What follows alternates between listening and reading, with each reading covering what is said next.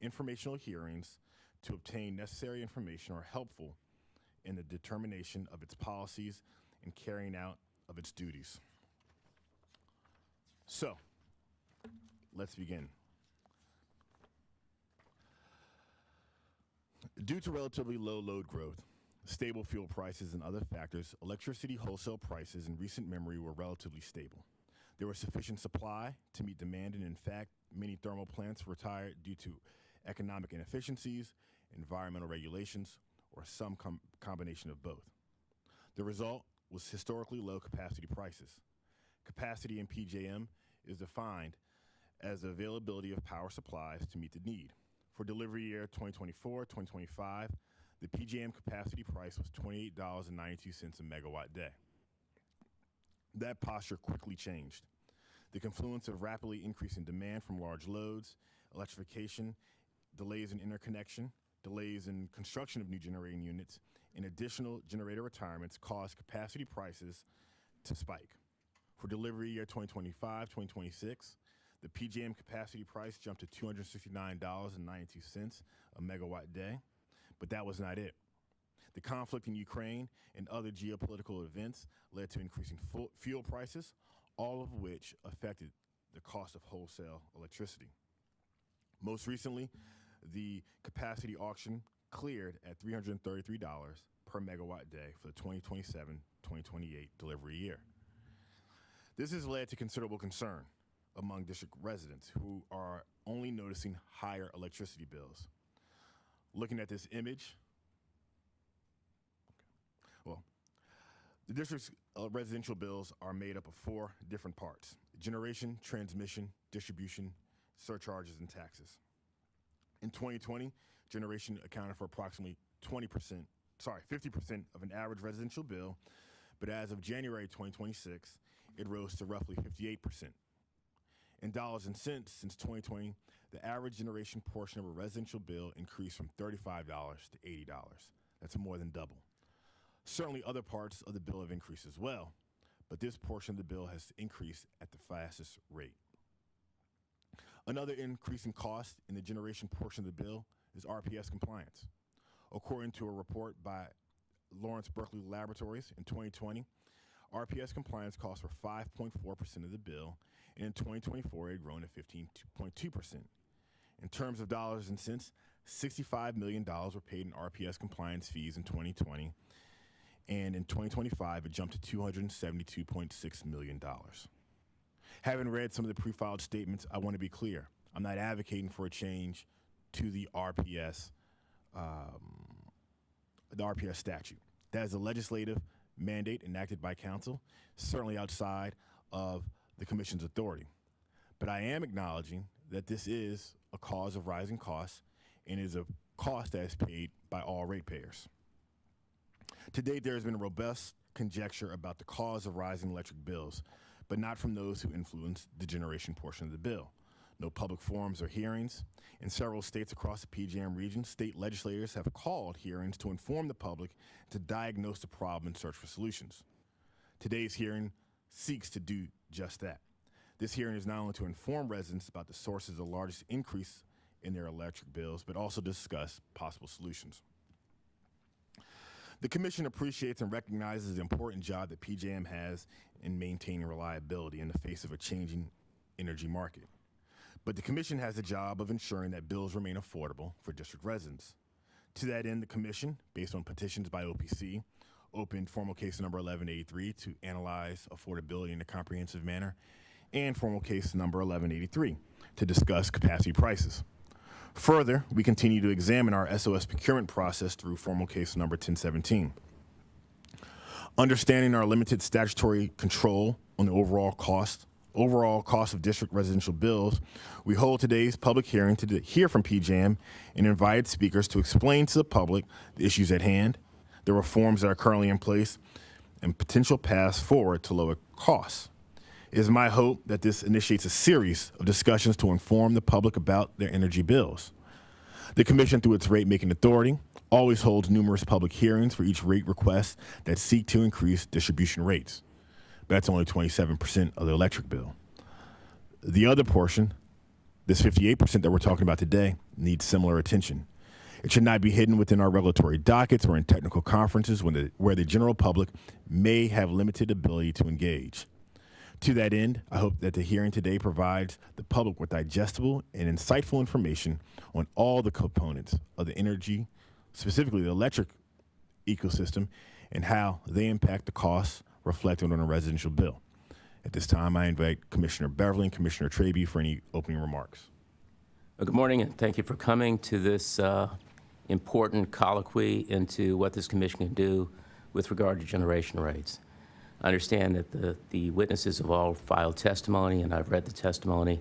I know that this proceeding is a little bit compressed, and the written testimony appears to reflect that. If you have anything else that you'd like to add or say to me directly or to the commission, whichever way you choose to do it, I'll read everything you send. Thank you.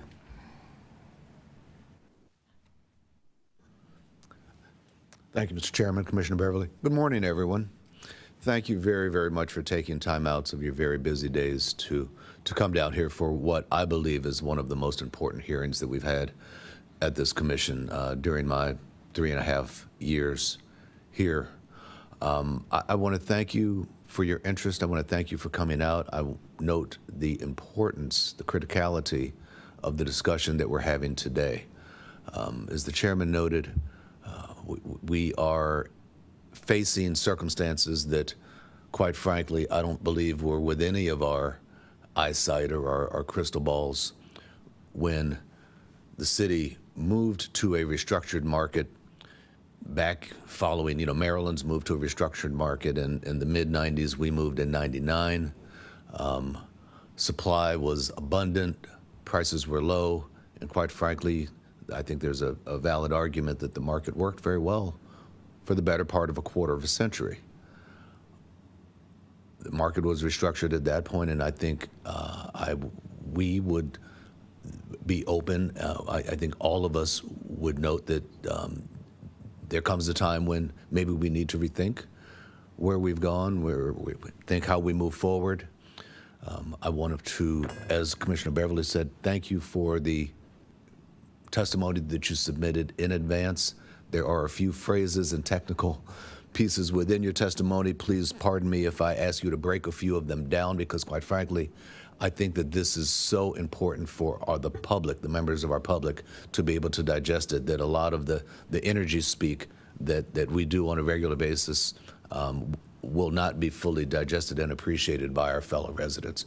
And so please pardon me if I ask you to break a few of these acronyms and industry speak down, but I think it's critically important that residents, businesses, all consumers, not only within this city, but I would imagine that there are some within other parts of the footprint of PJM or other parts of the country who are listening in as well. We are not alone in the challenges that we face today by any stretch of the imagination. We're far from being alone. All of us are struggling with how to move forward. Solutions are always welcome, and I thank you again for coming here, and I look forward to all of your testimony. Thank you. Thank you, Commissioner Beverly, and thank you, Commissioner Traby. Moving into today's program, we invite panelists from Panel 1 to the tables, PJM, Bates White, PEPCO, and OPC. Before we begin with statements, I'd like to set a few ground rules. Today's discussion will be recorded, so we ask the audience to remain silent when commissioners and the panelists are speaking. Panelists, when speaking, please introduce yourself and state your organization. To speak, press the button on the mic and wait for it to turn green. Panelists are reminded to remain within the allocated time assigned. A timer is provided for you on the right corner of the commission's dais. This will allow a smooth flow of today's discussion. As to the structure of today's hearing, panelists will make their statements in the order you are seated, starting with the speaker on my right. After conclusion of all statements, commissioners will ask questions. If commissioner questions are not directed to a specific speaker, please place your name tag upright to be called on. So we will now begin with panel 1. Thank you. Thank you. Good morning, Mr. Chairman. Commissioners, my name is Jason Stanek. I'm the Executive Director of PJM's Governmental Services Division. Briefly, at a very high level, PJM is your grid operator. We serve 67 million people in 13 states and the 700,000 residents of the District of Columbia. We are the bulk system operator. We also have some additional responsibilities, including ensuring competitive markets and planning the grid of the future. Affordability and reliability, however, are top of mind. Many of your residents have concerns with their ability to pay their utility bills, and as the grid operator, we play a role in that large amount that you showed on that dollar bill, where only approximately 27% of utility costs are within the control of this body. So acknowledging that at the outset, affordability matters to customers, whether they be residential, commercial, industrial, or other businesses.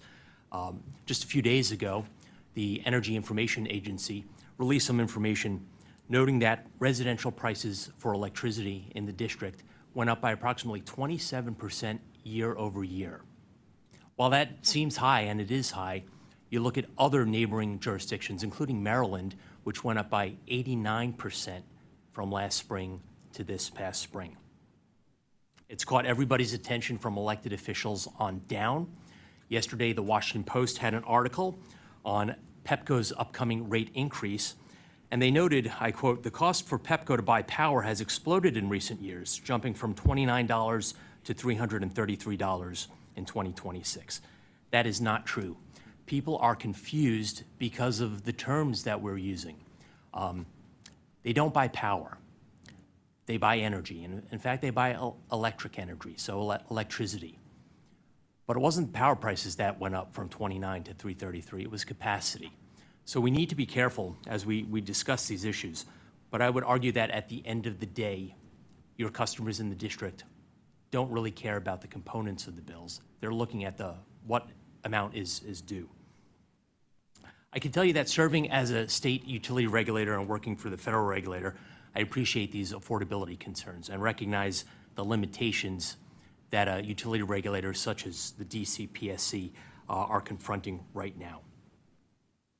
There are only so many components within your control on the distribution side. FERC controls the transmission costs. There is effectively no regulatory body that controls generation and supply, although PJM has a substantial hand in the operation of the markets. I would note for the record that PJM acts as a nonprofit. We are fully regulated by the Federal Energy Regulatory Commission, and we have oversight not only by an independent market monitor, but by an independent board of directors. Hand in hand with affordability is the fact that resource adequacy is becoming a greater and greater challenge. We've been in this business for 99.5 years, and for the first time ever, we've run short of our reserve margin last year. We're also experiencing extreme weather and breaking records seemingly every other month. Last year, we set the highest winter peak day, and 3 of our top 10 summer peaks were also set last year. But the elephant in the room is increase in demand. Increase in demand is partly and largely to blame for the increase in the price of the commodity, the electricity. AI, data center development, electrification of transportation, homes and businesses all contribute to substantial amounts of demand on our system. We're also seeing at this time a fair amount of baseload thermal generation beginning to retire without adequate supplies of new generation coming online. And in fact, nothing significant is coming online in the district in terms of our queue. I want to be clear, again, for the record, PJM no longer has a backlog of projects waiting to connect to the grid. You'll see that on page 7 of my testimony. Additionally, the district imports almost 100%, 99% of its electricity from out of the district boundaries. While PJM has a role as a market to ensure that the district's supply of electricity remains uninterrupted, having that amount of over-reliance, I would argue, puts the district at a disadvantage when you look at states that are net energy exporters, including West Virginia, Pennsylvania, Indiana, Illinois, and some others. I recognize that I'm at time. I would just like to emphasize that affordability and reliability are linked hip to hip.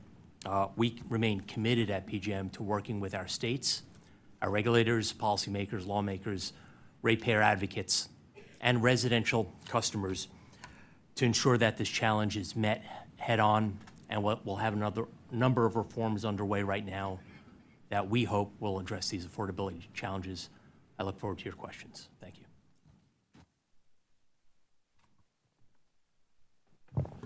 Good morning, Commissioners. My name is Frank Mossberg. I'm with Bates White, and we are the market monitor for the standard offer service RFPs that PEPCO holds annually.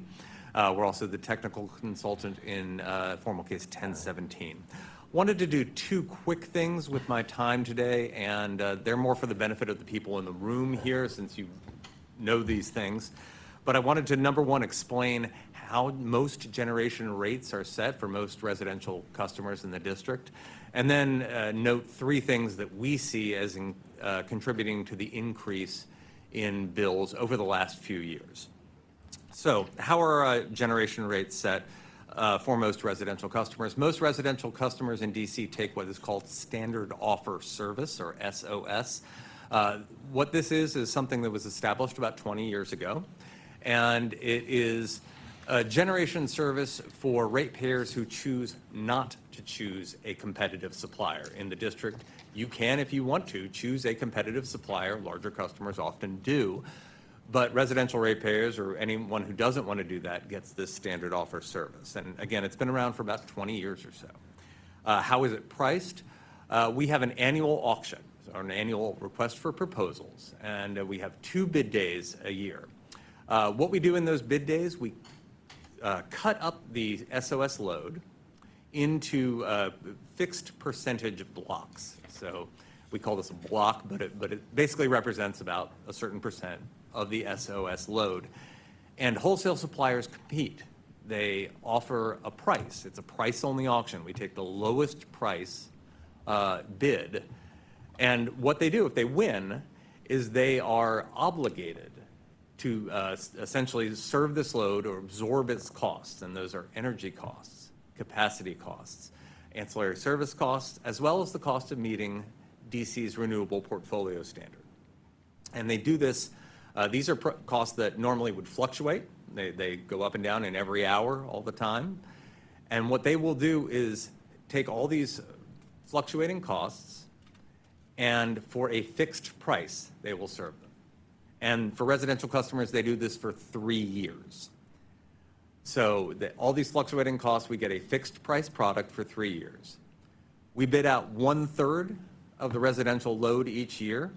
So that means right now, today, your customers are served by contracts purchased this year, a year ago, and 2 years ago. And we do this because it allows for rates to be more stable. And so if there are rate increases, hopefully they get rolled in slowly. This is obviously monitored each year. That's what Bates White does. And of course, it's reviewed by you and approved by you in each bid day. And every year, stakeholders can suggest changes if they want to the process. Something I want to note, this kind of process, there's little tweaks in each state, but it is used in multiple states throughout PJM: New Jersey, Pennsylvania, Maryland, Delaware, Ohio. It's also used in New England, too. So this idea of we have a service for ratepayers who choose not to choose, and it's served by a competitive bid, has been successfully done for about 20 years or so throughout several states. Now, in terms of why costs have been going up over the last few years, something that we've observed as we review the bids with you each bid day, we see 3 components increasing. Number one, as has been talked about and as will be talked about, I'm sure, a lot today, the cost of capacity. Starting in June 2025, capacity costs increased dramatically, and that, of course, gets reflected in these bids. The second thing is the cost of energy. Energy prices, it hasn't been quite as dramatic as capacity, but over the last several years, we've seen energy prices creeping up with each bid, and this is represented in the cost of monthly peak futures that are traded in markets. The final component is the cost of meeting DC's renewable portfolio standard. Of course, these requirements are set by law, and they are very aggressive, and they've been increasing each year. And so those costs also must be incorporated in a supplier's bid. And we're seeing our estimate, anyway, of those costs going up quite a lot over the last several years as those requirements increase. So with that, I'd be happy to participate in this panel and take questions. Thank you. Good morning, Chairman and Commissioners. Is it possible to have the slides with my statement? If not, I do not believe we have it loaded, so. okay. Well, everybody's going to have to play along like you can see my slides as I'm talking. So good morning. My name is Lindsay North. I'm the Director of Clean Energy Strategy for PEPCO DC. Thank you, Chair Thompson and Commissioners, for convening this hearing to hear collectively from parties in the district about this important topic. Is that better? Yes, thank you. My hope is that through this discussion, we can identify areas of common ground on near-term solutions and long-term mechanisms to stabilize the current energy and affordability crisis that we're experiencing. I want to thank Mr. Stanek and Mr. Mossberg for discussing in detail the resource adequacy challenges that we face within the region and the SOS procurement process. In furthering that discussion, I'm going to be focusing my remarks on supply side and demand side solutions. I'd like to start by framing this conversation in a way that our customers, how they may experience energy costs. Similar to what you shared earlier, a customer bill is broken down between supply, things that generate power like a power plant, and distribution, things that deliver energy like our power lines. Although it's not exactly the same, you could think of this like a food delivery service. PEPCO is the delivery driver, and supply is the restaurant that makes that food. As you cannot see from my diagram, the majority of our current bill is driven by regional supply costs. As was noted earlier, the district imports 98.5% of its total electricity from PJM. And prices have been increasing due to shrinking supply and demand, and increasing demand. In particular, the PEPCO zone has experienced significant periods of supply scarcity driving up prices. We even saw PJM call their first emergency demand response events for the season in the PEPCO region just last month, which is early in the season considering where we are. So it's helpful to understand some of the drivers of supply costs and how the Commission and the Council can influence these elements. As you would see on the slide, some supply costs are driven by regional market conditions and policy decisions. However, these impacts can be mitigated by running our SOS procurement process efficiently and administering demand-side solutions. For example, through the DC post-bid conference, PEPCO plans to make suggestions to improve the procurement design, but the overall decision is a shared decision from all participating parties and ultimately will lie with others to implement those changes. There are near-term actions that can be taken to preserve the stability of the SOS procurement process, as well as long-term stability. One near-term action would be to optimize the value of the PPA agreement, which requires PEPCO to sign and contract with a long-term renewable energy facility. In that agreement, all the RECs, or renewable energy credits, are distributed to all suppliers. PEPCO could instead manage the compliance through the use of Tier 1 RECs received through our PPA, and then throughout the year, purchase and kind of supplement to help leverage that as a hedging strategy and drive costs down. This would provide customers the full benefit of the PPA and help reduce some of those costs. We're planning to provide that comment more formally in the bid conference. Transitioning from supply to demand side, there are strategies which are well known being deployed in the district today or in neighboring states like Maryland and Virginia and elsewhere across this country on the demand side. First off, battery energy storage, which could be standalone or paired with solar. These resources can charge during low demand periods and discharge when demand is high to reduce system peaks and reduce PEPCO's load to PJM and related customers. Demand response programs, these are programs that are active in the district now. They can incentivize customers to adopt smart thermostats, batteries, electric vehicles, or other technologies that can have a significant impact on PEPCO's distribution grid by operating as a virtual power plant. In a virtual power plant, these resources can stack multiple benefits. First, customers can save money by allowing PEPCO to temporarily adjust how the devices operate to reduce peak demand. Second, these resources can generate revenue as a capacity resource in PJM on the wholesale market. And finally, we can use these resources to solve local grid needs, potentially leading to the deferral of other distribution investments. We could also adopt more efficient technology and influence customer behavior through marketing and incentives, things like energy efficiency programs that the SEU run in an expanded manner could result in significant savings to customers on their bills. Lastly, and this is a topic that's not new, is implementing time of use rates. These can help lower customer bills, reducing wholesale market costs, support the adoption of beneficial electrification technologies like electric vehicles, battery storage, and heat pumps. These type of rate designs can further enhance affordability for all of our customers by attracting new customer usage at off-peak times, helping to spread fixed infrastructure costs in a broader customer base. I'm just going to wrap up quickly, if that's okay. So, really appreciate the opportunity to speak here today. Affordability means more than just lowering a bill. It's about making costs manageable and predictable for our customers over time, and it means a customer can stay connected to safe and reliable service without financial strain. In order to support our customers through our current challenges, the district needs a broader portfolio of near-term tools that can respond. I've talked about a bunch of different ideas, and I think other folks in this room can agree and collaborate around several items that could deliver immediate and near-term solutions to stabilize our rates, respond to the energy crisis with proven technologies and programs, and do so with transparency through a benefit cost analysis, all while ensuring our system remains stable and reliable. Thank you. Mr. Daniels. Yes, sir. Good morning, Chairman Thompson, Commissioners Beverly and Trabue. My name is Lawrence Daniels, Director of Litigation for the Office of the People's Counsel for the District of Columbia. Thank you for convening this important hearing regarding the dramatic increase in the wholesale portion of district residents' electric bills and the growing affordability crisis confronting consumers throughout the District of Columbia. As stated in its notice, the generation portion of the average residential bill has increased substantially over the past 2 years. For many district residents, this is no longer simply a budgeting concern. It has become a question of whether families can keep the lights on while meeting other basic needs. Let me make something very clear from the outset.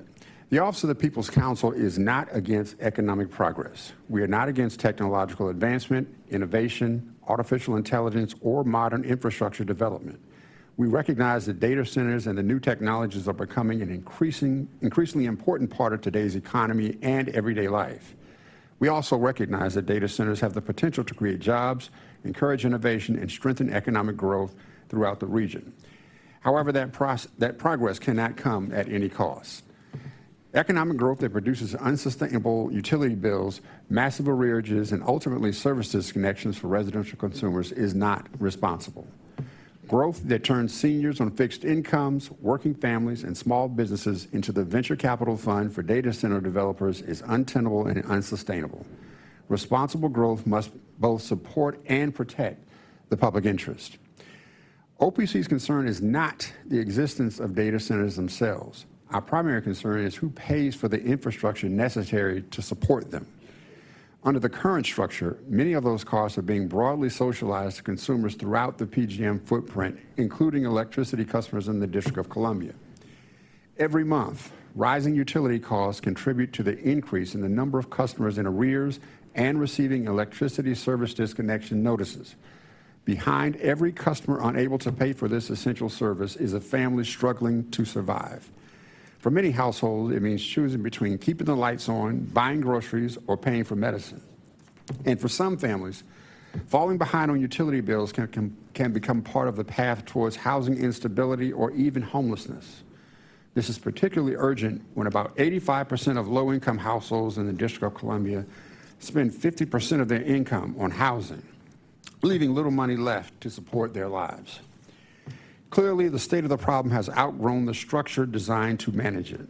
We are now operating in a fundamentally different energy environment driven by unprecedented large load growth, volatile capacity markets, transmission expansion pressures, long queues for renewable generation interconnection, and affordability concerns that existing frameworks were never designed to handle.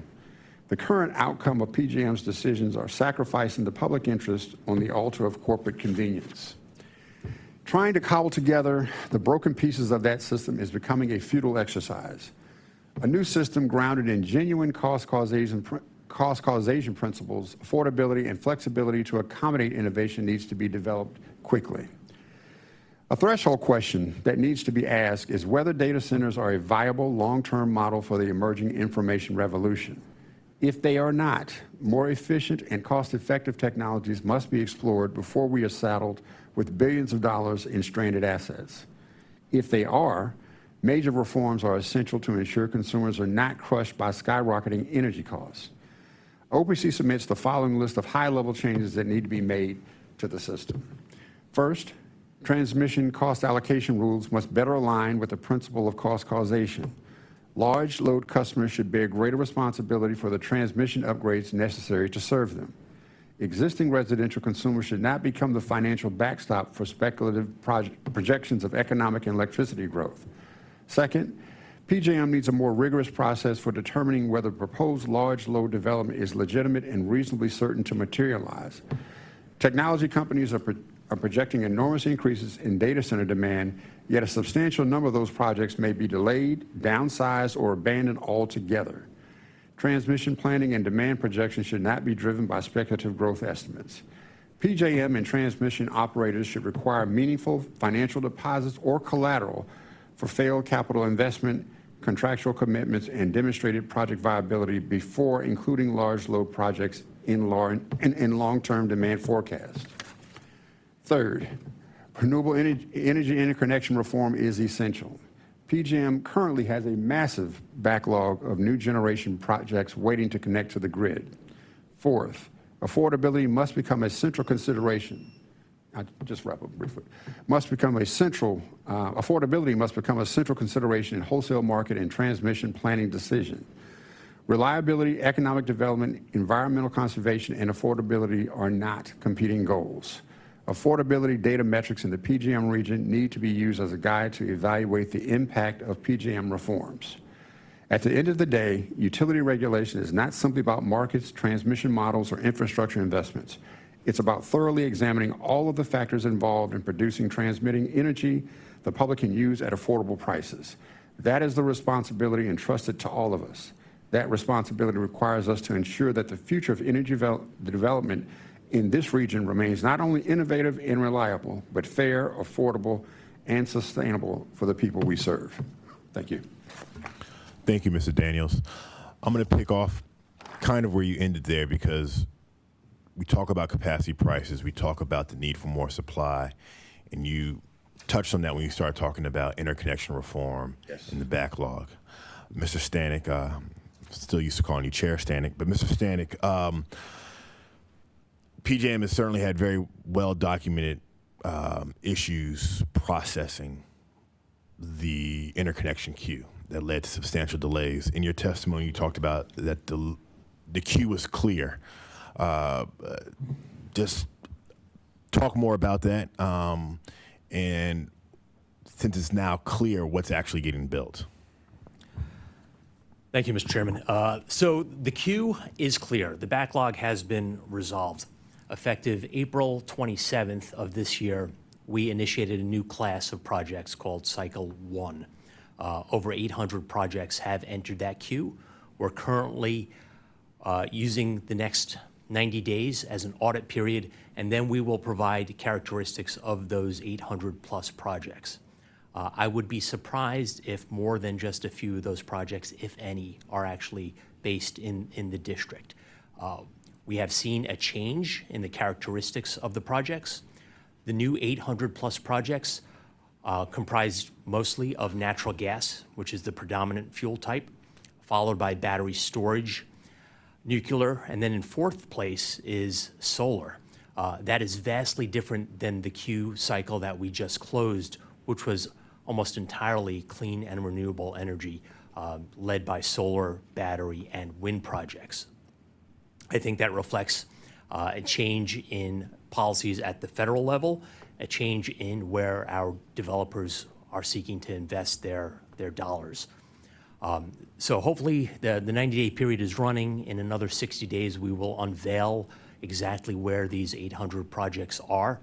and then we'll be able to provide the district if any of those projects are actually within your jurisdiction.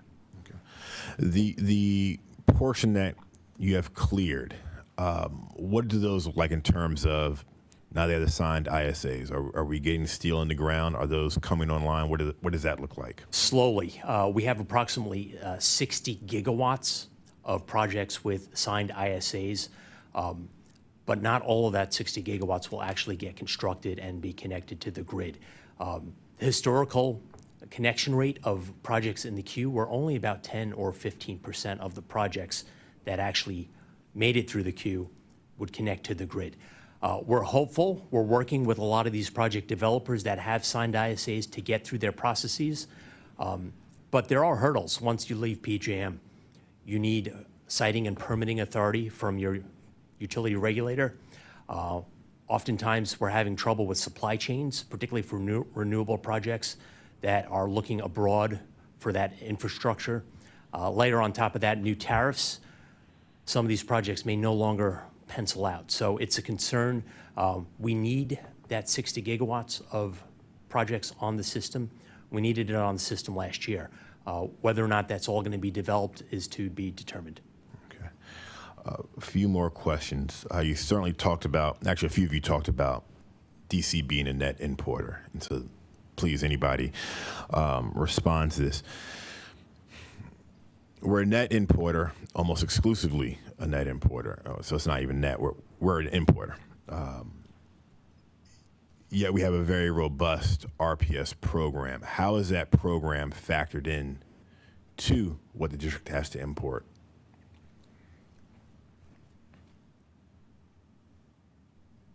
Well, I would begin by saying that it makes it more difficult to the extent that the district has preferences for the power it's importing. Finding those electrons as opposed to non-preferred electrons makes it more challenging. And physically, you are connected to Maryland's grid. Maryland has a grid that had been traditionally constrained and congested. We're predicting substantial voltage problems on the system beginning next summer due to the lack of infrastructure investment in that state. The district is not only connected physically, but it's also part of the PEPCO zone, which straddles both Maryland and the district. So these are other considerations. One, trying to import, particularly electrons with RPS characteristics, it becomes more difficult. I'll just add on the renewable side, particularly as sort of alluded to, particularly in the solar requirements of your law. DC is kind of unique in the sense that solar energy needs to come from DC to count as a solar rec. And so the fact that there's been less development there, or development has not been able to keep pace with the requirements, keeps solar rec prices high, which means that renewable costs are higher in terms of what finally hits your bill. And I'll just add, and I think you all know this, that the district is constrained geographically. And I think that's why we've seen a lot of other jurisdictions look for other types of solutions that bolster the tools that we could have within our geographic region. So one thing I didn't get a chance to mention, but I think is an important point, and I mentioned the demand response call that happened. So on May 18th and 19th, PJM entered a pre-emergency condition on consecutive days within the PEPCO zone.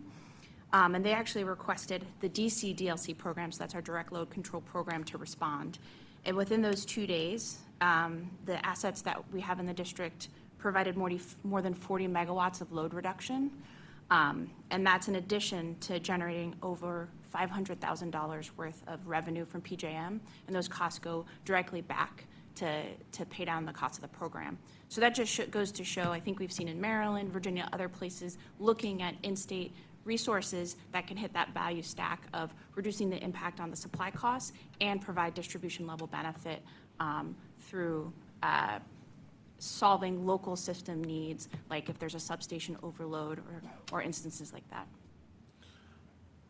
Yeah, I would say that, just briefly, add on to the points that have been made. Any RPS reform really has to consider the impact it could have on solar installations. We have seen, not only anecdotally, but through evidence, that solar installs can actually lead to savings. So we would not want to, I guess, engage in any reform that would restrict the amount or extra solar that can be brought on to our grid here locally. I think I asked my question in a poor manner because let me ask it a different way. 'Cause I appreciate the answers, but that's not what I was really trying to get at. One of the reasons for our RPS is to build resiliency within the district so that we have our own power supply. How is that program, how is what we generate from our rooftop solar factored into our load forecasting when we go out to SOS? How does it affect us being a net importer? I'm really looking at it from more that way, not necessarily structural reforms, but how it contributes to supply, basically. Every additional watt put on the system, whether it be at the distribution level or at the wholesale level, limits or reduces the amount of energy that needs to be imported into your jurisdiction. So the programs that are happening that are being administered by PEPCO and private developers in the district are helpful. It will reduce the load. It will impact the forecasts of what the district needs into the future. Those electrons we are blind to in our control room in Pennsylvania because they're happening on the distribution side of the system. But I would say that every bit helps. We know that there's a number of projects going on across the district from Barry Farms to the northwest. And we're hopeful, working with our partners in developing these forecasts, notably our EDC and in the district PEPCO, to come up with a rational number. But as we've been seeing, whether it be Pennsylvania, Maryland, or the district, we're seeing noticeable material increases in demand over the course of the next decade. Thank you. Yeah, on the SOS side, you're going to get, if you add more generation in the district, essentially you get a couple effects. You can have more than this, but number one, obviously, if you have enough, you can lower the capacity costs from PJM's market. Also, if that generation is low cost enough, if you can lower energy prices in the district, again, as I talked about in my opening statement, an SOS bidder is going to absorb local costs, local energy costs that are hourly. So the lower those costs are, then the lower they can offer a bid. So it's going to help lower their bids too. So those are kind of, again, more development here locally will help both of those costs. Commissioner Beverly or Traby. Just one question for PJM and potentially for PEPCO. We didn't provide for a round of rebuttal, so I'm just going to ask you from PJM, did you read the testimony of the other witnesses? Yes, sir, I did. Is there anything in those testimonies with which you disagree or you need to clarify as a misconception? I think I did for the record in my opening statement. I saw some concern. I largely agree with the testimony of OPC, but I must stridently disagree with the fact that there is any backlog or PJM is either deliberately or unintentionally holding back generation. We did have a number of years from 2021 through 2025 where there was a significant backlog that has now been eliminated. We're moving very quickly, ironically with the help of AI and Google, to process applications now in a period of 12 to 18 months in and out with your ISA in hand. But aside from that, no, I agree with the testimony of the others on the panel. Thank you. Okay. For PEPCO too. Sure. Thank you for the question. I think we tried to address everything I could in the 5 minutes that we were given. I think there's probably more that we need to dig into and try to collaborate with stakeholders around. I think the main thing I want to convey is, we've been working with stakeholders in the various working groups that were raised to identify some of these opportunities. So the things we talked about today aren't necessarily new, except for some of the suggestions we may make on the procurement process and in response to the PPA. So I would just offer that I think there's good awareness of some of the challenges we're having with the regional supply issues, and I think really more of what we need to focus on is how can we collectively agree on a couple of solutions and how to move those forward to address the challenges we have ahead of us. So I'll say that, and then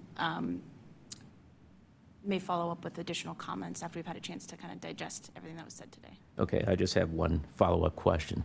Is there anything that this commission is doing or not doing that would make it easier to perform your roles. And I understand that wherever the criticism goes, even if it's this way, you can say it. Commissioner, I would say that the district is in a very unique position compared to the other 13 states that we serve. Because it is effectively a urbanized city, it is difficult to build new generation, whether it be transmission or supply resources. So we understand that. I would just like to recognize the engagement of your colleagues in OPSI particularly. That's a voice where the states are coming together, whether it be utility regulators and other interested stakeholders, to work on some of these solutions that nobody expected 24 months ago. Large loads, I think, came as a surprise to all of us in the industry. It's not like a new Safeway is opening up down the street. The amount of new demand rivals that of the Industrial Revolution, and we are playing catch-up to figure out how to solve these problems. So we're working with our states. Mayor Bowser, President Trump, and his Dominance Council have been very involved in potential reforms to PJM. I would only add that we mentioned the capacity markets quite a bit. PJM is not religiously wed to the capacity markets. It has served very well, as noted, for the past quarter century as an insurance policy. And when capacity prices were relatively low, we didn't hear from anybody. And I would argue that many governors and lawmakers did not know who PJM was. But we caught their attention 2 years ago when capacity prices went up by a factor of 9 times. That said, when you take a look at the generation supply, and I'm not trying to minimize the price of capacity, but it is not broken down. It's blended along with transmission and the actual generation of the electricity. We're working on that. We recently issued a white paper 2 weeks ago that I would commend to your attention that provides 3 paths forward. And one of them is to reduce reliance on a capacity market, such as other states, including Texas, which has no capacity market. Thank you. Thank you. Thank you for the question. I would offer that I think anything we do next needs to have transparency in the benefits and costs through data.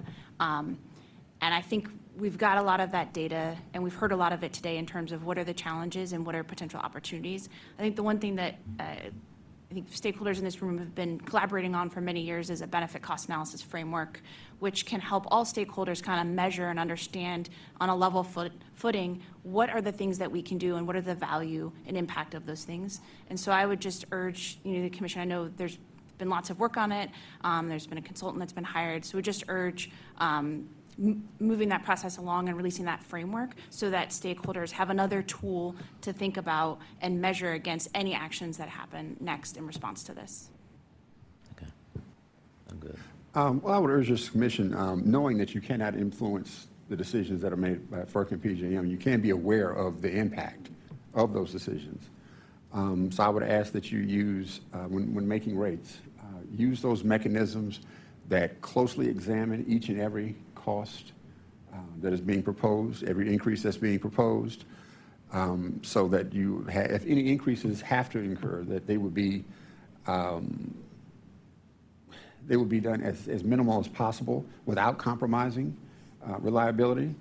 I think also the commission, I think we're on the right path now, is to use a data-driven analysis with affordability, understanding different metrics, energy burden, of course, arrearages, disconnections, and other metrics to understand the impacts of rates that are being charged to consumers and to see how are your decisions impacting those data points. I would hope that once we have the data metrics in line, that we could see, okay, we're trying to incrementally reduce, obviously, arrearages, disconnections, and energy burden. So I would ask that we would start to really set up a framework so that we, as much as we carefully examine PEPCO's ROE, we should also examine energy burden for consumers. If I could ask another question in here. It seems to be a consensus that interconnection is an important part of reducing generation costs, at least from our end. So it would seem to me the consensus is that a smoothly working interconnection process on the distribution side would help reduce generation rates. Right? Is it? Yes, that would make sense. Interconnection reforms both at the distribution level and at the wholesale grid level, which we've undertaken, will expedite the processing of those resources. On the other hand, we need state governments, district government to work hand in hand in order to ensure that those projects receive the permits necessary to build that generation quickly. Yeah, I would offer, and thank you for the question, we're fully committed to making the interconnection process and continue to evolve it with stakeholders. I know we've been actively engaged in an ongoing process for many years, and we continue to evolve in that process and hope that stakeholders have seen the changes that we've made in our interconnection process to smoothen it out and respond to best practices we've heard around the country and to how other jurisdictions are moving faster or looking at the system differently so that we can move at the pace that our customers want to move. I had a suggestion for interconnections, smoothing it out, and I'm sure I'll get feedback from the company. Right. I'll wait for that. Thank you. I think interconnection reform is important. And I think new rules that are being developed right now and implemented, I think they're good, but I think they're better when they're enforced. When things are not going as they should, I think enforcement is critical. And again, data metrics, making sure that, okay, we set up rules, we have enforcement, how effective are they? And then once you find out how effective or ineffective they are, then we can make some adjustments. So it's a whole model. It's just not instituting a rule. It's the practical aspects of it after the rules are implemented. Thank you. May I add one thing? Sure. And this goes to the broader point of thinking about the solutions collectively. I think interconnection is a part of the solution, but there are a lot of other things that we've seen can move the needle significantly to help, as I said, create more tools for the district to help manage and make our customers part of the solution here. So demand response programs, virtual power plants, these are things that are actively being pursued in other parts of the country and allow our customers to have another role to play in seeing them help solve some of the distribution challenges and reduce those system costs. I think you're seeing, just in closing, I think you're mentioning holes that I haven't had an opportunity to discuss with PEPCO. So at PEPCO's convenience, if you can meet with me and explain to me the rest of what you're talking about, I'd appreciate it. Absolutely. Thank you. Thank you. Good morning, everyone. Again, thank you for being here, and thank you for your testimony this morning. One of the things that I appreciate you're laying out during your opening statements was this procurement process, and specifically, Mr. Mossberg, you going into detail about how we have gone about for the past 20 years procuring the energy, capacity here in the District of Columbia. A model that, as we may say, worked well in a low-cost environment, an environment that does not exist today. How might we think about changing, have we thought about changing that procurement process for this high-priced market in such a way that we might we might bring some of these prices back down? You mentioned some of the volatility that is factored into some of the pricing. Is the 3-year tranche too short? Might we look at longer terms? Or I would think I know we have our auction in late December and early January. I always say that those are times when gas prices are high, and we know that we are strongly reliant on natural gas as a source for some of the generating stations within our region. Are those higher gas prices that are occurring in the middle of the winter even factored into the procurement? I mean, I'm open to any suggestion, changing the timing of the procurement, the length of the years, anything that you might have, because we are in a very different environment than that which has, as people say, worked for quite a while, but is not working now. Sure. So there's a couple ways that, because again, district's not alone. People or every state is dealing with this and trying to handle it the best they can. So what you're seeing is a couple things that there's, before I get to stuff we can do within the process, many states are looking at solutions that would supplement the process. So things like you'll see in Maryland and in New Jersey, things outside, they're keeping their procurement process the same, but saying, well, we want a procurement to incent new, storage generation or new other generation that will work to add these resources to the market, and then that's going to work its way into the wholesale bid. So that is one thing, and that's kind of separate. In terms of the actual procurement itself, we could certainly look into lengthening the procurement. The 3 years is about the longest that anyone does, and the reason for that is a couple reasons. Number one, the depth and liquidity of futures markets, which suppliers are going to use to hedge themselves. Typically 3 years was thought to be about the longest that most people can go out. The other thing is, in the past, it very well worked with PJM's capacity market pricing, which we kind of need, the suppliers need that to price their bids.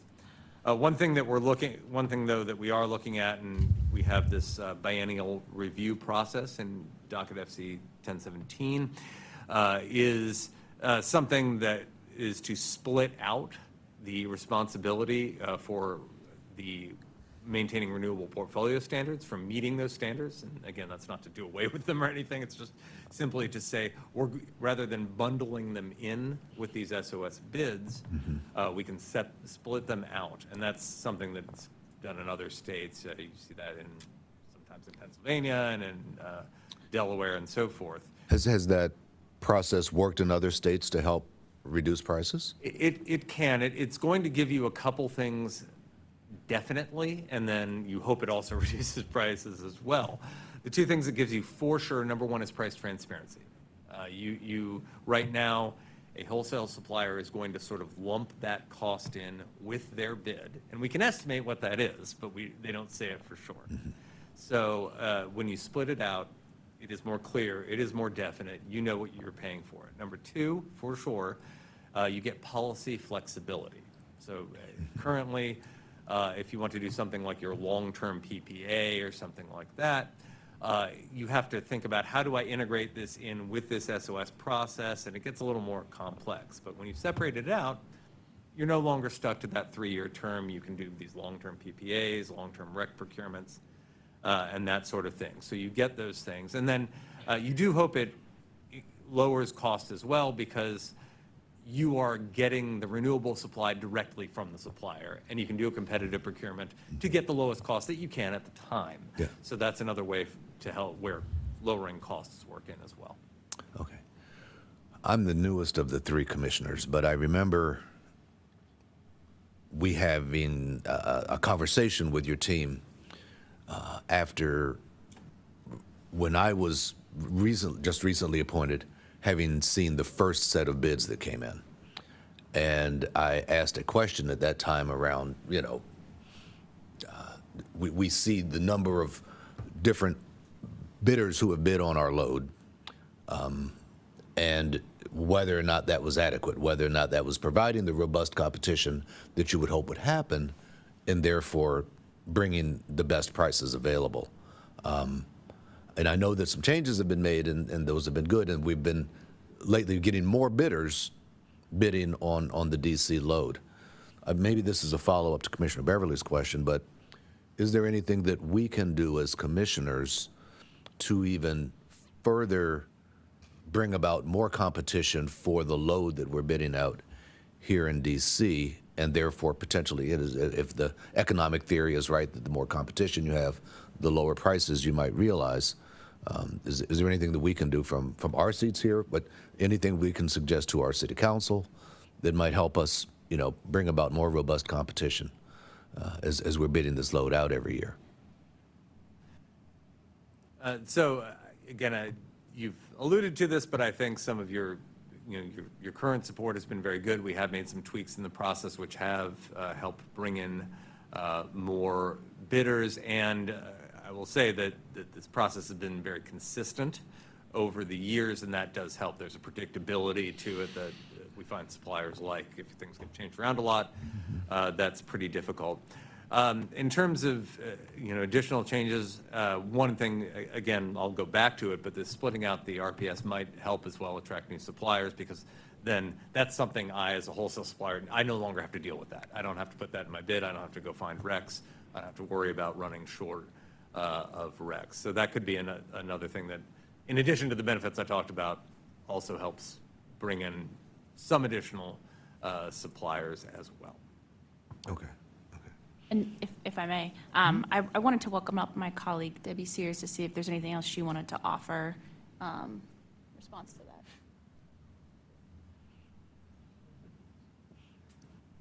I assume she's going to agree with most everything that was said, but just in the event.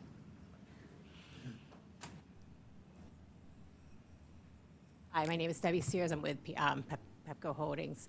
My team is the energy acquisition team that runs the auctions, and we work with Frank and his team. They're observing what we're doing. Pull your mic up a little closer. I'm sorry. We work with Frank and his team. They're observing my team while we're running the auctions. And we're doing the administration work as well as then the settlements with the counterparties that win the portions of the load. Yes, I agree with everything. Frank worded it very well with the RPS. We, especially now with the PPAs that we're introducing into the portfolio, when we are receiving these large amounts of RECs, currently it's written that we're to allocate them on a load ratio share. This way, if we're the ones that are managing this process, we're not worried about if there is a hedge having to go in place to protect for if not all those RECs are created. We'll have actual quantities that are coming in and can create a hedging strategy so that we're working in tangent with the PSC's desires on how much we should have throughout the year, and we're getting real-time prices for them rather than looking at a forward price that might be available 3 years out when we're bidding on the load. We'll be getting the prices at that time. So as more generation is added and those prices come down, we can optimize that value. The second piece I think that we will need to look at too is then as these PPAs are coming in, the breaking out of a portion of a load, it creates uncertainties for the suppliers that are participating. And additionally, it creates a risk for customers because they're intermittent resources, and we'll be having to buy that energy from PJM in the periods when those resources aren't producing energy. And when we're seeing more volatility, that can create a large cost to customers on top of just the PPA cost. In Delaware, they have renewable PPAs that we manage where they're managed financially. And then, so the customers are getting the benefit of the revenue offsetting the expense at the location of that the generation is produced, but then they get the benefit from those RECs for reducing the RPS costs. Okay. Final question, and this might be a little bit outside the box, but I think we need to do some thinking outside the box right now. So as I understand it currently, when you guys are going to procure the load for the Pepco DC portion of the load, our standard offer service, it is strictly the residents of the District of Columbia who are on SOS. It is not that portion of Pepco's load that is in Montgomery or Prince George's immediately adjacent to the District of Columbia. You can probably anticipate my question. Is there any potential savings by these two loads, the Pepco Maryland, the Montgomery County, Prince George's, are immediately adjacent to the district, served by many of the same transmission lines and everything like that. Is there any possibility of putting those loads together and bidding them out as one, maybe realizing some economies of scale versus separating them out as we've been doing for a while now? Remember I think about the old Pepco, even after the 1990 Regulation Act, it was still effectively one company serving the District of Columbia, most of Prince George's, and Montgomery County. And if that's too dangerous a question. If I'm, you know, maybe it's something that you may not want to talk about here on the record, and we might talk about it separately. But I mean, I'm just, as I said, trying to think creatively here, at the bottom line, trying to help our residents. This is, yeah. Sure. I can just start, and I can say, just from an analytics perspective, you know, there might be you can get more bidders for more load bid out, so you can get a small gain on the margin. The overall numbers are still going to be dictated by what the wholesale energy and capacity markets are. So, putting aside all the challenges of course, you know, getting the Maryland Commission to jump in with you. We have an RPS that's different than Maryland Yeah, and yeah. other requirements as well. I understand that. Putting aside those things, if we're talking, let's just talk wholesale energy and capacity. You know, the prices will still be kind of fundamentally kind of similar. You might get a small gain on the margin, but it's not going to be, you know, a huge difference by bringing in 2 more bidders. It won't massively drop the price. Mm-hmm. Okay. Yeah, I agree with Frank that it would not, and Pepco as a zone is tending to trade at a higher price, so I think you wouldn't see a huge savings. You might see a small savings for the size, but then we would have to get over, like, they have a 2-year procurement versus your 3. We'd have to look at the RPI. There would be a lot of rules that we would have to work out. I think it would be a very difficult path to get there, just aligning the rules between the 2 jurisdictions. All right. Thank you, Mr. Chairman. Thank you. Thank you. To all the witnesses.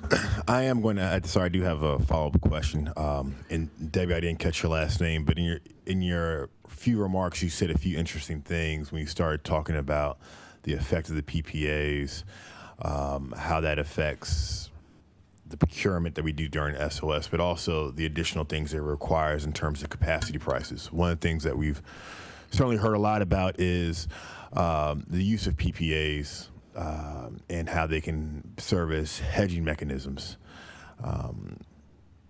If you could, one, I think it would be helpful for the public at large to hear about the progression of the 5% SOS PPA and why it took as long as it did to get that signed, but what it includes and what it doesn't include, and what, as a result, it requires Pepco to do. Yes, and sorry, my last name is Sears. I'm Debbie Sears. Nice to meet you. Okay, so we ran 4 different RFPs to get to a finally signed agreement. So that progression did take time. The first occurred during when the PJM interconnection queue was stalled, so it was difficult to find a new project because new was one of the criteria. The second RFP, we did add that it could be an existing project, so we got a little bit more response. But that was then at the point where there's starting to be issues with getting the materials needed. It was right around the COVID time, just following COVID, when there was supply chain issues, and that is what happened with that agreement falling through. And then now this most recent one, we have the 5% that's entered into. The project is moving forward, and we're expecting it online at the end of December 2027. And if you could just talk a little bit about, because you talked about it being an intermittent resource. Yes. And I don't know if this is a PJM answer as well, but what does that mean in terms of reliability? And we start talking about the capacity market, capacity values, the effective load carrying capability value of solar, and what that means, especially when it's not paired with battery.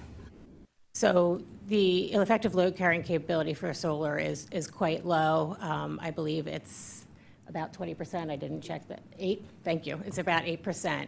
So for the size of the project, it only gets an 8% capacity credit towards the capacity auction. So while it does, every bit helps, it is a lower impact because it can't be called on as needed. Now, if the sun's not shining, we don't have energy, or the wind's not blowing, we don't have energy. So that is what limits its capacity accreditation.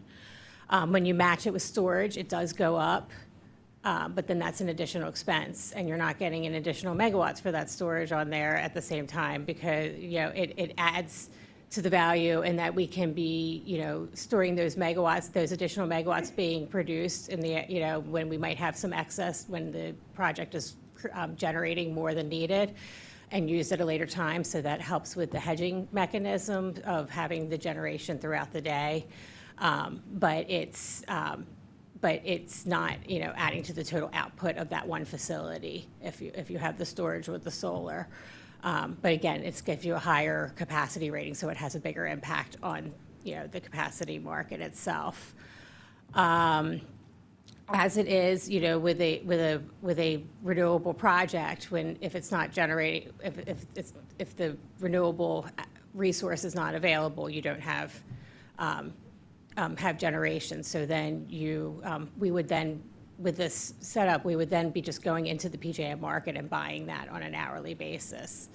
You know, I was looking at Winter Storm Fern when that hit, and you had very little renewable generation during that time because of the storm, of the conditions, and prices were well over $1,000 during that entire time, and that's a risk to customers that we are protecting with the current SOS product, because they have just a flat price that's served throughout the year, and those risks are calculated when the suppliers make their bid. So that would take our ability to protect them away from that away. Another piece that is that for large-scale projects like this, it's difficult to build them within the district. So there's going to be a congestion component. So the congestion comes where it's generated in one location and then it's being delivered in another location. So we might be selling at, you know, $70 in one location, but buying at $100. I'm just using made-up numbers, but that can be very close at times, but that spread can get large depending on conditions, you know, generation outages, you know, total load, that changes every 5 minutes. One more question, if I may, Mr. Chairman. Okay, so in 2008, the district passed the Clean and Affordable Energy Act, I think, which made a substantial commitment in direction in terms of the District of Columbia realizing that we don't have supply here within our borders or nearby, that we were going to try to reduce our load in the District of Columbia. And probably starting around 2011, 2012, started to make significant strides towards reducing that load, you know, by 1% or so a year. Have those investments helped us realize savings overall from the markets that you operate, and might enhancing those investments help us further along the way? If we can increase supply, we can reduce demand, which is what we've been trying to do for the better part of 15 to 20 years now. We have not, in my view, moved on the demand reduction piece as aggressively as some other states. I mean, you know, I had this conversation with the council many years ago that we were only investing about 0.7% of utility revenues on demand reduction versus other leading states were investing 4 to 5% of utility revenues. I understand sometimes there's an investment, there's a price up front to realize savings on the back end, but is that something that you're seeing in your market, is being felt, realized? Thoughts about it? Please, I see you nodding. I welcome your thoughts on this. Yeah, thank you for the question.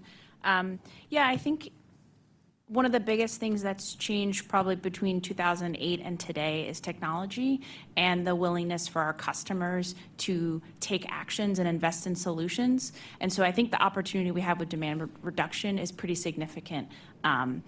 So, and I know I threw out the term virtual power plant, which is maybe new to some and maybe not new to others, but this idea of, traditionally, we built the grid where we built large generation someplace else and we shipped that in. Nowadays, there are many devices at our fingertips within the district that could offer demand reduction. And as you said, may require some investment up front, but it could have long-term reducing impacts on the supply side of the bill because they would functionally act as reducers to the supply we had to buy. So for example, that demand response that I told you about, those 40 megawatts of load that we flexed between May 18th and 19th in response to PJM, that's 40 megawatts of SOS we didn't have to buy. So that is significant. And those are, there are lots of different opportunities to engage our customers where historically, I think we were pretty limited to putting a switch on someone's thermostat, and that can be frustrating that as a one way. I think now there are lots of ways to engage customers. Maybe you have an EV that you've already purchased. What if we pay you $10 a month to manage that load so you charge it at off peaks in the grid? Or maybe, a customer is going to buy storage to pair with the solar they've already invested in. What if that resource could be paid a performance payment to operate and reduce demand? So my point is... Let me interrupt you real quickly Yep. right there because you talked about the EVs, and that's really important. I mean, I think, gosh, over the last few years, we've registered over about 10,100 EVs here in the District of Columbia. We're one of the leading jurisdictions in terms of EV registration. So I know a pilot project was run in Maryland Yes. on just the terms that you're discussing to incentivize customers to charge those EVs between like 2 in the morning and 5 in the morning or something like that, very off hours. How well did it work? How quickly, if it was successful, how quickly could we bring something like that to the district? Sure. So I could follow up with some more specific information because I think that would be particularly helpful. But on the whole, it was a very successful pilot, and Maryland has authorized it to run into a full-fledged program where we have thousands of customers that are engaged. And you mentioned the hours. I think the importance of, we call it managed charging. The idea is not just set hours, because that's like a time of use where you know exactly when you're charging. It can be pretty dynamic pretty quickly. So if you get 5 cars coming on one single feeder and they're adding load, having the ability for the utility to flex any time within a range our customers want it. That is that flexibility that can add significant value. So to your question directly, wildly successful from a customer standpoint because they don't have to change their behavior. They come home, they plug it in and say, I got to be ready by 8 a.m. From a grid side, it's incredibly helpful for us, and we can provide numbers on the amount of load we've been able to shift and shape. And over the long term can have, and Maryland is looking at that along with a bunch of other things like demand reduction measures that can actually contribute to our distribution grid running more effectively and potentially deferring the need for future investment in certain areas. Thank you very much. No further questions. I mean, just on the last EV thing, I hate to point out the charging times. A lot of people in the district don't have any place to charge at home. They may live in apartments, they may live in houses without any place to charge it. I know people that stretch electrical cords across the sidewalk and things like that to charge it, but that's probably, a mile an hour that you get charging it that way. If you're talking about people who have to go to a charger, who's going to the charger? I'm just asking, who's going to the charger at 2 o'clock in the morning? I'm not doing that. Yeah, I think that goes to the flexibility of having charging stations where people live and work. So I think, we have a program that we're still running where we're looking to incentivize workplace charging or on-the-go charging to meet people where they're at, because your point is an important one. If it's not convenient, I'm not going to do it. And I think that gets to demand-side solutions where if it's not just a customer wants to do it because it's good for them, it's got to work for their lifestyle. And the more that we can offer demand-side solutions like a managed charging program that offers an additional incentive to say, not only should you go buy that car and we're going to make it easy for you to charge, but we're going to help reduce or give you an incentive to charge at places and at locations or times that benefit the grid. Okay, I just have one comment, it's completely anecdotal, but My observation is that with regard to chargers, the people who are using them on these off hours are almost always men, because women would have to be sitting out somewhere late at night or early in the morning in places, to me, that, just sitting in a car for, I don't know, an hour or more, 2 hours or something like that to charge a car when you're by yourself. And even the places where I charge at the Safeway in Georgetown in the basement. There are almost no women charging down there late at night. So I'm just pointing out that it really depends on safety issues and things like that, convenience. There are a lot of factors that go into that. Being a man, I feel like I have more options because nobody's going to necessarily bother me, or at least I feel like they won't. So I think safety should be a concern wherever you place these things, but I'm just pointing that out.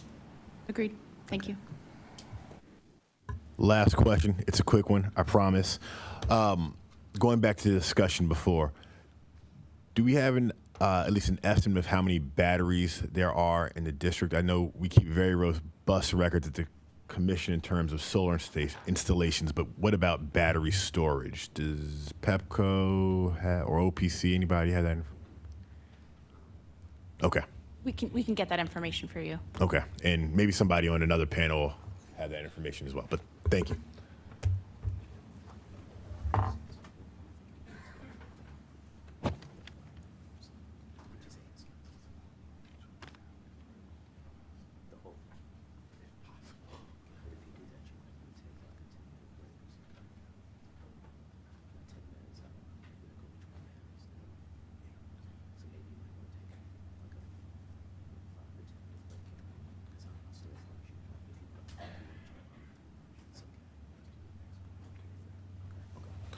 Thank you.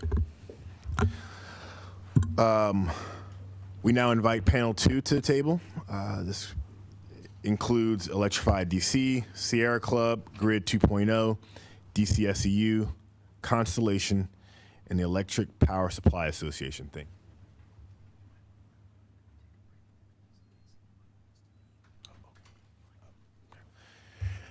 And after this panel, we will take a brief 5-minute break.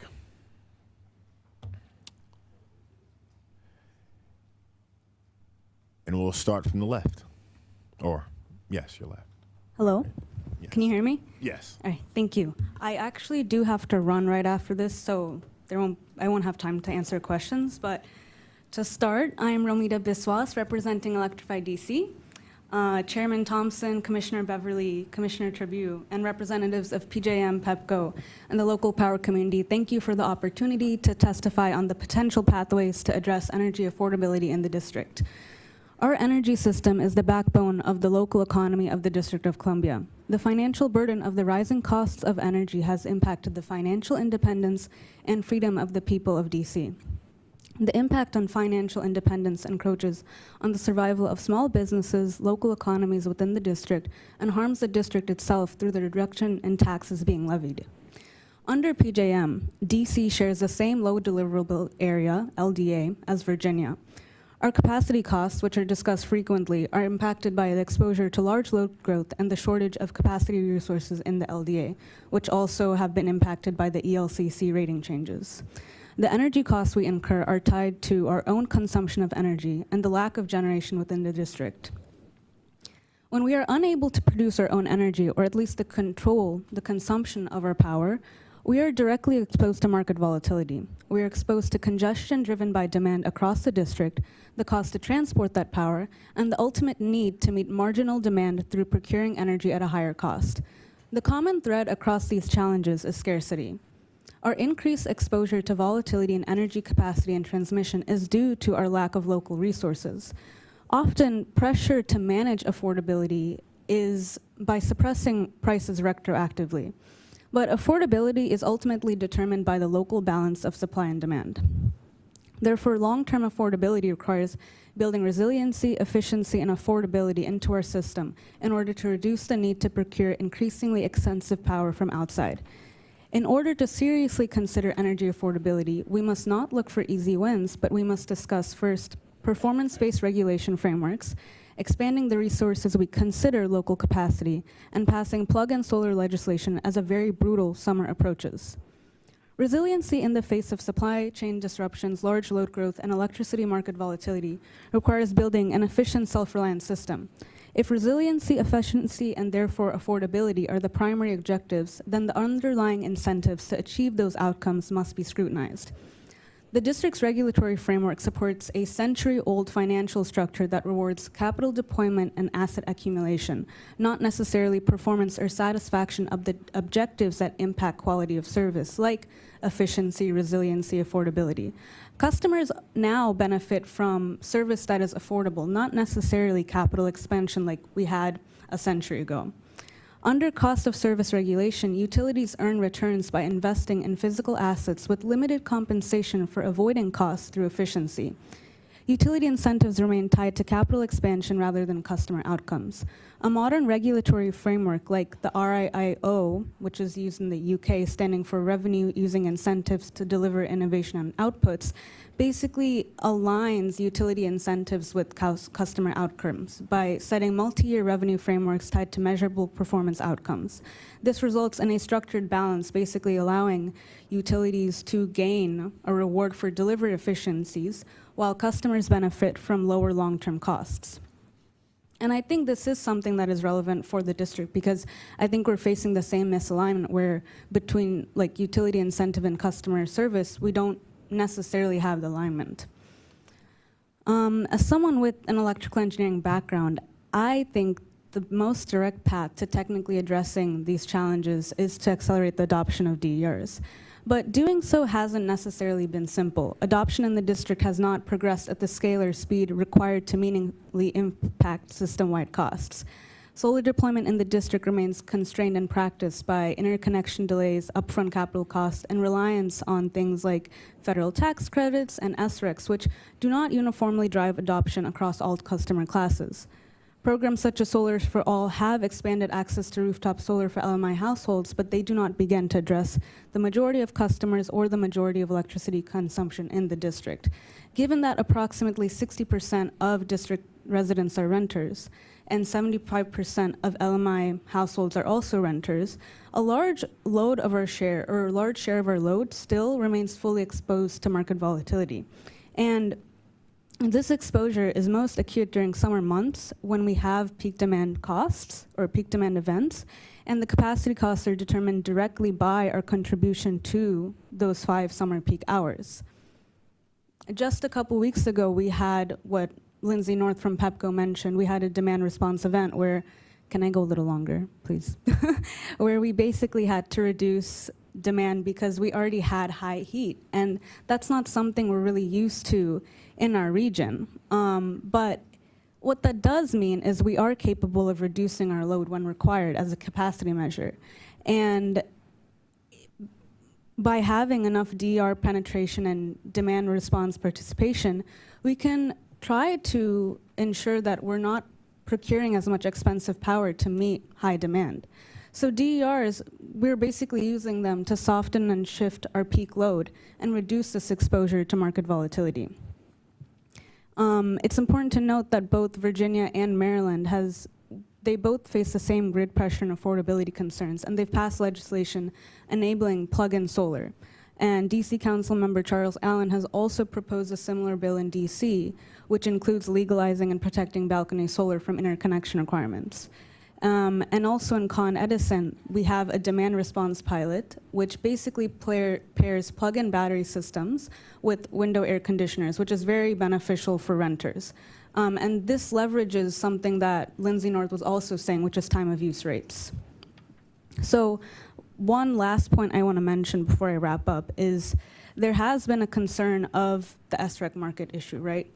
But the SREC markets, I think, is an example of scarcity in practice. Basically, we don't have enough supply, so we're always trending towards alternative compliance payment, which is $440 per megawatt, resulting in a clearing price of around $380 right now. But again, I don't think this is necessarily a failure. I think what we need to do really is expand what we consider as like local capacity that is able to meet that demand, right? So I think we should be expanding that set of resources to all DERs, right? Not just traditional rooftop solar or large solar, but also traditional storage, plug-in plug-in batteries, and any type of flexible load device that all contribute to local capacity, which is what matters. To wrap up, I think in order to seriously consider energy affordability, we have to look at PBR frameworks, expanding the resources we consider as local capacity. And finally, with this El Nino summer approaching, we need to pass plug-in solar so that people have some type of power to make sure that their AC and lights are still running and they're not exposed to coincidence price spikes. And with that, I conclude my testimony, and I would love to address questions later, so please send me anything you have. Thank you. Thank you. I understand you have to leave. I think last time I checked the docket, we didn't have your testimony, so if you could just make sure Oh, no, it is up there. Oh, it is up there. Okay. I uploaded we it have at like midnight. Okay, so. perfect. Okay. Yeah. Thank you. Thank All right. you. Mr. Palston.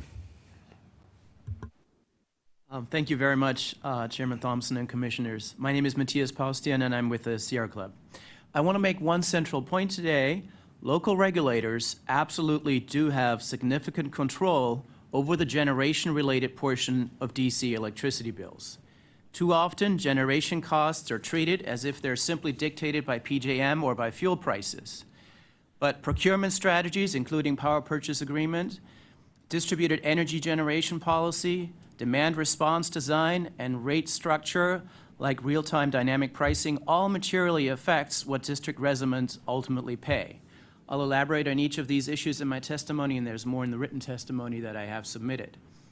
Leading jurisdictions around the country no longer treat generation costs as something imposed on them. They actively manage procurement risks, they shape load curves, they deploy flexible demand responses, and they use the DERs strategically to reduce wholesale market exposure and customer bills. So first, regarding standard offer service and power purchase agreements. We're scheduled to get 5% from a PPA for standard offer service. And around 2020, when we're first aiming to procure those PPAs, we would have been able to sign PPAs at around $35 per megawatt hour. Last quarter, the first quarter of 2026, average PJM locational marginal prices, that's the comparison to the PPA price, they were around $88 per megawatt hour. We didn't procure a lot back then. We procured little and late, but that shows you what the missed opportunity was. Had DC procured about 80% of standard office service through long-term PPAs around that time at around those prices, SOS customers today could have saved over $100 million annually at those comparison prices that I just made. Even securing half of SOS at those prices in 2020 would have still saved us tens of millions of dollars of generation costs. Now, that illustrates an important point. Renewable energy is not only a climate policy, it's a price stability policy. I think the Commission should aggressively examine expanding long-term fixed-price procurements within SOS, going a little bit above the 25% that you're aiming. I would recommend 50. So let me get into local solar and battery. Local solar directly reduces PJM generation costs and the wholesale market purchases. Yes, we pay for the SRECs, but there is direct monetary offsets on the distribution side. Because of splitting this thing up, we can't really talk about the benefits because this is generation only, and so we'd be looking at a partial issue if we get into the cost discussion. Every megawatt hour generated locally is a megawatt hour not purchased from PJM. Solar output aligns strongly with high demand summer afternoons, 2 to 7 p.m. Wholesale prices in PJM can spike into the hundreds of megawatt hours during distress generation periods. Those are exactly the hours when solar is producing, batteries can discharge into the grid. Together, solar plus battery storage is a way to dramatically lower these costs. Leading states increasingly treat distributed solar and storage as a grid cost management tool rather than just an environmental resource. The district should do the same. Third, demand response and virtual power plants. PJM capacity costs are driven by a small number of peak hours every year. Small reductions in peak demand can yield very large savings in these capacity costs that have spiked. Targeted demands response that are aligned to reduce these small number of hours of peak demand charges through automated thermostats, EV-managed charging, commercial load control, smart water heater, and battery discharge, they can dramatically reduce capacity costs that we are paying. A 3 to 5% reduction in peak demand during PJM peak hours might save several millions of dollars annually in capacity costs. Vermont is a national leader in VPPs, that aggregate distributed batteries, EVs, in coordinated ways, and DC should adopt the same kind of model. Fourth, and perhaps at some level most importantly, real-time and dynamic pricing. Most DC customers still face completely flat electricity costs, whereas the actual resource costs are varying by the minute, by the hour, in a way that customers don't see, and therefore they don't have incentive to affect, when they charge, how they charge, when they do their laundry. Wholesale prices, do vary, and we do need to have a way to engage with those varying resource costs through letting the prices show through to consumers. States like Texas and California have moved away towards dynamic pricing and automated demand flexibility using smart devices. Just to be clear, I don't advocate that anybody would be forced on real-time pricing, but I think these real-time pricing deals should be on the table, and every big supplier of electricity should be required to actually put one of these out, and people can choose them if they want. So let me just summarize. Generation charges are not outside your control. You can sign PPAs, you can encourage distributed energy policy, you can encourage virtual power plants, and you can require PEPCO or other generators to offer a real-time pricing product to consumers that can opt into it. Thank you very much for your time and attention. Afternoon, Commissioners. My name is Larry Martin. I'm here with Grid 2.0 Working Group. Thanks for the opportunity to address affordability of electricity from PJM. I'll confine my comments to solutions. They are in sequence. First, produce more power locally. Second, manage local power generation and demand to serve grid needs. And third, cut PJM costs from capacity charges and create revenue from PJM power auctions. The decisions made by the Commission on the structure and operation of our distribution grid have a direct effect on the total cost of power from PJM in three ways. Firstly, how much power we purchase. Secondly, how that power is managed by the grid. And thirdly, the capacity charge multiplier we pay as a result of peak demand. First, the more power we generate locally, the less we purchase from PJM. The surging cost of power improves the cost effectiveness of the power we generate locally. The district now has over 262 megawatts of faceplate solar generating capacity and an average of 930 megawatt hours daily, and it's growing. We've invested millions of dollars in solar, and there are already many ratepayers in DC who financially benefit. The majority of the 20,000 installations citywide are on people's homes. The DC Sustainable Energy Utility has been a key, it's invested heavily in DC energy efficiency, and it's been key for solar installations by low and moderate income ratepayers, ensuring the benefits are spread fairly. Third-party verification of the SU's programs document $2.2 billion in lifetime energy costs. I hope I'm not stealing your thunder. That's more than $3 value to ratepayers for every dollar that we've invested. And the value of that goes up with the rising power of PJM power, the rising cost of PJM power. These savings are alongside 10.1 million metric tons lifetime reduction in greenhouse gases. DC is still a part of the solution to climate change, and that shouldn't change. Does our investment in solar and energy efficiency bring down the price of power from PJM? No, but we buy less, and that equals savings. Second, utility business as usual creates obstacles to expanding local energy production. The Commission can hasten grid modernization to better integrate solar by streamlining interconnection and incentivizing improvements to feeders and circuits to receive solar power. Smart grid design also gives us the ability to control our power demand from PJM. Third, there are steps the Commission can take to reduce the price of power from PJM. One factor in PJM's cost of power is the district's peak demand on the 5 coincident peak occasions each year, the CP5. Simply, if we can reduce the amount of power imported during those peak demand periods, we can lower the rate we pay for our power.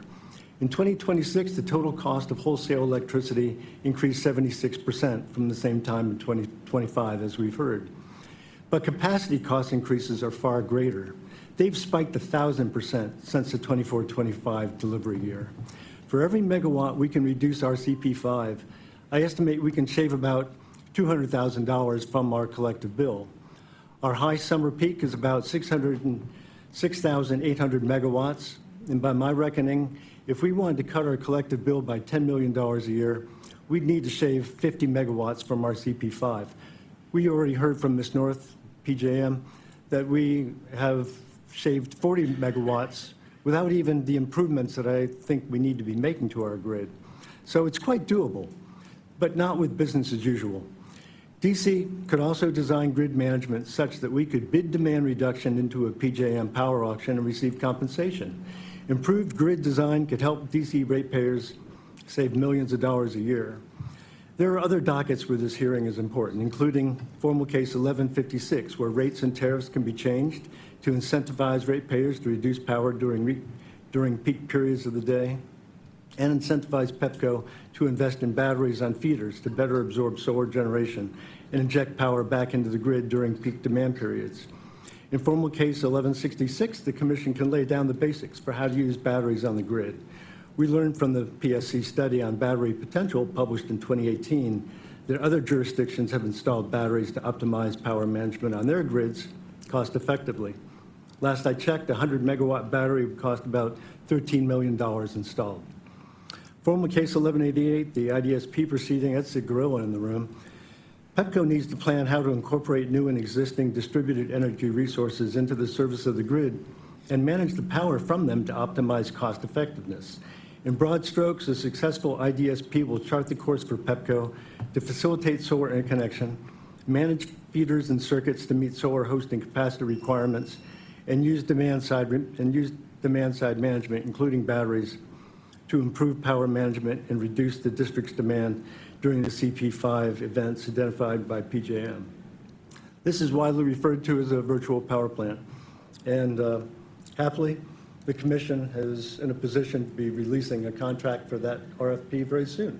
So we should see what we can do with an RFP for the virtual power plant in DC. Thank you. Martin. Mr. Burdick.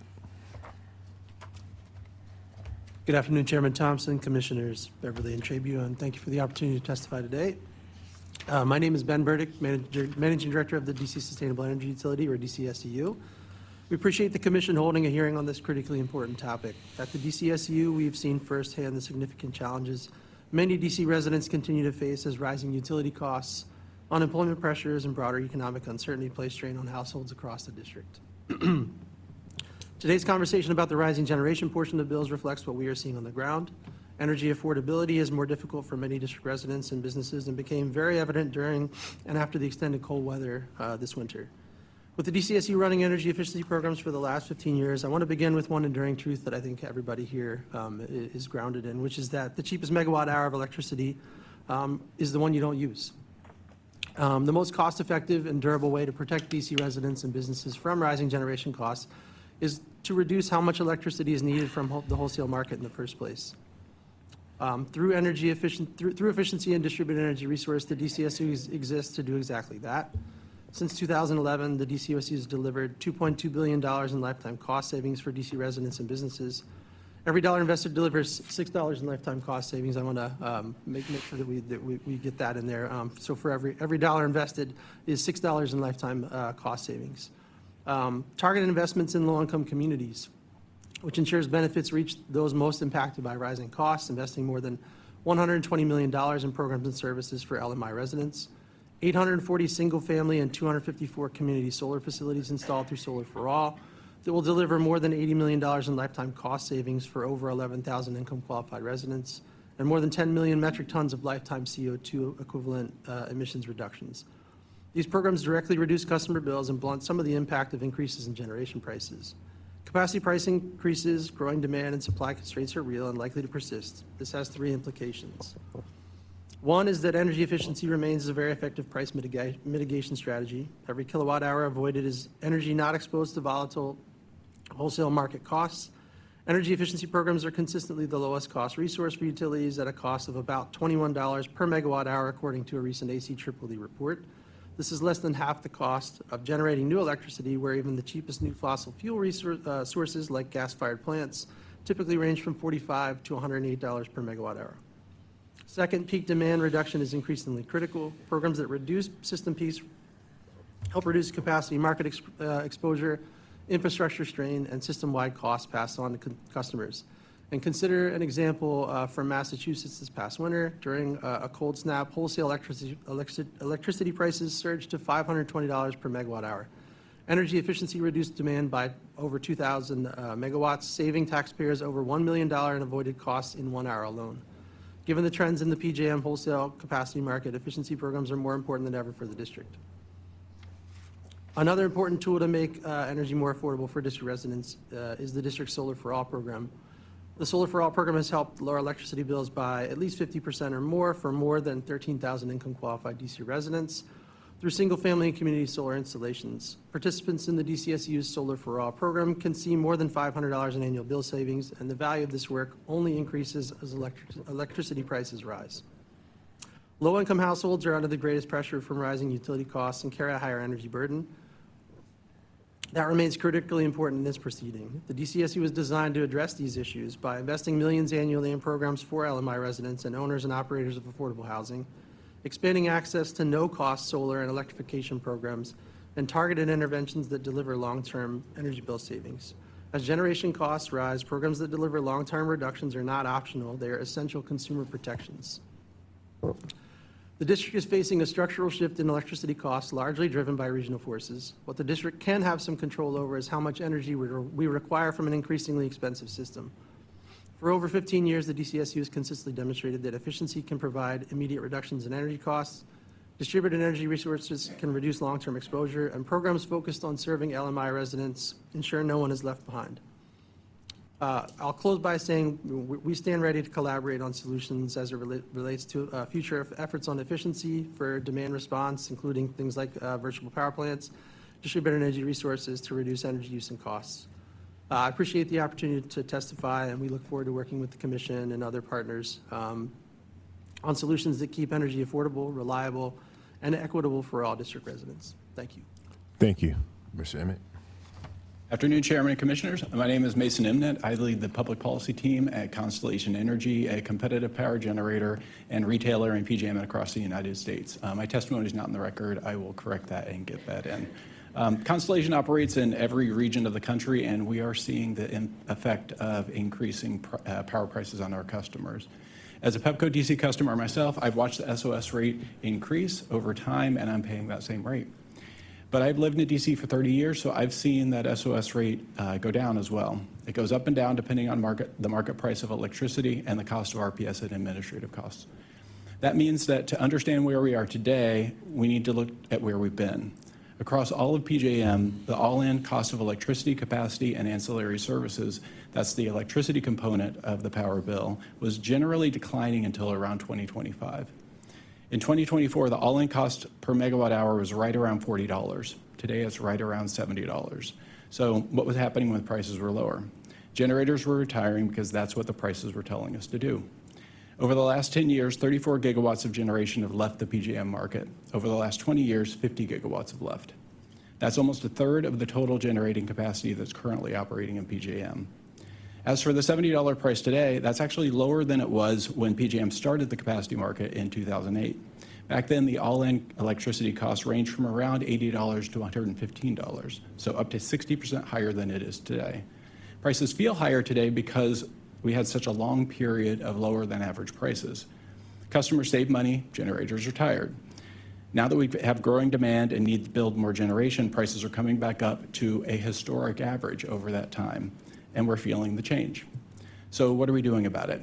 At Constellation, we're investing in our power plants. We've repowered 3 wind farms in Maryland, we're restarting a nuclear plant in Pennsylvania, and we're expanding output at other nuclear plants throughout PJM through upgrades. We've also submitted 5,000 megawatts of new projects in the PJM interconnection queue, and we aren't the only ones investing, as Mr. Zaretti will share. There are things that the Commission could be doing as well. First, we think protect customers. As mentioned earlier, the current SOS auction design smooths price changes over time, but longer-term procurements would give more protection to customers during periods of market volatility. It's like a house mortgage. I can choose a variable rate for a couple of years, or I can lock in a fixed rate for a longer time. I like fixed rates because I can plan for the cost and I don't have to worry about interest rates spiking. The same is true with power costs. Suppliers like Constellation like longer-term transactions because that gives us the stability that we need to invest in our generation. And customers benefit by stabilizing the power portion of their bill over a long period of time. As others have suggested, the district also should get more distributed solar online. I have panels on my roof and lower my energy usage, reducing my power bill. And I lower peak demand on the PEPCO system, which reduces the demand for capacity in the PJM market. That's a win for me as well as other customers. I also agree that the Commission should reevaluate time of use rates. PEPCO DC's current time of use rate is essentially the same as its standard rate, so I have no incentive to use my home EV charger at night, even though I know it would reduce peak demand and therefore capacity costs for the district. And I appreciate that that's not an option everywhere for the people like me. I should have the financial incentive to do something to help not only my own bill, but other customers' bills. Finally, the Commission should support implementation of the backstop capacity procurement at PJM. We're facing increasing demand after years of no load growth, and we need to fill that hole of generation retirements. PJM is still working through the details of what its procurement will look like, but the plan is to get that done by the end of the year. That's a critical next step for bringing more power online in the PJM grid. Thanks again for the opportunity to speak today. I look forward to questions and discussion. Thank you. Mr. Zaretti. Thank you. Chairman Thompson, Commissioners Trabue and Beverly, good afternoon. My name is Bill Zaretti, and I am the Director of Regulatory Affairs and Counsel at the Electric Power Supply Association, or EPSA. I will also make sure that my testimony gets into the record as well, like Mr. Remnant. EPSA is the national trade association representing America's competitive power suppliers that compete in all regions that utilize competitive wholesale power markets.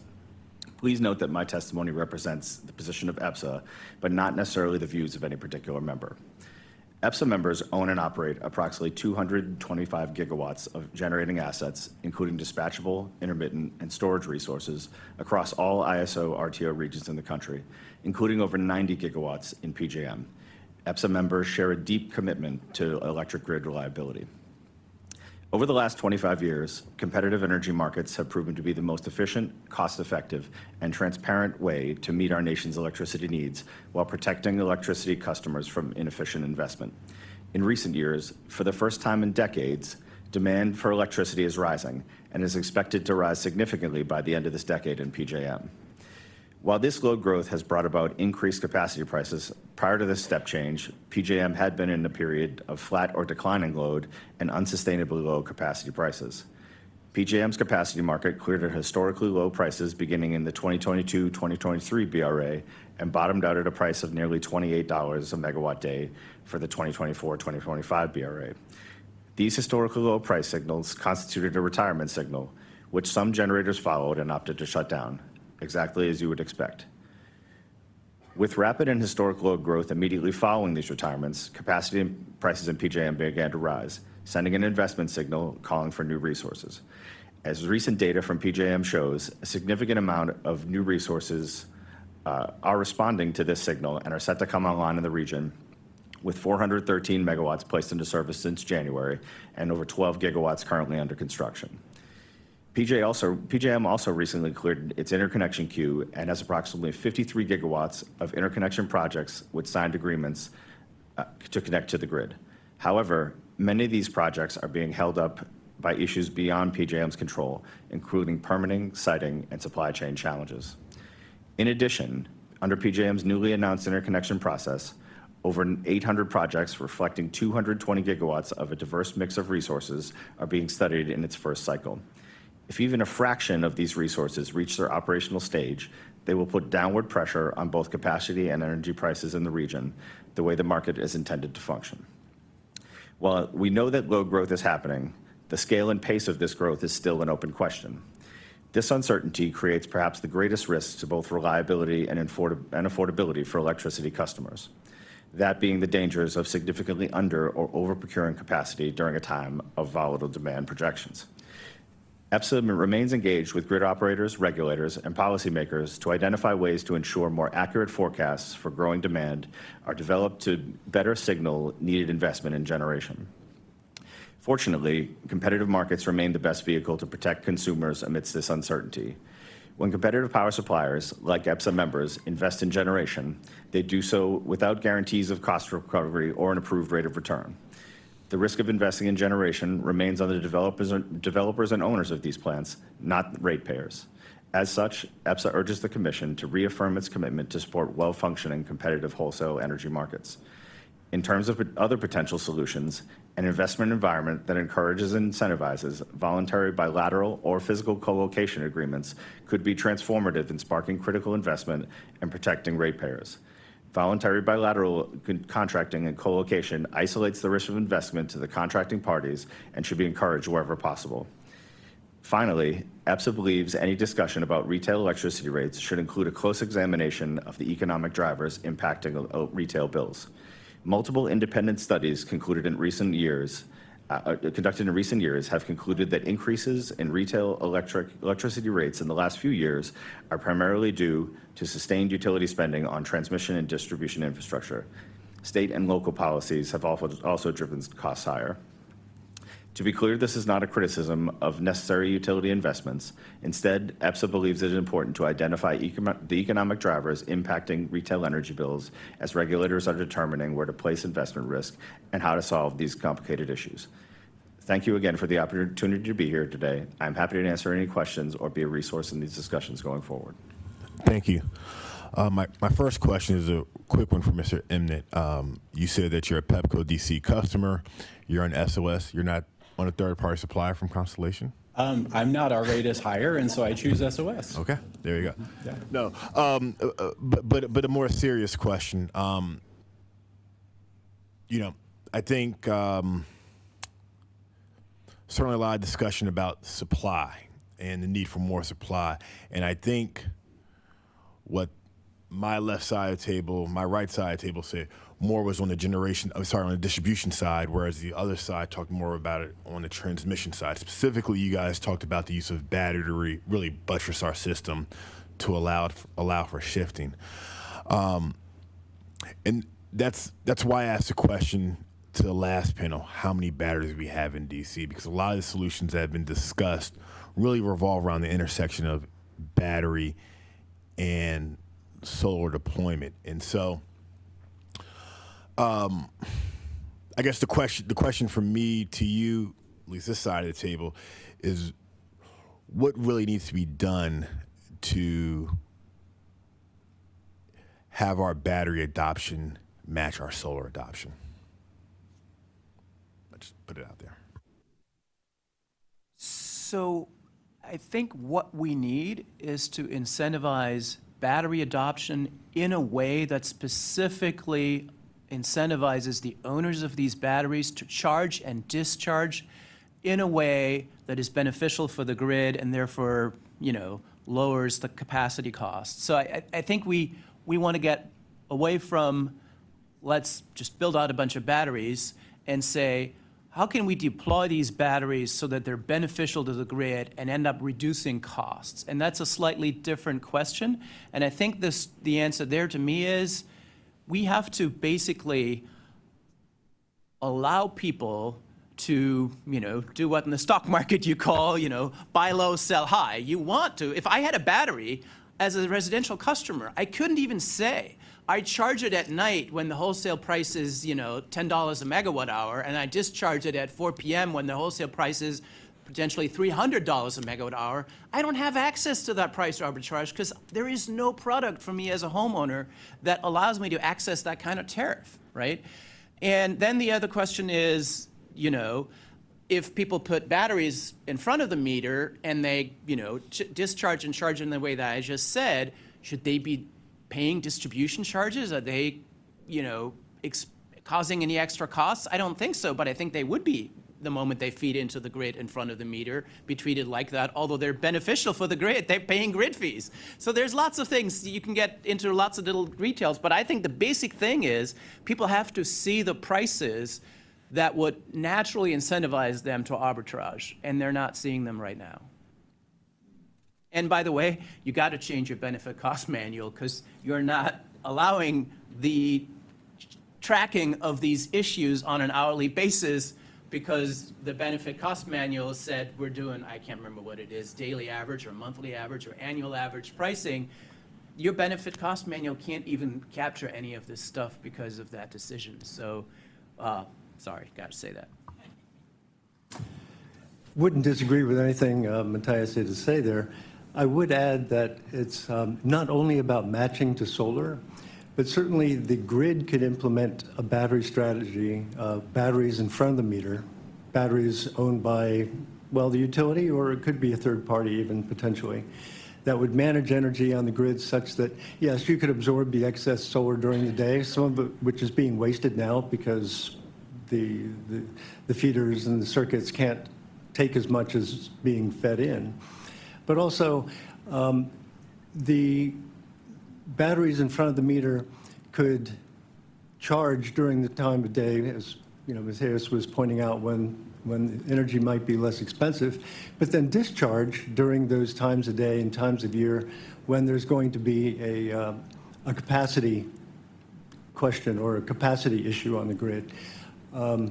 If we could bring down our capacity charges during those CP5 that I mentioned, we could save tens of millions of dollars a year. And that would, of course, equate to ratepayer reduction, less charges for ratepayers. So using batteries to manage the grid, not just match to solar, could be very strategic for how we operate our grid in DC. It's been done all over the country. It's not even a pilot anymore. This is just kind of almost standard operating procedure in a lot of places. And we're pretty far behind in taking advantage of that opportunity. Thank you. And then to the left side of my table, I'll ask you one of the questions I asked PJM earlier in terms of you're a builder. You're the ones who are actually building the plants, and then you're representing organizations that are putting them down. You said both, thermal baseload as well as renewable resources.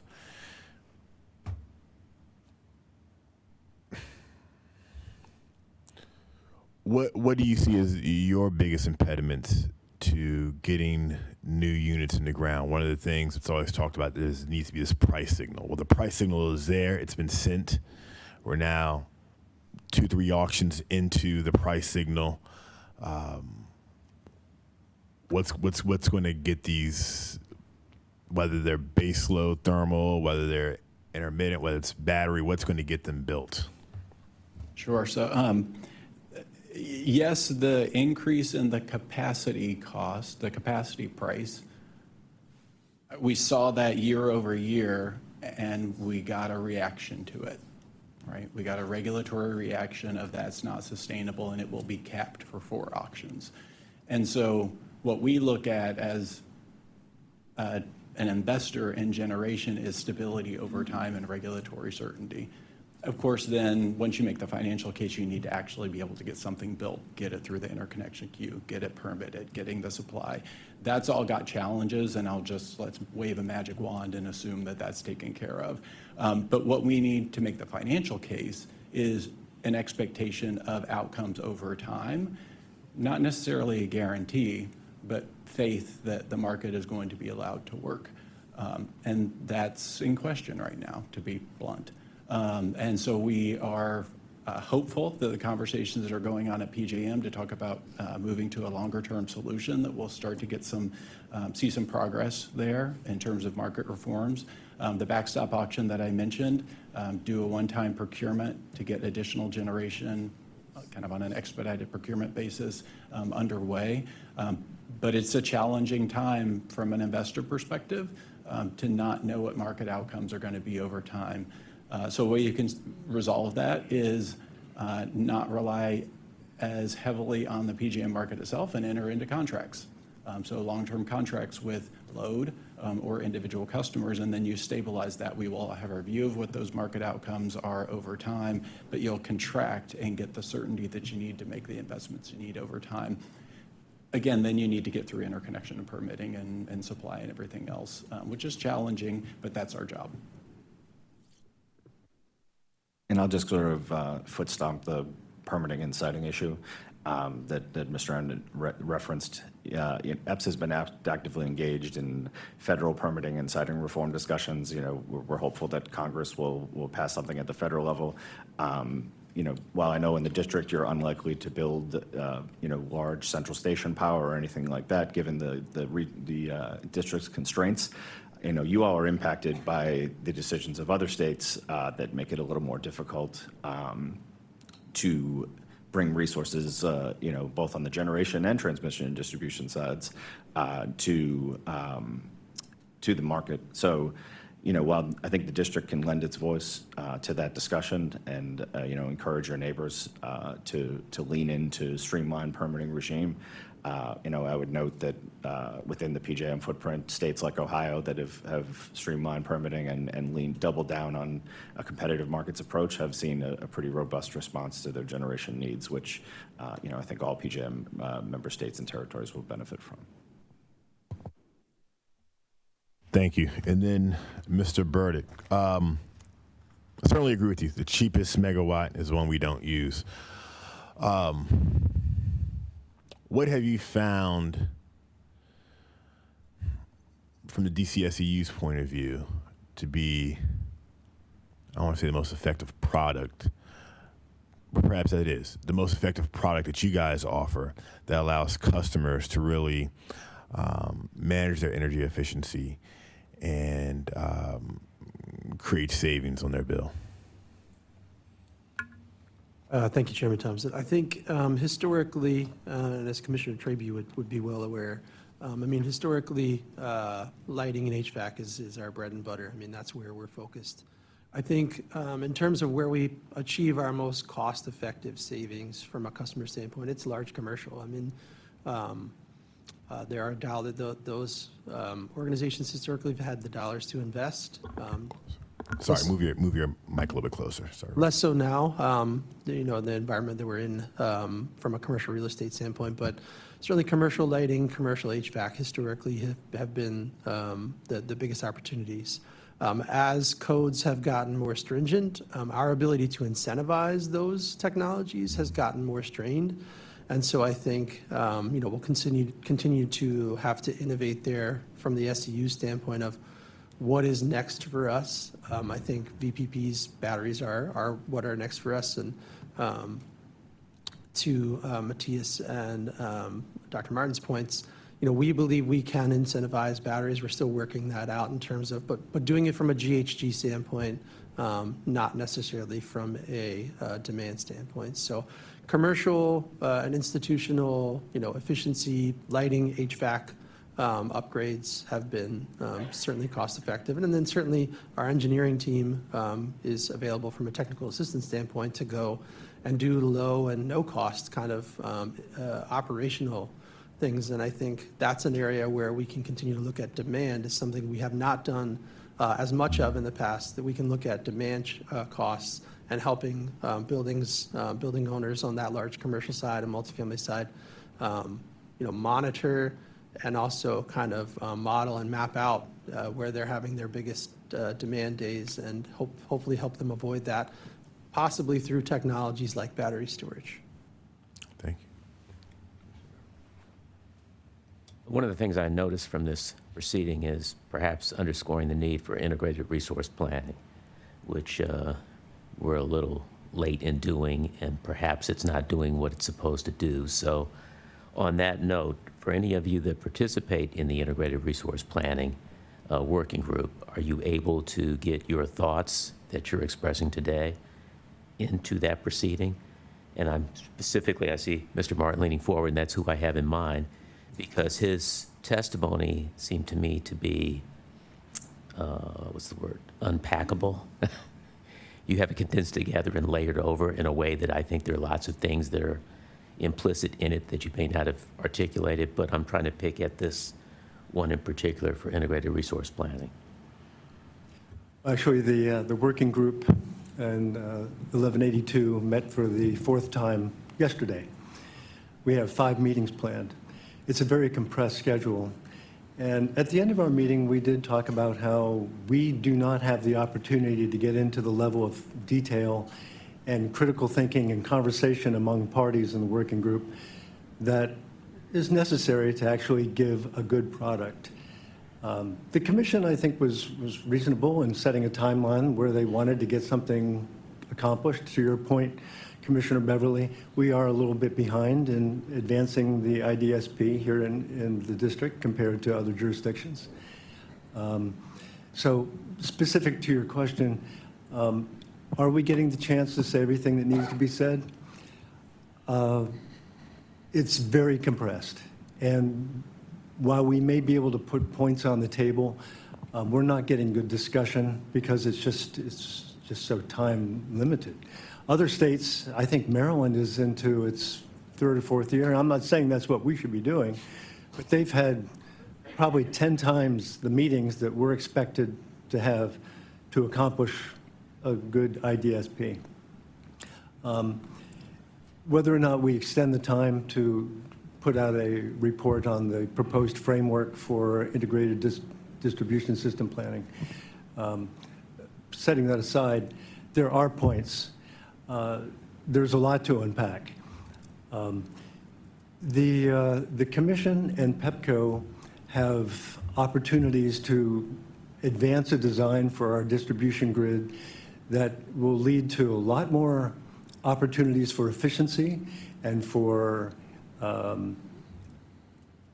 purchasing electricity when it's less expensive, reducing our demand charges. These are all things that we could actually design into our grid.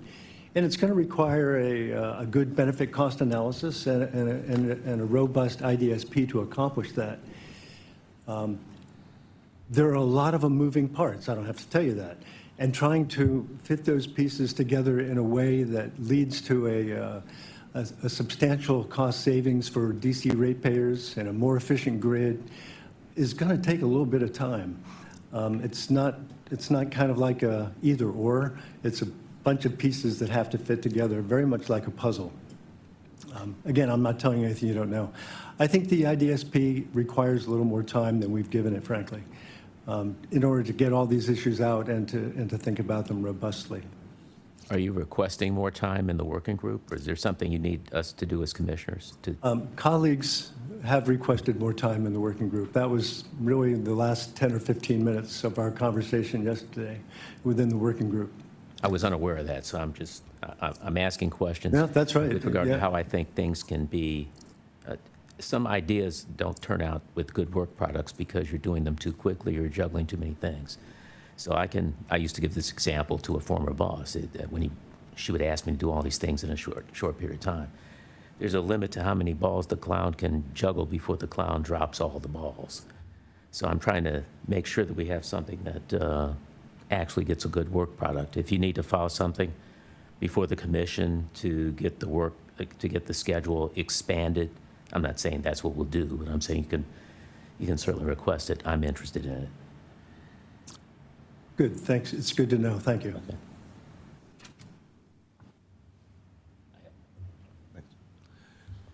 Let me stay with Mr. Martin and Dr. Poston for just a moment. In your testimony, written testimony, I believe you talked about, with respect to battery deployment, a variety of different ownership models that were examined in other states. Were any of those ownership models differentiators, difference makers? And if some of them were more successful than others, is there any regulatory or legislative cure that might help here in terms of if we're thinking about battery adoption moving forward? Yeah, thanks for the question. I appreciate it. This is an important topic. I do not have enough knowledge on the ownership question to give you anything useful here, but I do have a little bit of a sort of differentiation, right? So you can think about, small scale behind the meter systems within the District of Columbia, then in front of the meter in DC, and then you can wonder whether we should be doing anything, outside of the district, but between us and the feeder serving us. The number one thing I think you can do to improve the economics is to look into the grid fee question. If you have in front of the meter battery, my understanding of the current tariffs is you charge the battery from the grid, you pay for all of it. You pay for the generation, distribution, transmission, you're just a regular customer like anybody else. And then if you were to discharge into the grid again, the people on the other end who would be your customers, they'd be paying the grid fees again. And you'd most likely do this as a front-of-meter large-scale battery in a way that actually helps the grid. You'd largely charge when costs are low and demand is low, and you'd largely discharge when prices are high and the grid is stressed. So you're actually operating in a grid-beneficial way, almost surely, and yet you're paying grid fees twice. That makes no sense. The actual sort of generation spread needs to be so much larger to compensate you for paying these grid fees twice. Other countries have just exempted these places from distribution grid fees, right? Because they're not actual stress on the distribution grid, they're a stress reliever. So there are lots of things like that you can do, and I think the moment you basically allow people to see the true costs and be able to arbitrage the true cost, you don't even need a large administrative program. You might not even a VPP or an integrated distribution plan. That's great, it should happen. But I think just let the economics walk through, and that is currently not happening. All right. Thank you. All right, let me come down to my friend here at the Sustainable Energy Utility. This is kind of a passion of mine, obviously, having worked with the organization for so many years. When the district started the organization, the investment was low. Returns were correspondingly low. But over the years, the district moved from, as I was talking with the earlier panel, maybe $7.5 million a year up to a point north of $60 million a year. Thankful for some money that we received from the Inflation Reduction legislation.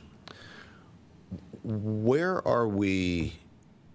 Let's say we're almost at the end of the fiscal year, so going into next fiscal year, roughly where are we in terms of our investment in this very important operation that I think is the lead organization in the district for helping us reduce our load?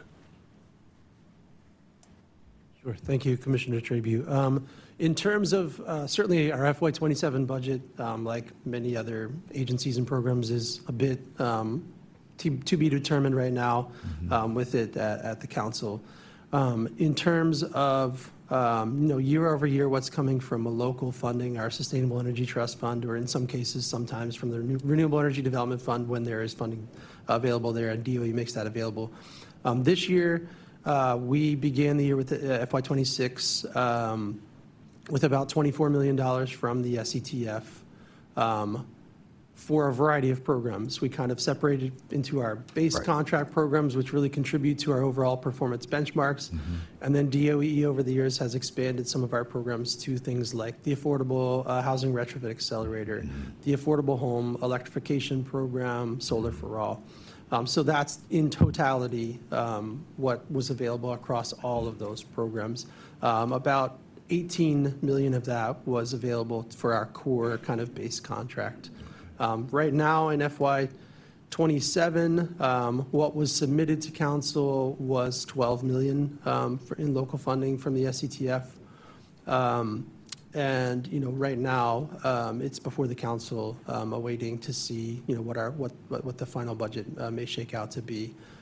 With federal funds, obviously we do have some access to, as you mentioned, Inflation Reduction Act funds through and this is obviously in flux right now with the announcements that came out and guidance that came out this week from DOE.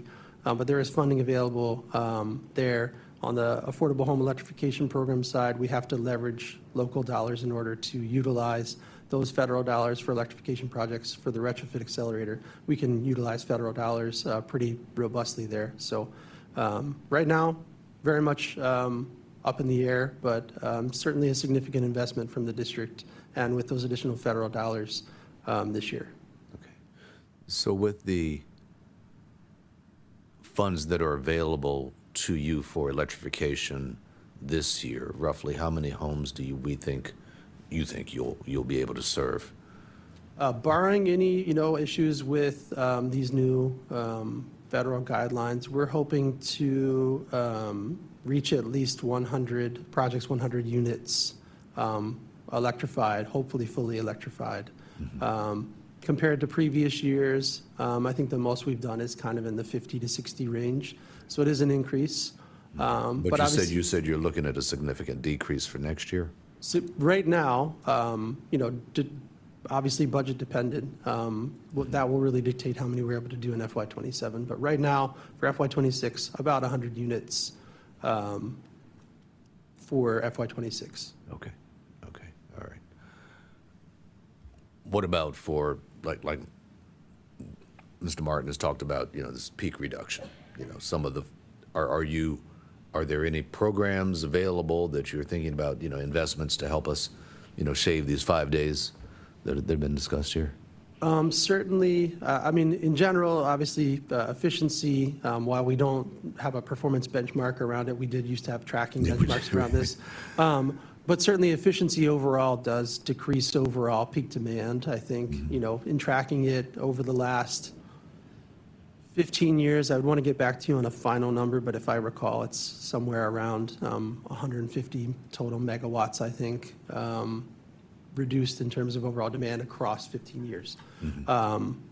But certainly something that we're looking at, as I mentioned, we believe, working with DOE, we need to work these things through. We have a pilot that we are looking at launching in terms of doing some water heater storage, work with water heaters, aggregating those, as well as some battery storage. We think we can incentivize batteries on a GHG reduction basis. So there are things in the work, and obviously our engineering team would play heavily into that, helping some of these larger buildings implement those things.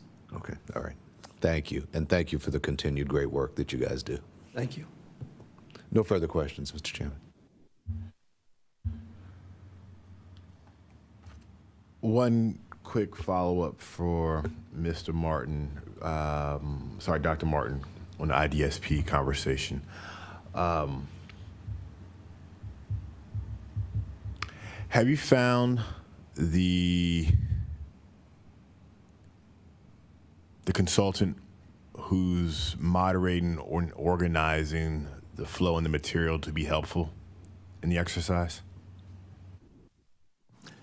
Yes, they're well prepared. I think within the constraints of their contract, they've done a good job.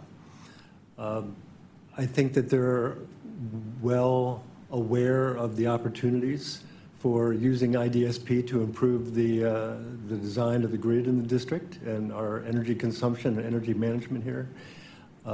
I would add, though, that if we were to look to extend the time of the working group, it wouldn't necessarily require a consultant to do that. I think that the PSC staff would be perfectly capable of moderating the kind of work that we need to do around debating the finer points of the framework, which is really what we need to get the consensus on. What is the framework for PEPCO's IDSP? We're not actually doing the IDSP in the working group. We're developing a framework for PEPCO's development of the IDSP, as you know. So I don't know that it would necessarily entail having to extend their contract or renew it, because we've done a lot of the sort of conceptual work. It's now working out the details, getting to consensus, and fine-tuning the language. Okay, thank you. That's very helpful. I don't have any further questions. Thank you, panel two. Oh, okay. We will take a brief recess, let's just say till 1:35 by that clock. There's bathrooms out in the hallway. They're right by the elevators. But thank you so far.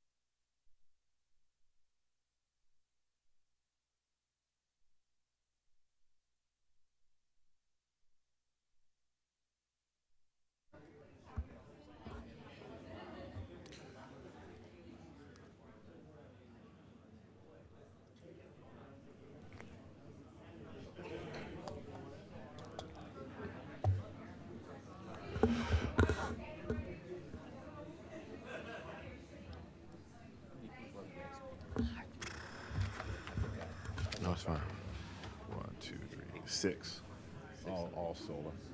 And then after that, Then you got 3 and 3. I haven't even seen. Yeah. So, and this is a consumer complaint right here. So. Yeah. Okay. Thank you, everybody. We will now resume with panel 3, which includes DC Solar Savings Coalition, Uprise Solar and Roofing, Chesa, Red Ball Energy, Clean Capital, and Solar Solutions. Please come up front. Thank you.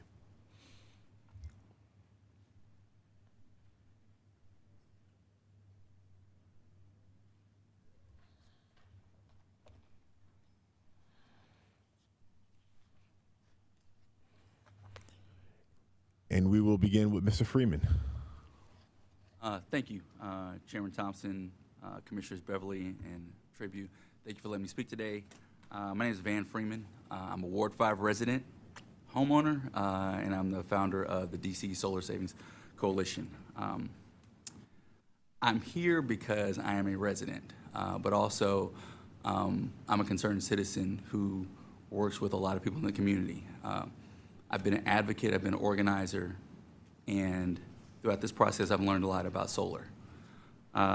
2019, my wife and I bought a home in Northeast DC. We renovated it, took it to the studs, built everything, made everything our own, to where we truly made a house a home. And if you drive by my house, you will see the lights, the Christmas ornaments, you will see everything. And of course, that comes at a cost when you talk about solar, when you talk about energy. But with that in mind, we do that every year because that's what we truly enjoy. That's what my wife enjoys. And through that, we learned about various programs to offset that cost through solar energy. I'm a beneficiary of the PPA program, so I greatly appreciate that. We had our panels installed in December 2025. However, they were not turned on until 5 months later. Personal story. That's what my bill looks like. So recently, I've been able to benefit from the PPA program. You know, since then, I think it's very important that I applaud all the work that the mayor and the council and you all have done. From the Solar for All program to the Clean Energy Act to the PPA program, which I took advantage of. I think roughly or nearly 20,000 solar systems have been installed in DC. 70% of them are in Ward 5, 4, 5, 7, and 8. Those are the areas that need it the most. So greatly appreciate that, and I want to make sure that you all and the council know about that and who really takes advantage of these programs in the RPS and SRECs. 60 cents of every dollar goes to supply, and that's what solar helps us with. Solar is our only tool in DC. Solar is my only tool as a resident to fight against higher bills and higher prices. And I think that's very, very clear and very, very evident, and I want to make sure everyone understands that. And with that, I think we should look at how that 60% can really be affected. You know, DC, its rates and its demand has been flat over this entire time.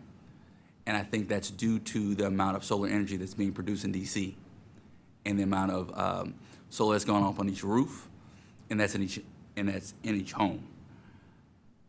And with that, I want to make sure I make a clear, concise ask of what I'm asking this regulatory body to do.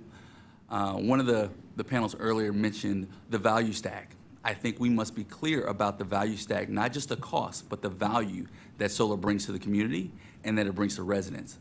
The value of these programs that it not only brings to DC, but that it brings to residents. How it makes us resilient from effects of high price and AI data centers in other jurisdictions. So I think that is one of the main things that we need to truly take a look at, and that we need to understand what is the value being brought to district residents, so that way we truly fortify ourselves against high rate increases. Thank you.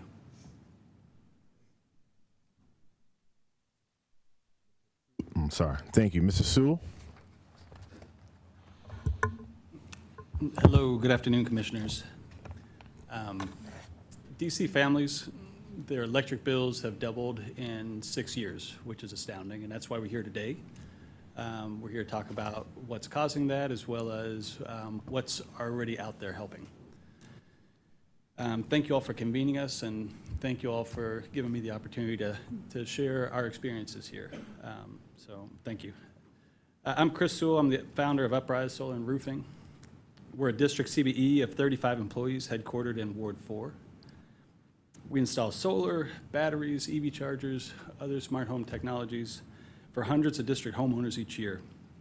At the end of the day, we're in the business of delivering electrons to consumers the way they want to consume it.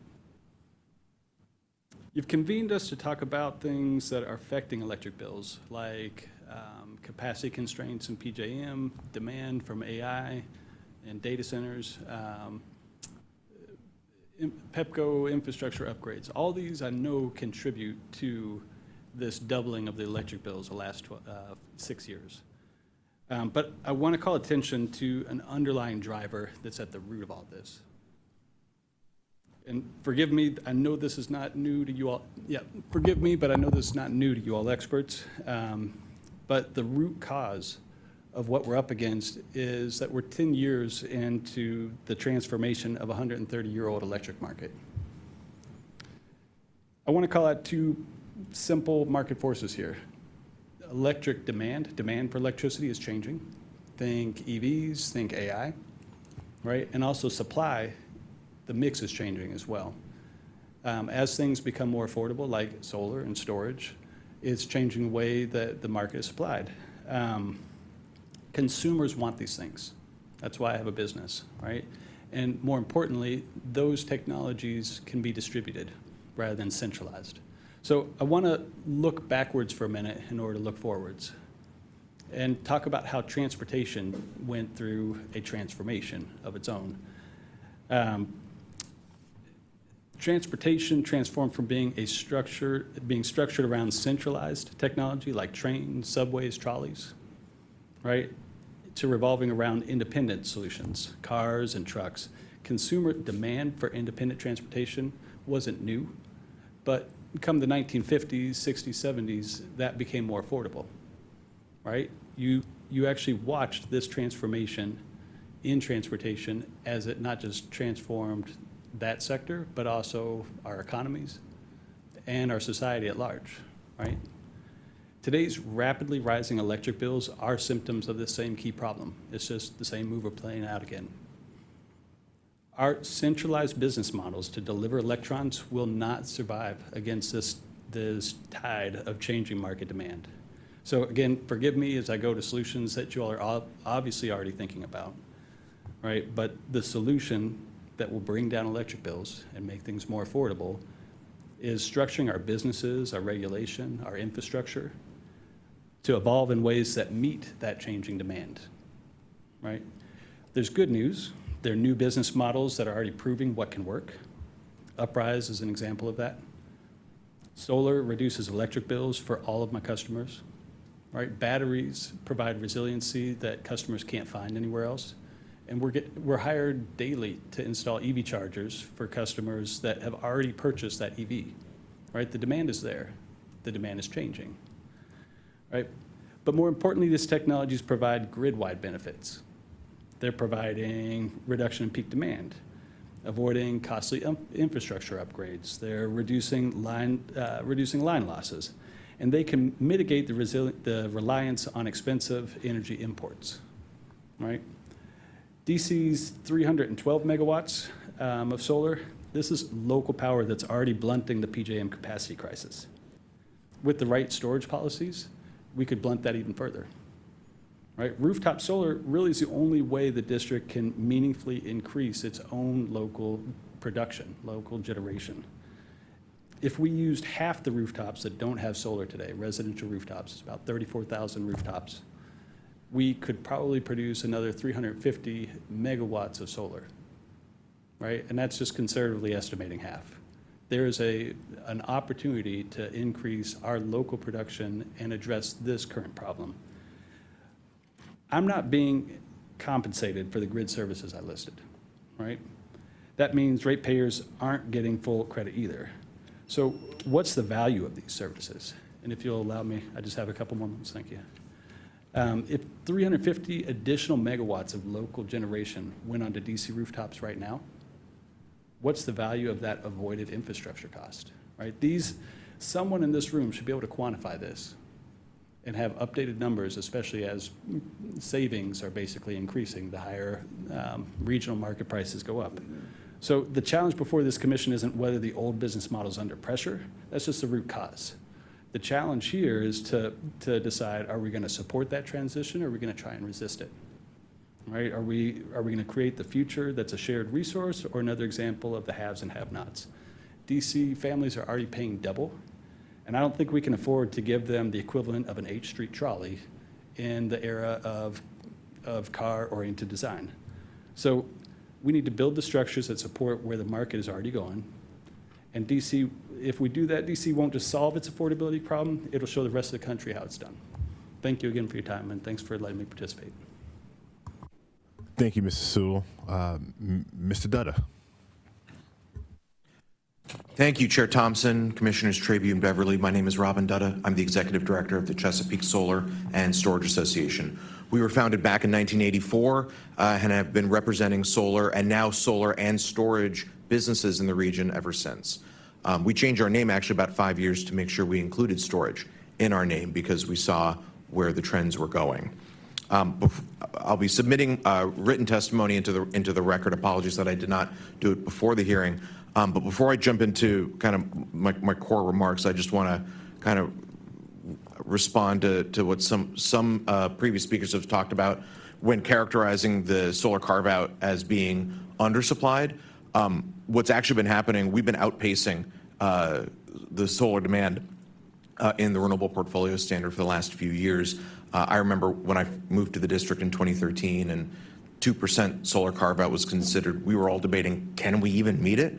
We're at 5% and growing and currently outpacing the district targets. So I just wanted to make sure we were all aware of that before jumping in. And it's important to also note that as we're talking about solar deployments and just how popular solar is, I've got everyone here is a member company of CHESA. We've been active in this region and active in front of the commission and the DC Council for as long as I can remember. And what we're able to be doing right now is help to support the policies that are enabling solar being adopted at increasing scale.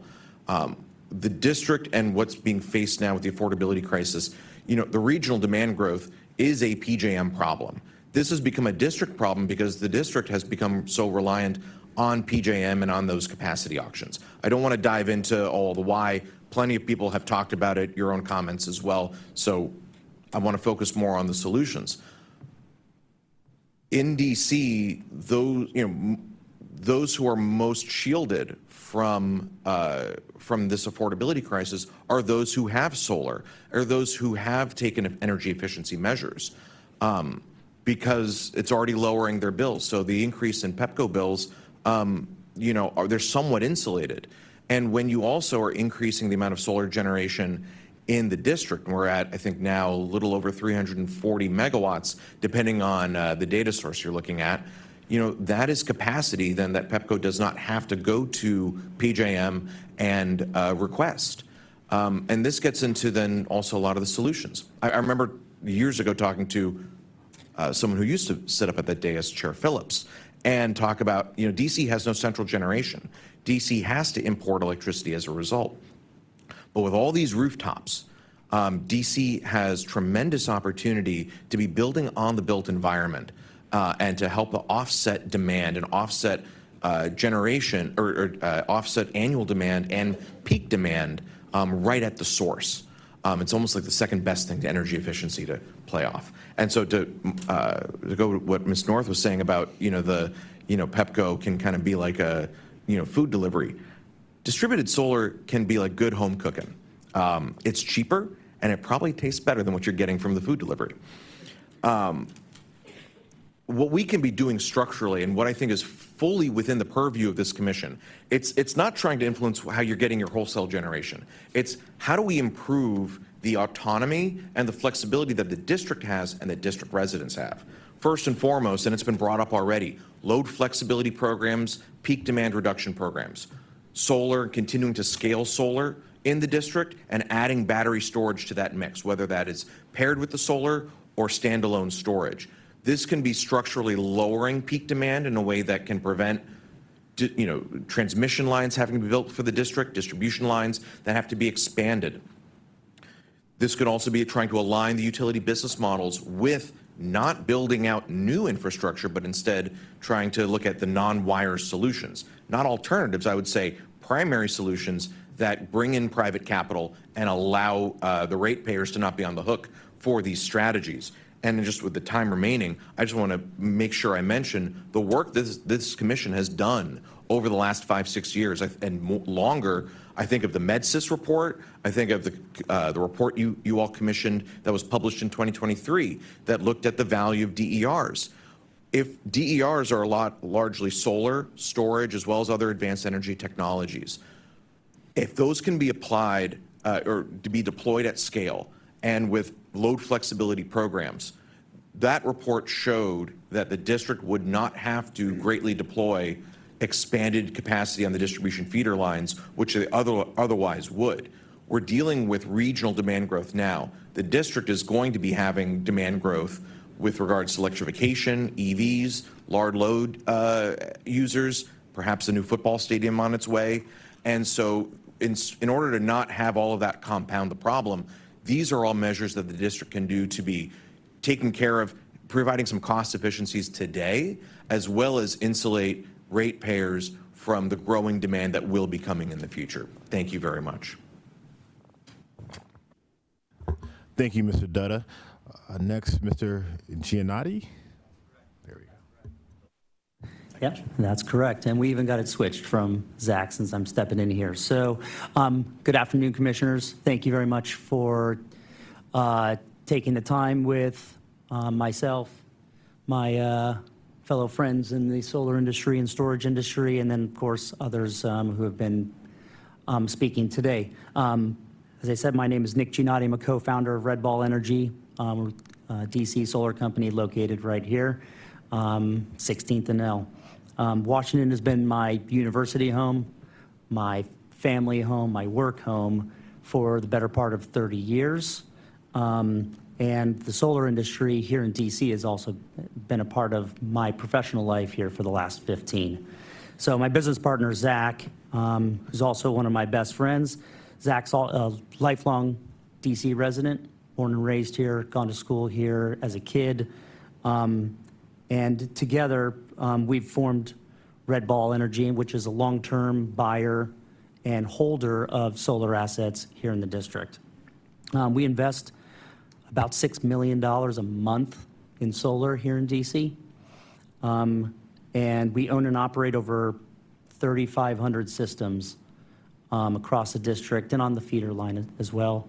That provides probably about $6 million of annual savings to users here in the area, which I think is important. Those are homeowners, those are tenants, those are businesses, those are schools, those are house of worship, apartment buildings, you name it. I think that number, as Chris just stated about, what does 350 megawatts do?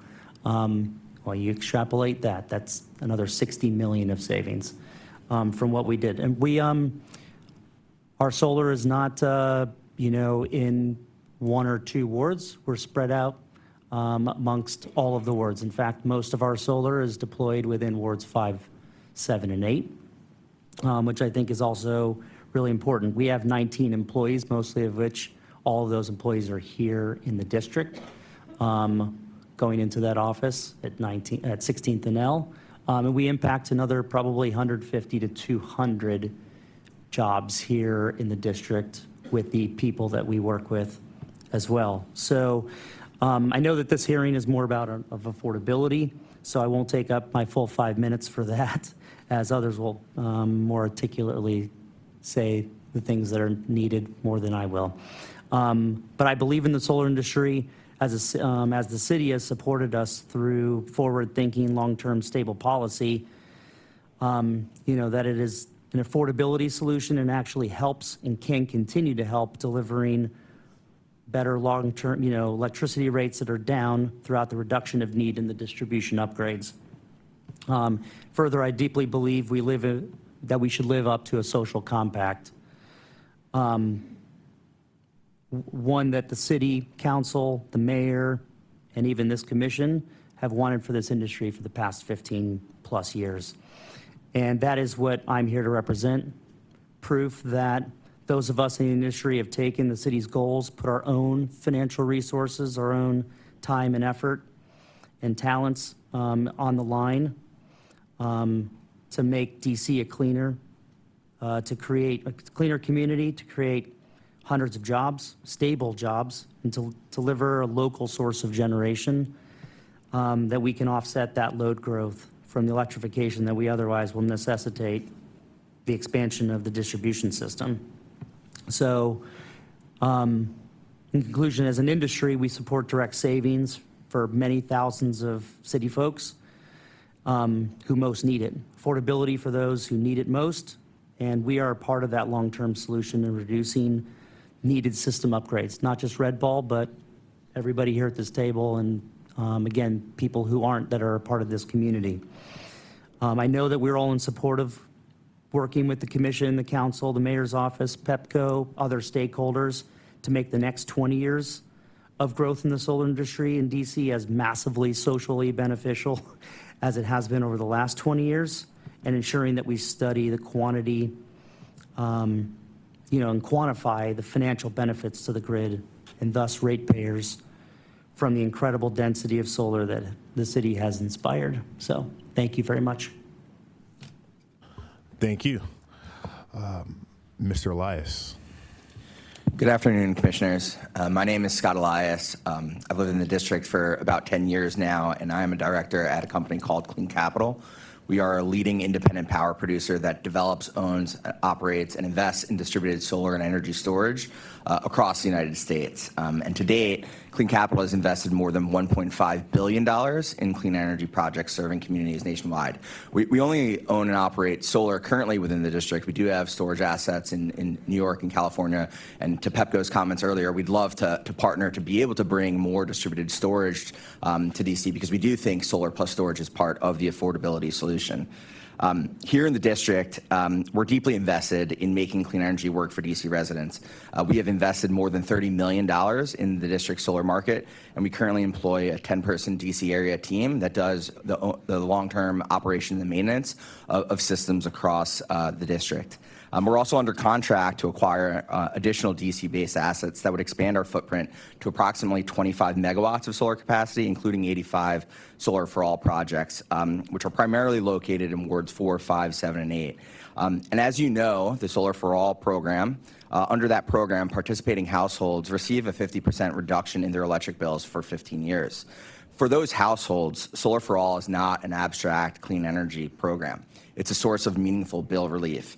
And when you add up the systems that we have, that translates into more than $1 million in annual electricity bill savings. So we're saving households money, we're saving schools, churches, temples, and businesses across the district money. And that's extremely important given sort of everything we've heard about what is happening in the district with bills, and often things that are happening outside of those individuals' controls with those bills. At a time when DC households are facing this rising electricity costs driven increasingly by volatile wholesale markets, the bill credits from DC's Solar for All program and the Community Renewable Energy Facilities program provides a meaningful source of bill savings and helps protect families, particularly low and moderate income households and renters, from future rate increases. And I want to acknowledge a couple of things here. Congress repealed the tax credits that are incentivizing solar and energy storage across the country. And the stability of DC's local SREC framework is now even more important than ever. It is now one of the few remaining mechanisms that enables private capital to finance solar projects that reduce electric bills in the district's lowest income residents. And it's important to note that because often where we're doing work, we're not necessarily doing work in urban areas. We have the ability of the economies of scale of large ground-mounted solar. That is not something that DC geographically has the same opportunity on, which means it's more expensive in the district to be able to actually build that solar. And so I just want to reiterate that the CREF and SFA programs, together with the value provided by SREX for local projects, enable investors like Clean Capital to finance the construction and the long-term ownership and operation and maintenance of these DC projects that are delivering long-term bill savings to DC residents. And I mention that because affordability and investment certainty in these programs are not separate issues. They are two sides of the same coin, and the district's successful programs have created what is, I think, probably the most equitable distribution of the benefits of solar in this country. I want to sort of pivot to, the Commission is obviously right to investigate rising electricity costs. The evidence, as we've sort of heard today, I won't sort of reiterate it, suggests that primary drivers of recent bill increases are regional market dynamics largely outside the district's control. And prior speakers today have talked about why local solar is good for the grid and good for DC ratepayers. And I won't really reemphasize that other than to say I thought that the analogy around the pizza and delivery drivers actually is quite appropriate. And I won't use the same sort of analogy that Robin made, but when I think about it, what we're seeing is a lot of congestion. Think about it if you're in the Navy Yard when there's a baseball game. It's pretty hard to drive around. Think about what will likely happen when hopefully the commanders come back to DC. What we are doing through distributed energy and what we will be able to do increasingly better with distributed solar as well is make it so that there is less congestion on the grid. Make it so that when you're ordering that pizza, it arrives on time and it's not cold. So I just want to sort of emphasize that against this backdrop of what is happening due to data centers, due to what's happening in PJM, due to things that are not within your control, against that backdrop, distributed solar remains one of the few tools the district directly controls to improve affordability, to diversify its energy supply, and to reduce reliance on imported electricity. And that connects directly to what PJM said. An electron on the grid here means less needs to be brought into the district. So thank you. I just want to, with my 5 remaining seconds here, just acknowledge that I think we need to really make sure that we look at the overall benefits and the costs when we're looking at things like the RPS so that we don't chill investment, but also so that we are making sure that we are accounting fully for not just costs, but also for the avoided costs and for the benefits that local solar provides to this district and to the communities it serves. Thank you. Thank you, Mr. Elias. And last but certainly not least, Mr. Elkerd. There we go. Thank you. Chairman, Commissioners, thank you. My name is JD Elkerd, and I'm the owner and CEO of Solar Solution, a locally owned and operated solar company that has served DC since 2008. I moved here personally in 2012 for grad school. I studied energy and environmental security at Johns Hopkins, so this is kind of right up my alley in terms of the situation that's happening. I think that there's going to be a lot more meetings like this in the future, but more revolving around climate change. And I think, ultimately the solution is going to be doubling down on local energy, microgrids, and storage. So, but just to kind of dive into here from the perspective of a company that works directly with homeowners every day, it is clear that solar has been one of the most, if not the only tool that has been available to help DC residents combat rising electricity prices immediately. Through DC's RPS and the SREX, companies like ours have been able to provide solar at no cost to thousands of DC families through a 0-cent PPA. Last year alone, we provided about 1,000 DC households with zero-cost solar. This year, we're on pace to exceeding that number. We've installed about 6,000 residential systems across DCs with that 0-cent PPA program. And that is because the value of DC SREX covered the cost of building those systems. It's about 70% of our business model of what we've done, and now that the tax credit has gone away, since 2026, about 90% of all new business with us has been PPAs because people can't afford to invest in solar. Solar benefits are extending beyond homeowners. Nearly 12,000 DC residents receive savings through community solar subscriptions, and more than 10,000 low-income households participate in Solar for All. Together, these programs ensure that renters and residents who cannot install rooftop solar can still benefit from lower energy costs. The broader results speak for themselves. Currently, there's about 20,000 solar systems in operation, about 312 megawatts of systems installed in solar capacity. That solar deployment has exceeded statutory requirements by approximately 27%. There were more than 3,500 new systems added in 2025 alone, and growth continues to accelerate in 2026. So this is evidence that it's a program that is succeeding and delivering measurable results for DC residents. And as you learned from other speakers today, there is a sharp rise in residential costs, but that's mostly generated as a result of regional wholesale electricity market pressures, including PJM capacity costs and transmission costs, and broader supply-demand challenges affecting the entire region. It is a supply versus demand kind of economics in terms of what's happening. I know that it was highlighted that there is a cost from the RPS, and that's about 15%. And about 60% of it is a solar carve-out, so not the entire RPS is actually linked to the solar portion of it. But even if we did take away the RPS, for example, hypothetically speaking, the rates will continue to go up. But we would be left at that point with providing no kind of immediate relief for any homeowner or business in DC. And I did want to mention, in terms of like a company like ours, we've installed about 100 megawatts of solar in DC, and about 70% of that has been PPAs. That we have contracts in place for 20 years to maintain those systems. A lot of those systems, we are financing those systems. If any changes do happen to kind of the RPS, it would risk the financial longevity of our business and the maintenance of those systems in the long term, but also not being able to provide new systems continuously as we are doing right now. Some point that the DCS rec values, them being of how high they are, is an evidence that they're too generous. But I do want to respectfully suggest a different perspective on that. The SREC program is more valuable than many other states. It's because it's accomplishing what multiple separate incentive programs achieve elsewhere. Maryland does have lower SREC prices, but they do combine with it the $750 per kilowatt rebate, up to $7,500 for residential systems. New York provides state tax credits. So in DC, the SREC program really serves as the primary mechanism that enables zero-cost solar access. And it's the reason that thousands of families has been able to go solar without taking on any debt or making any significant financial investments. From my perspective, it is not the time to reduce support for local generation. It's the time to expand it. The goal of the hearing is to identify solutions to rising electric costs. We should just, in my opinion, focus on the programs that are already delivering measurable savings to DC residents.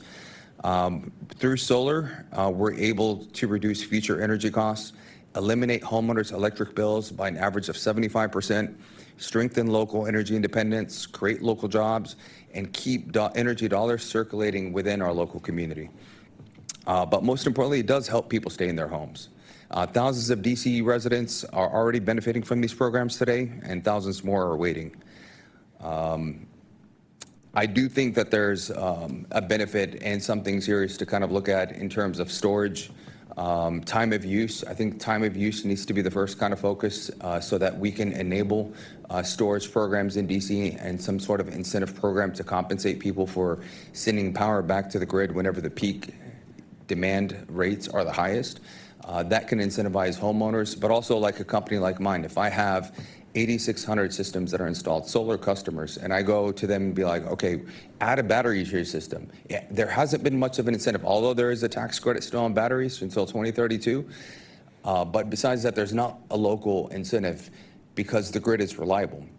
But if we do a program like in Massachusetts, where you can install a solar system, and during peak demand usage, whenever the rate is the highest, because there's a time of use rate there, they can sell power back to the grid.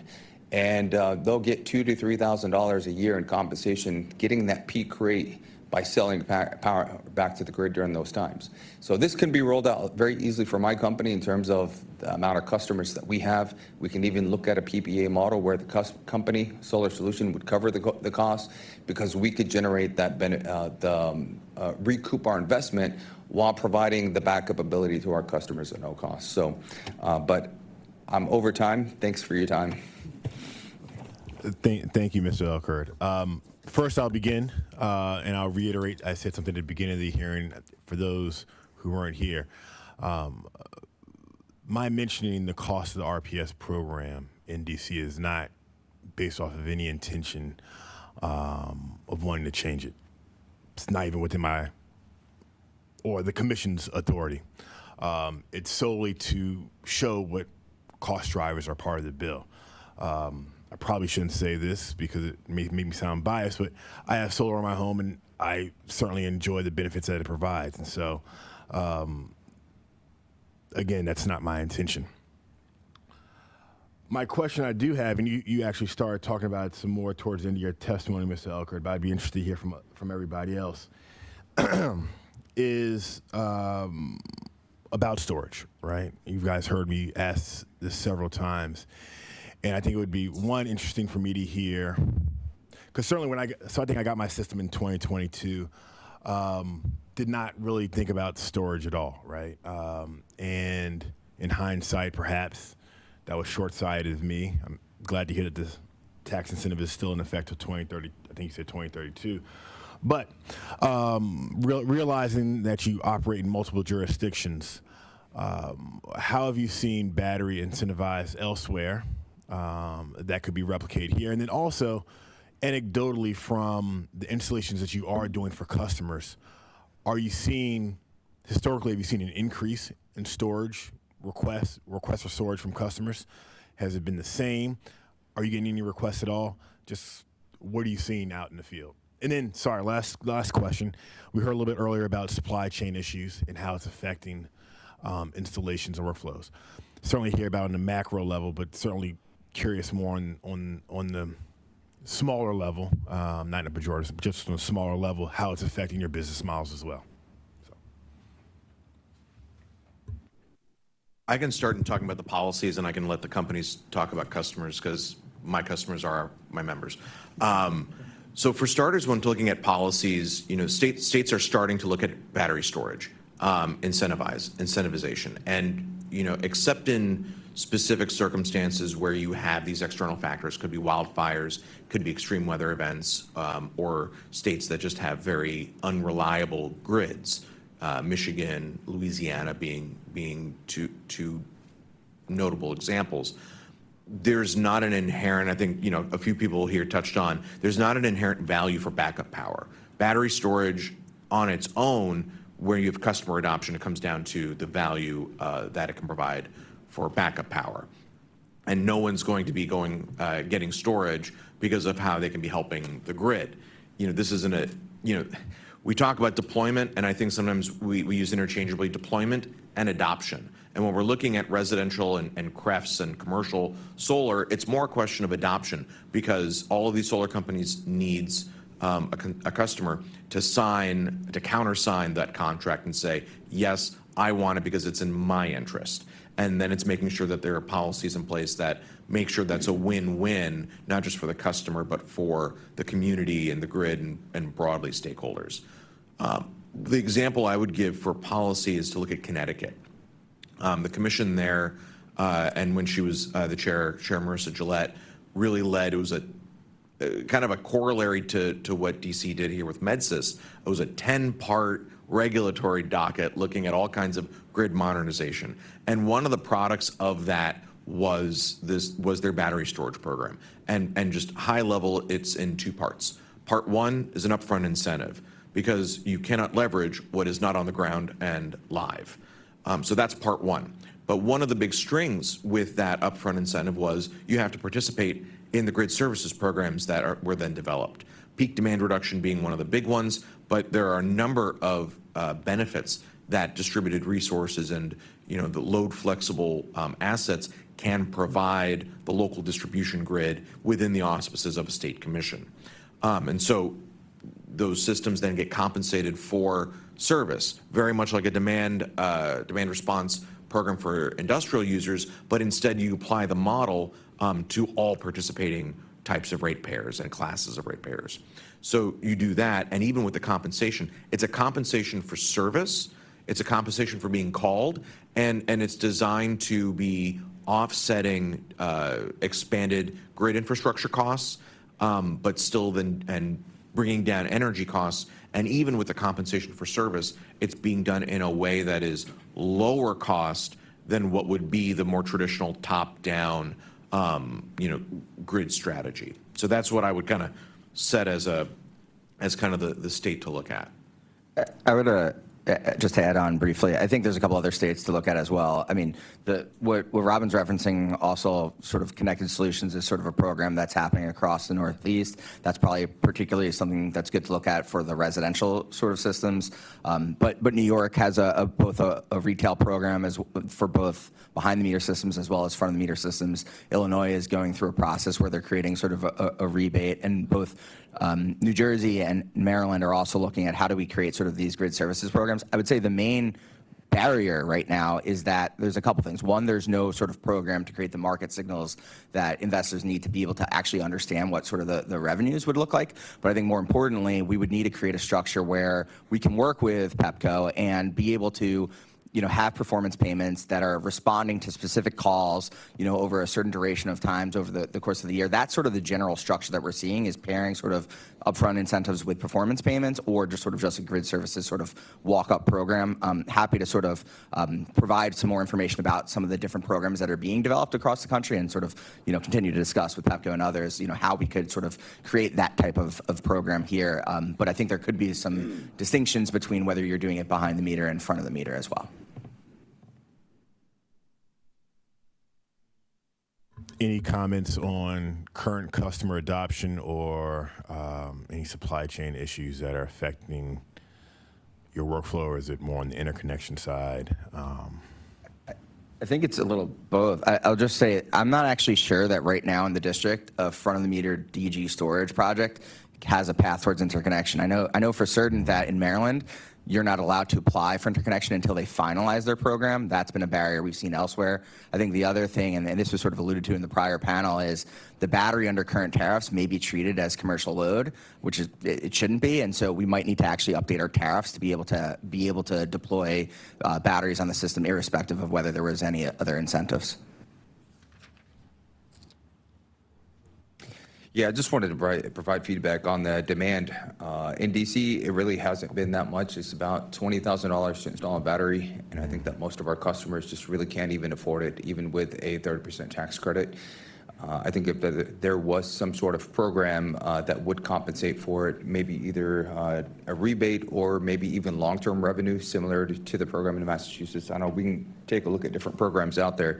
But I think the most cost-effective one is being able to sell the power at higher rates during peak demand, because then it would be attractive for investors to come in, install that system at no cost for homeowners, and then just recoup long-term investment from it versus just like a one-time rebate that might not even cover 100% of the install. So that's feedback from me. I won't repeat all the many wonderful things I just said, other than we need price signals. And so I can share that with my future customers and say, hey, this is how it would benefit you economically, because that's, at the end of the day, what drives all of our customers right now. Savings, or maybe some income that they can make off of these technologies. I would define our customers that are currently using it as practically luxury customers that have the money to afford it. Like, I've had a customer that said, I have a $200,000 stereo system and I want to protect the equipment with perfect electricity. I'm like, all right, cool. And the other the valuable one, I think, at a human level is we have a lot of customers that end up saying, a lot being, dozens, this is not hundreds of customers, but we have customers that'll say, hey, I have to use a ventilator. Hey, I need emergency equipment at home. Anytime there's a storm coming, we kind of have to go to a hotel. So there's almost an economic incentive, and definitely a safety and comfort, health reason to do it. And so we see that a fair amount. And it helps more on the exurbs where grid stability is a bigger issue. And here in the city, almost nothing. And we just very transparently tell customers that are interested in it, it's like, we're cheaper than Solar Solution. We're $15,000, not $20,000, right? And Do I create an antitrust reminder? And the fact is that it's just not economically, a great investment, and we would love to see some price signals from the market. I would definitely chime in on the resiliency part, because I've actually asked the group here, because I have the panels now. I was like, well, what's the next step? Can I get battery? Because I think about the resiliency piece. I've been through the power outage, and my kids are like, okay, so are we staying here? We're going to a hotel? What's going on? Like, what does that mean as far as our safety? So these are resiliency pieces I think of as a homeowner, and then I try to communicate and quantify, like, what does that look like in policy? Like, how do we quantify that to create a market to say, all right, if I have someone knock on my door, I need to know, what does that look like? Like, make it make sense for me. If I get solar panels, how much is it additional for battery? Because if I price that on my head mathematically, I think it was like $30,000 for panels. If you're talking about another $20,000 for battery, that's $50,000 total. Average home price in DC is what, $500? That's 10% of their home price. So either you're going to take out a HELOC or you have $50,000 cash. You're probably not going to get all that. So it's a matter of making it make sense to create that demand signal for people to get it, because I think the demand is there. You already have it with people getting solar. Again, this is that tool to lower that home price and the electric bill, and this provides them with an additional layer of resiliency. I would also back that up saying that people are interested. They ask all the time, but again, that economic justification is not there. I'm going to repeat what I said in my testimony of, like, I really would love to understand what the true value is of storage to the grid, because I think it's more than individual benefit, it's a grid-wide benefit, and I would love to put in numbers how that would benefit DC's communities and households. Can I say one quick thing? Yeah, so first off, Chairman Thompson, I would say that even if you did get batteries, don't feel so bad about them several years ago. I mean, the reality is that it's in its infancy, right? We're still in early days, as Chris just said, about understanding how storage can really help with the grid and help resiliency. I mean, we're starting to understand it now as people are talking about virtual power plants and how that helps with peak shaving, all of those different types of things. The one thing I would say is that one of the reasons why I first off came to Washington, D.C. to go to school here and study, but then also to build a business inside the District of Columbia was simply because of we are forward thinking on lots and lots of things. We are seen obviously as leaders, and sometimes we're not seen as leaders in different areas, but specifically when it comes into energy and energy efficiency, we have really been forward thinking. I think, all of us would say that, and that's the reason why we're sitting here in this room today. The RPS has been rejiggered, has been reworked, and we've thrived. The industry has thrived. Homeowners have thrived. Businesses have thrived. Organizations as a whole have thrived in savings in energy, right? Same thing we talk about with energy efficiency that the DCSU really put out and managed for many, many years. So we're in those early stages, and I think that as we start to understand how storage can help the grid, and as Scott and Robin just talked about how other markets like Connecticut and Massachusetts are providing an arena for people to invest in that, to be able to help alleviate the problems of the grid, is really, really like where we should be looking and taking it a step further. Leveraging the dollars that are coming in and saying, hey, listen, let's do this. We have a fairly stable grid. We don't see power that goes out significant amount. Even when storms come out, we know we have, but those are when storms come. But when on a day like today, we don't see the grid going out like brownouts or rolling brownouts and things like that. So, but if we could leverage storage to do that, what's great is like we have a community, and I'm not just talking about the solar community, I'm talking about the DC community of people who are doers, people who do things and are ready to solve problems. And I think that's where you guys should look at, is leveraging the intellectual and hardworking capacity of the people in and around the room. So, anyways. Just a question just to clarify. You say that there's a lot of rooftop potential in the district, but what do you see as the most significant impediment to people installing solar? Just as another anecdotal observation.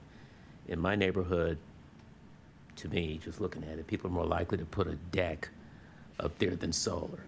Okay, since I've been on that upper roof more times than I care to imagine, it's seriously hot. So I'm not sure what advantage you get from a deck up there. I don't have one, obviously. So I was just trying to get clear. What do you see as the biggest impediment? Is it cost? Is it trees? Is it permits? Is it takes too long for interconnection? What is it? I'll take this as the first swipe. I think it's cost in general whenever you look at it initially. Like I said, I got solar installed December 2025, and I had several people come knock on my door and pitch me with different products and different programs. And I was like, that math doesn't quite make sense yet for me. I have to look at some things. I had to evaluate certain aspects because I have a growing family. I have 3 kids now, so my cost structure was changing. Again, 2019, I bought my house, and things have changed since then. So that cost structure around what it takes to then pay for solar, my neighbor got it before me, and he was like, "Man, you got to get this." And I said, "Yeah, it's on my list of things to do." But until it became financially, it made sense, and through the PPA, it made sense to do it. I can get it now. They leverage the value of the SRECs to pay for it over the long term. I benefit from it. They benefit from it. It's a win-win situation. So I think really it took the math to work out for me in my situation, and then really understanding the math behind it to allow, I think, others to make sense for it. Because I think as people learn about programs like PPA and other possible programs that will come out, I think there will be an increase in the number of people that take advantage of these programs. So it may be lack of information? Yes. I just want to, go ahead. Sorry, may I go? I'll just point to my own business and talking to other friendly rivals like JD and some of the other solar companies. Like, our cost of customer acquisition on a home-by-home basis is extremely expensive. It's 30% of my operating budget. So when we're charging customers a little less than $3 a watt, 90 cents a watt for that install is marketing. It's paying door knocking teams. It's paying salespeople to actually design it and walk through contracts. It's like the entire process is so extraordinarily expensive. And what we hear over and over and over is from customers, the main objection is like, "Oh no, that's a scam. There's no way it's that good. People have been knocking on my door all the time. Get out of here." So it's practically just we need a public service announcement saying, "Hey, it's not a scam. It's really good. The city wants you to do it. Here's how it benefits you, them, everybody." Just like laid out there from a trustworthy source. Because when we're out there as a private company knocking on a door saying, "Hey, give us your business," it's obvious we can't be the first source of information. They got to go do their homework, but they need to hear from folks like you all that they can trust as a neutral observer saying, "This is good for us." Do you have an example, perhaps, of a state that provides information like you're talking about as a public service, as opposed to just a marketing thing from companies? Yeah, I've seen it. Different states do different things. I like Maryland's structure where they just have a list of installers. They're not saying which one's the best. They're saying this one's bonded, insured, licensed here. Meets a minimum qualification. Here's a short list of 20 companies you could talk to. Because a lot of what people get here in the district is door knockers that who knows who they're representing, and a lot of them aren't representing one of our specific companies. I'm not going to hold you up with this now, but if you think about it, if you want to send something to me, to the commission, or to me directly as to what you think would be useful ideas in the district to boost solar installation, things that we may not be doing that we can do, simple things. It could be just information like you're talking about now. And the fact that the commission thinks that it is not that this is the best deal, but that you're not being fleeced, or you're some kind of flim-flam artist, which I'm sure there are some. But if you're looking for the endorsement of the commission that this is a legitimate company that can provide something to your use, maybe that's a useful thing. So if you think about it and you can send it to me, whatever you think your ideas, whatever idea you have, I'd be interested in looking at it. JESA members adhere to a business code of conduct, so the flim-flam artists will be non-members. But I would echo that cost and education are two of the big barriers for adoption. Sometimes it's also process, and so I'll be clear. This comment I'm making is kind of more generic, not district specific. But the adoption of advanced energy technologies, if you're doing a home energy retrofit, it's not just getting solar and storage. Right now with storage, there are questions, what's the zoning? What's the permitting? Where can you install it? Is it inside the home only? Is it outside the home? Not every single family home or duplex has a garage. When we think about, residential battery storage adoption, when you see all the stock photos and videos, it's a larger single-family home, not a row home, that has a garage. So can you install it on the outside? How do you connect it with an electric vehicle? So there's a lot of smaller things as people are thinking about not just solar or storage or EVs. They're thinking about everything all at once. Or they're thinking about how to lower the cost of electricity for their home. They're thinking about efficiency and closing up the building envelope as part of everything. And that's even more complicated when we're talking about commercial and multifamily buildings and what that process is. So I would say that it's some of it's on the front end, and then it's the cost, but then it's also just what is the user experience to go through, design, permitting, interconnection. I'd say more. I think we would find that supply chain disruptions are occurring with regards to grid upgrade components, and that's a national issue. So do you have to wait for the grid to be upgraded before your system can be interconnected with the utility? And so the longer it takes, the more it costs, and the more the customers are kind of questioning, is this going to happen, when a lot of this is then outside of the solar company's control? Is part of the installation cost upgrading the circuit box? Yep, sometimes, yes. With battery storage, it can be. There are also components that, like meter circuit collars, that can be installed that then kind of remove the need to upgrade the breaker box for a home. So there's a lot of different options.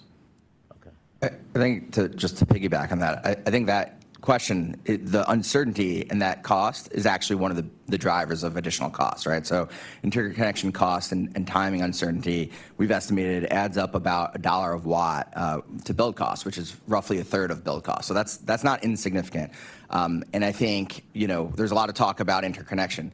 Obviously, you all, the DC Council, can't fix PJM transmission interconnection, but we can do more to fix distribution level interconnection. And so I'm sure Robin would be happy to elevate Chess's recommendations from the interconnection technical conference that recently happened, but I think there's some good ideas in there about tangible things that the district can do to speed up that, because that is a major barrier, particularly for non-residential solar.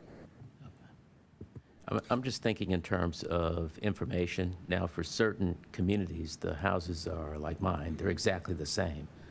The whole block is the same house. We would all face the same kind of issues with regard to storage, battery storage, or solar, or anything like that. Some of the housing is different in that all of them probably had high skylights, and some of them eliminated them for various reasons, and there's no skylight. So there may be issues with regard to that, but if you had something that was informational that could tell people in a particular neighborhood at a glance that I have that same situation, I can kind of tell what I face in terms of pricing in looking at, do I need to get rid of the skylight? Do I have to put a place in the back for storage? Everybody has the same limitation with regard to the square feet of the backyard, roughly, that kind of thing.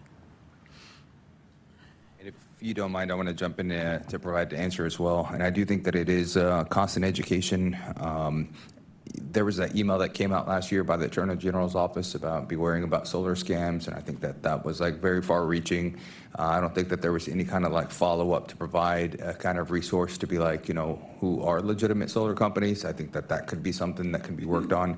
I know that the DOE send out letters about solar co-ops. I think maybe a resource letter to provide just solar education with a list of CBE firms that are solar CBE firms. That way we make sure that they're local DC companies, they are licensed and bonded correctly.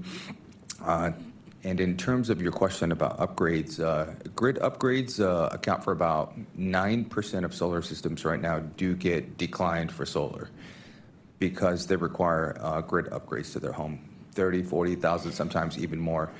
We've been trying to push a solution that if we can couple a battery with it to solve that problem, because the idea is that you can't export any power back onto the grid because the transformer's maxed out. Well, what if we install a battery? That way all the excess power is just being stored on site and there's nothing that's being exported. So I think that that could be a solution to be able to tap in an additional 10% of the market share. And also PPAs, the PPAs that Solar Solution does offer, we are able to cover some of the costs. Like you said, some of these homes are built 100 years ago. They do require electric panel upgrades. They do require new roofs. They do require structural upgrades to support the roof because they were built 100 years ago. They're not up to the current snow loads. So PPAs do cover the build-in cost for those with no upfront out-of-pocket cost for the homeowners. So that's something that is helping there. One last thing, I don't have the data on it, but anecdotally, I mean, when you think about residential solar, solar's going up on, or any solar's going up on a roof. It's meant to be up there as an energy infrastructure power plant for 30 plus years. And so if a roof is not up to standard, you know, that's going to be an impediment for anybody. And that's going to, you know, commercial real estate in this market, in this community is pretty expensive real estate. And so the reality is that is the juice worth the squeeze to put solar up on my roof versus the things that are going on below my roof, or further expansion and further development. So those can be impediments. Again, I don't have any data around that other than when I've talked to people, you know, over the past 15 years of my business career in the solar industry. And so, but, you know, I think from an educational perspective, everybody knows what's going on here, knows that solar is a big thing. It's hard to go down and drive down a street and not see somebody putting up something that talks about, I got solar, call me. You know, something of that sort. So, well, just as you're talking about it, it reminds me that the lifespan of the roof itself is probably factored into whether and when you put the solar on, right? Absolutely. So if my roof is expiring in the next 5 years in terms of it has a 15, 20-year lifespan, it's expiring the next 5 years, and I might not want to put up. One should have a conversation with that person about like whether it's the right thing to do or if it's a flim-flammy, what are they, person, right? You want to do what's right for everybody. And I'm sure that comes up more often than none. Yeah.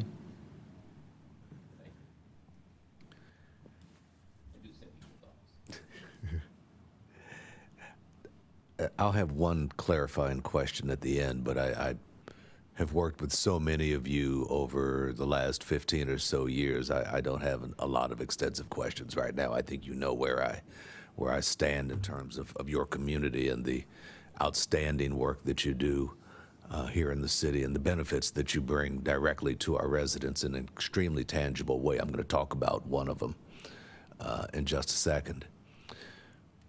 But Mr. Freeman, you offered at the beginning of your comments a thought about the majority of solar in the city is concentrated in wards 4, 5, 7, and 8. I think someone else echoed that sentiment, which is a very interesting observation. You know, when I started working with some of you going back almost 15 years ago, you wouldn't be able to make a statement like that. The map of solar installations in the city looked extremely different than what it looks like today. When I started working with you guys, we took a look at a map of wards, concentrating our solar in the income qualified community. We took a look at a map and found that there were about 11 solar installations in Ward 7, less than that in Ward 8, about a dozen in Ward 5. You're talking about a third of the city that had less than 40 or so solar.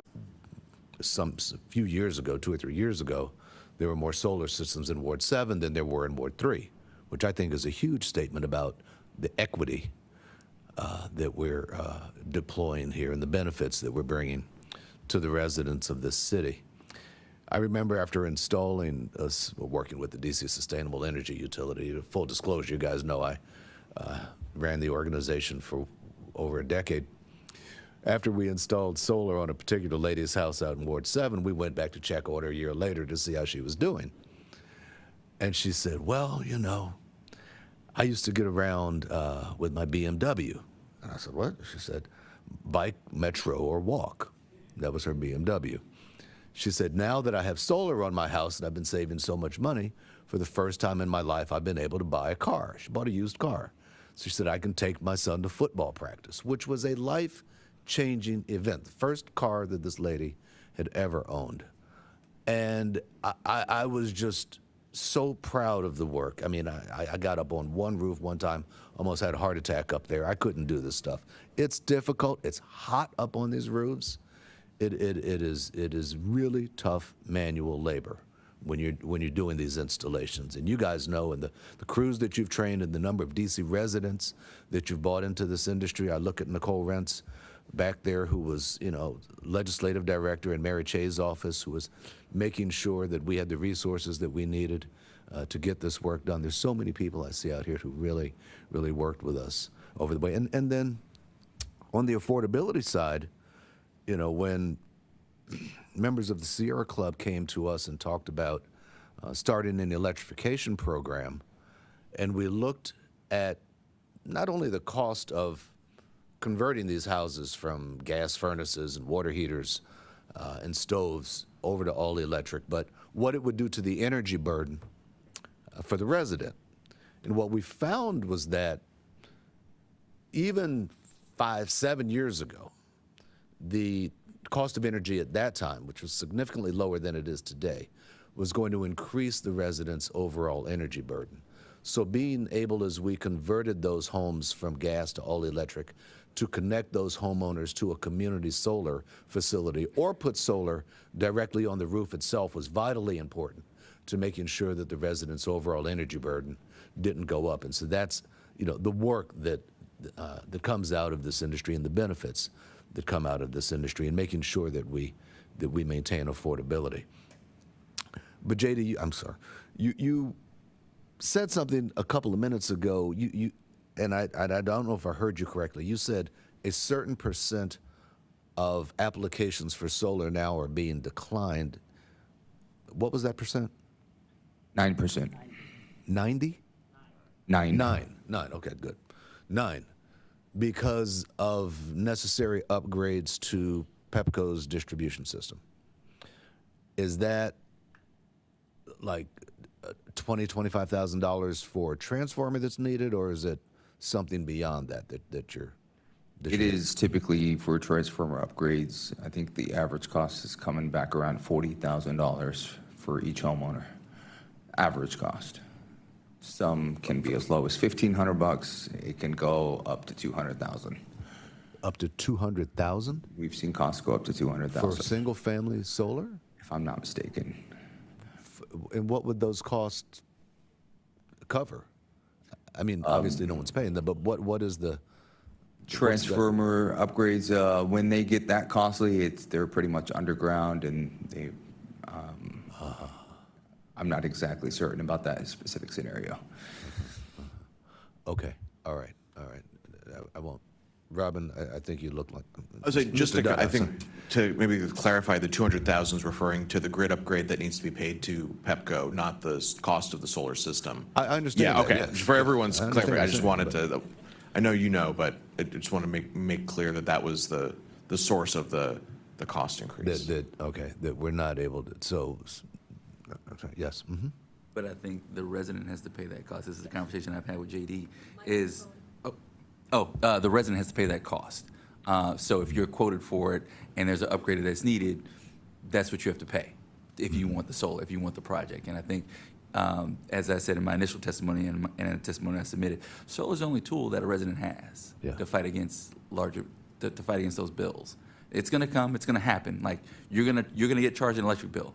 The only tool that I can now implement to decrease that cost is either turn off every light in my house or put solar on my house to where I can now generate it and I can now provide my own source of power. Mm-hmm. I can cook in my own kitchen. Right. Okay. All right. Thank you. We're seeing similar numbers too in terms of percentage and average cost. one of the things that's not made sense to me is Van's describing that goes to the individual homeowner, but the first, 10 or 15 homes that are on that feeder line got solar without getting caused. I understand that it's a causation process, and these are things beyond my knowledge. This is your all's world. But if person number 15 has to pay for it, and then person 16 through 30 doesn't have to pay for it, it ends up not making a whole lot of sense. And this is where I just come back to the drumbeat of why don't we have a value of all the other grid services that these distributed energy resources are providing?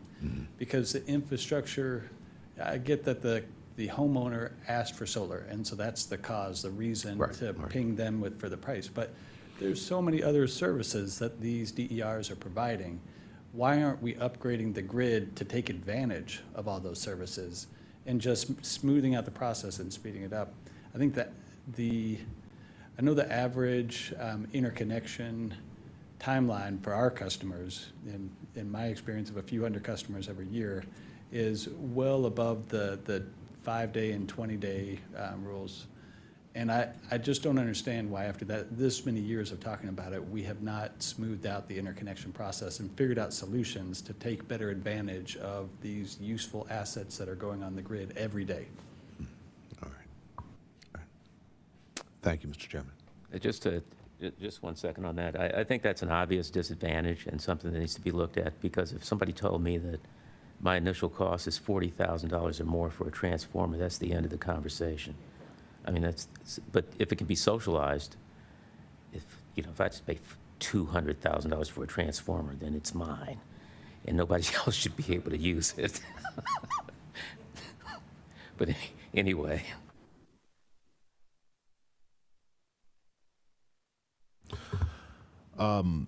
Thank you to the panel. That was great. A lot of good comments there. I think, Mrs. Sewell, you get extra points for saying that the commission is a trusted voice and we should be sharing information. So I like that. But thank you. At this time, I'm going to take a little bit of chairman's privilege and call both panels 5 and 6 up together. Panel 5 has, I believe, 3 people, and panel 6 has. Sorry, panels 4 and 5. They both have 3. So we'll call them both up at the same time. And so we have Washington Interfaith Network, Clean Energy at Lawyers for Good Government, Power of Tomorrow, and then Ms. Sidner, Mr. Rotifer, and Ms. Levinson. I would remind all panelists, if you have any personal pending complaints, this is not necessarily the forum for them. So please keep your comments broad and overarching. Thank you. Just to clarify, he means pending in the consumer complaint process. Thank you. Not just a complaint, period. Right. Yes, in the consumer complaint process. Yes. Like that.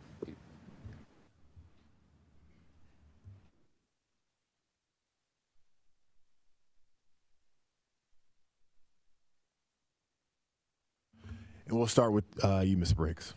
No pending complaints, but an apology. I'm going to have to scoot immediately after I testify, and I'm really sorry for that. This has been fascinating.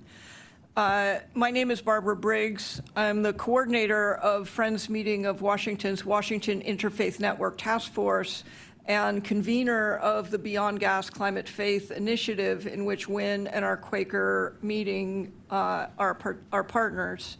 I want to clarify that policy statements of WIN as a whole are developed by WIN's issue teams and agreed to by a strategy team composed of leaders of our member congregation. However, I can say that the Washington Interfaith Network as a whole is increasingly concerned with the Public Service Commission's actions in managing the modernization of DC's energy system and in speeding our transition off polluting fossil fuels to clean energy sources. Thank you for calling this hearing regarding the cost of electricity. DC residents are hurting due to rising utility costs. Also, managing costs is crucial to speedy adoption of electric systems. As we engage in this discussion, it's important to keep our long-term objectives clearly in front of us. Climate change is real and a serious long-term threat to the well-being of DC residents. In DC, our buildings contribute over 3/4 of climate warming emissions, and DC government has established climate commitments to reduce our emissions to net zero by 2045. We also know that when we stop burning fossil fuels in our homes, our families will be healthier with less childhood asthma, less lung disease, less cancer. Those benefits in school and work days not lost and medical costs saved far outweigh anything being discussed on the balance sheet we're discussing today. As you know, most new energy generation today is clean, renewable wind and solar, which is quicker and more economical to build than fossil-based energy. So long-term prospects for inexpensive and abundant energy are good.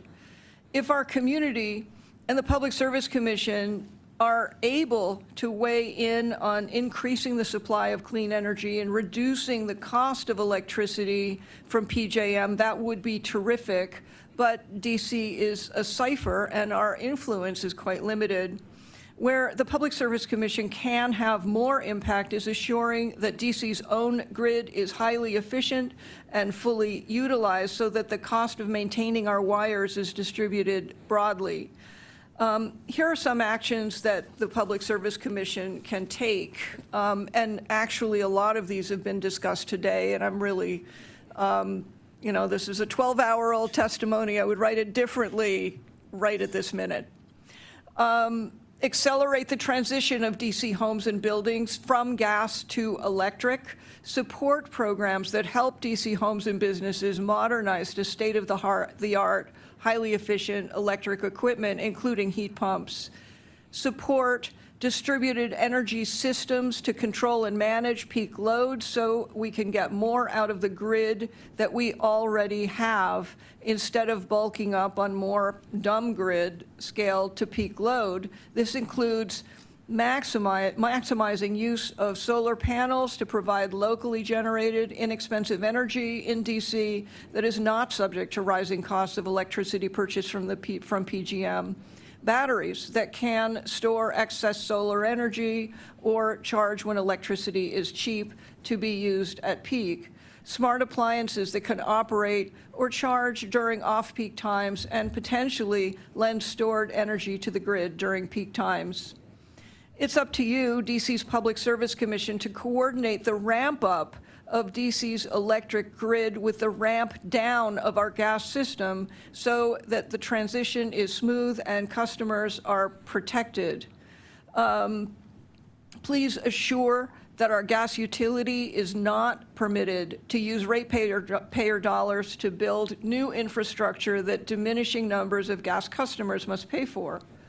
You have to drive an intentional, well-managed ramp down of our gas system. Gas costs are rising faster than electric costs. Over half of these costs, 60% nationally, are for infrastructure, not the gas itself. So winding down the gas system will save our community money.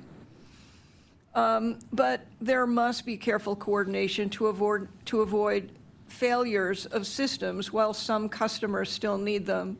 Systems will need to be kept operational even as they are supplying gas at levels below what they were designed for, especially given that Washington Gas is a gas-only utility. The Public Service Commission's role in maintaining this transition, in managing this transition in the interest of our community and DC policy is absolutely crucial. In short, there's a lot that you, DC Public Service Commission, can do to keep our electric rates manageable. Please focus most on the areas under our control. Managing the energy transition we know DC must make. increasing grid utilization, supporting DC residents to maximize energy efficiency, using distributed energy resources and smart appliances to use the electric grid we have instead of throwing resources into building for peak load. Thank you. Whoa. Perfect timing. Thank you, Ms. Briggs. Mr. Kim? Good afternoon.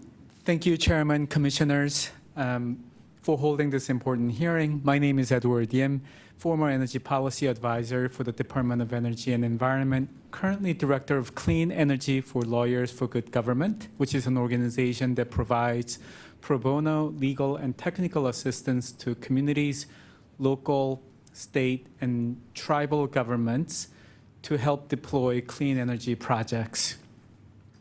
I offer today just a high-level assessment and a few specific recommendations. So at a high level, our current framework for accessing electricity, not generating or receiving them, but accessing electricity in the United States is becoming outdated and unsustainable. The raging debate posed by the problem of data centers and whether the grid will primarily serve the public or tech companies only underscores this reality. A true measure of a community's energy sustainability is the extent to which the community controls its own energy destiny. Even before this year's major price hikes, DC residents and business paid $2 billion last year to outside corporations just to import electricity, and there are savings opportunities in that $2 billion. Aside from a small amount of local solar generation, the district is entirely dependent on imported energy, along with all the volatility that it brings from outside. But the district can alter its course.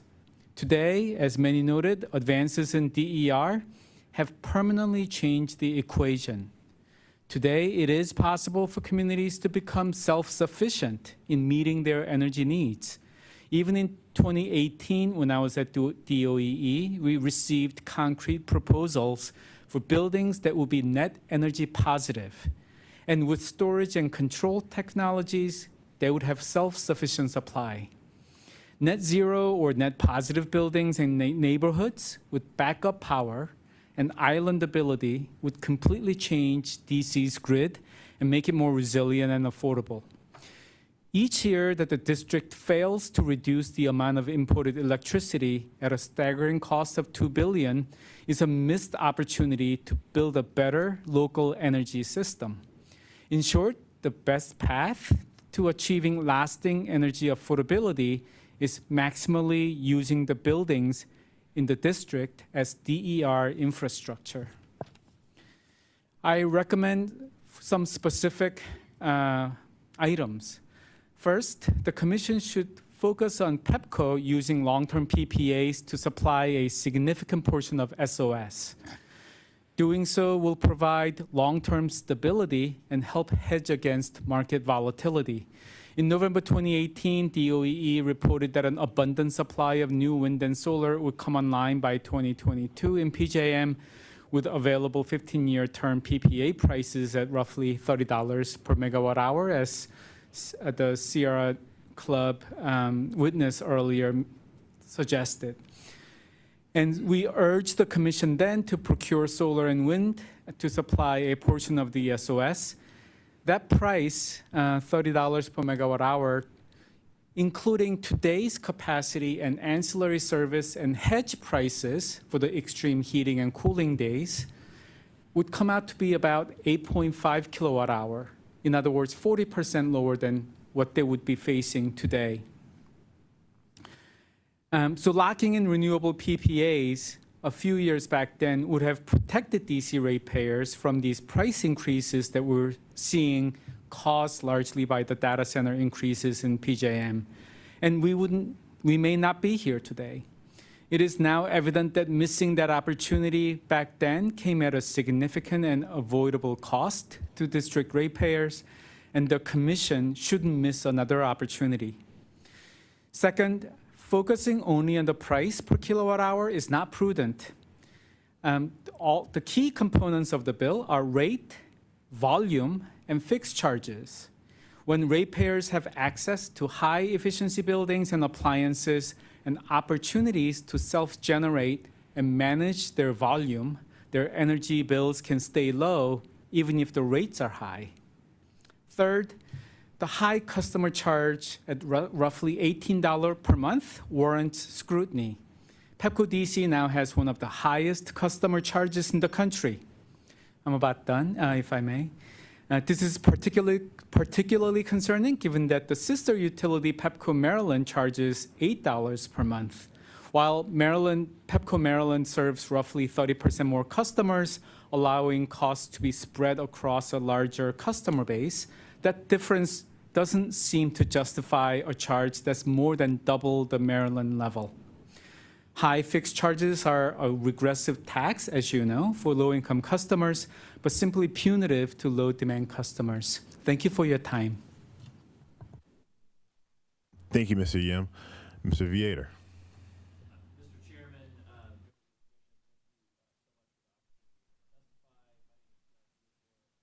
Make sure your mic's on. Yeah. Oh, yep, now it's on. My name is Brad Viator. I'm the president of Power for Tomorrow. Thank you for the opportunity to address all of you. Power for Tomorrow is the nation's leading resource for on the regulated electric utility model, providing research, commentary, and practical information to help the public and policymakers understand the regulated utility model and how it's the best path forward to affordable and reliable energy for customers. Power for Tomorrow was launched in 2021 in direct response to Winter Storm Uri, the catastrophic Texas grid failure that left millions of families without power for days and cost many lives. The disaster was a direct consequence of electric deregulation. PFT's mission since day one has been to help lawmakers and regulators avoid repeating the same mistake, which is why I'm here today. As you know, DC sits within the PJM interconnection, the largest and longest operating wholesale electricity market, coordinating the grid across 13 jurisdictions. One of PJM's largest roles is to procure and supply the electric capacity for every jurisdiction it serves. Currently, PJM is the sole provider of electric generation for supply for most of the utilities operating in this market, and utilities must accept whatever price the market sets. They have no alternative. PJM is in a crisis on two fronts: price and reliability. On reliability, the 2025 winter capacity auction fell 6.6 gigawatts short of PJM's own reliability requirements, enough to power every residential customer in Maryland for an entire year. On price, capacity auction costs have skyrocketed 833% in recent years. The total capacity jumped from $1.6 billion to $14.7 billion in a single year back in 2024. I think we all know about this. And for DC residents, this translated directly into higher bills. Pepco residential customers saw their monthly bills rise by an average of $21 beginning in June of 2025. DC's Office of People Counsels has estimated that half of this increase was attributable to the spike in PJM's capacity market prices. This year, residential customers across the PJM region are collectively expected to pay an additional $1.4 billion in capacity costs. As you showed at the beginning, your fantastic chart, 58 cents of every dollar is focused on, is directly attributable to PJM supply costs. Neither Pepco nor the Commission has any direct remedy to change that figure. The price is set by the market. This is a fundamental structural exposure that the district faces. So how did we get here? Restructured or deregulated markets like PJM are built on a theory that price signals will incent developers to build needed generation, competition will keep costs low, and customers will benefit. These are perfectly nice theories, but in practice, it doesn't quite work that way. The core problem is timing and incentives. Supply and demand may balance on average days, but when demand surges, prices spike faster than new generation can be sited, financed, permitted, and interconnected. Developers have been slow to react and commit to new capacity because the market signals are so inconsistent. We heard that on a panel earlier today. And the result is supply shortfalls, reliability gaps, and price spikes that consumers bear the brunt of. They're paying more for power today and they're getting nothing more for it. This is not a new concern. In July last year, 9 governors sent a letter to the PJM board highlighting this crisis of confidence and just a cacophony of challenges. The reform pressure intensified significantly this year, beginning in January with 13 governors in the White House getting together on a statement of principles of what they needed to do. FERC Chair Sweat is holding a technical conference on governance issues on July the 19th.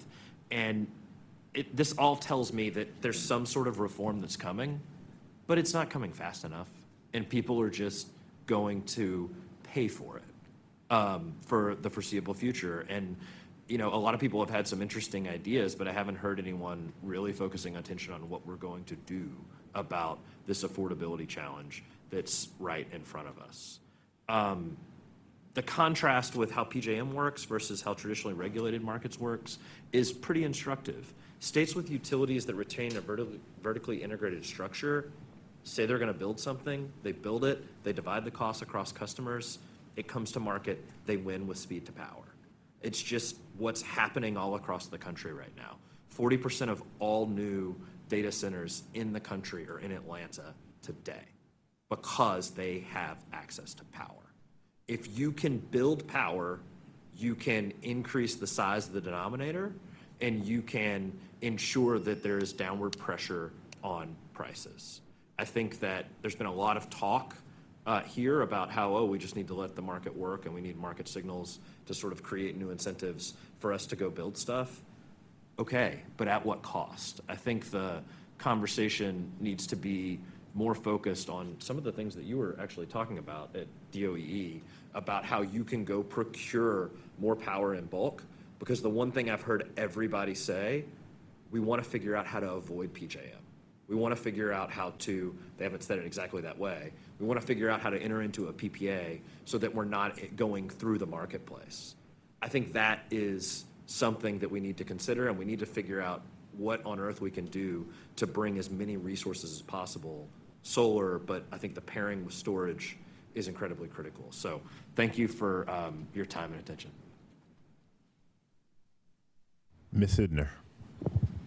Hello. My name is Lauren Seidner. Thank you for the opportunity to speak today. I'm a DC resident and also a senior policy advisor at MIT in the Clean Economy Project. Our team builds data tools to inform policy discussions, and so that's the perspective I come to, or that I bring to this issue. The current energy charge portion of the average household's bill, measured as a change in 12-month trailing average, is up 111% in the last 5 years. And as discussed, those rates are set to go up again. In its recent compliance filing, PEPCO estimated that compared to the same summer period in 2025 for a typical residential customer using 614 kilowatt hours per month, the increase in the energy charge portion of the bill would be just under $10 per month. We haven't been able to exactly replicate that number. We estimate that based on past average summer usage, DC households will pay closer to $20 per month more than they did last summer over the course of the summer of 2026. In our view, the increase to date and the continued upward pressure on prices means that local officials and PEPCO must take steps to mitigate impacts on consumers, even if they themselves can't address the entirety of the problem.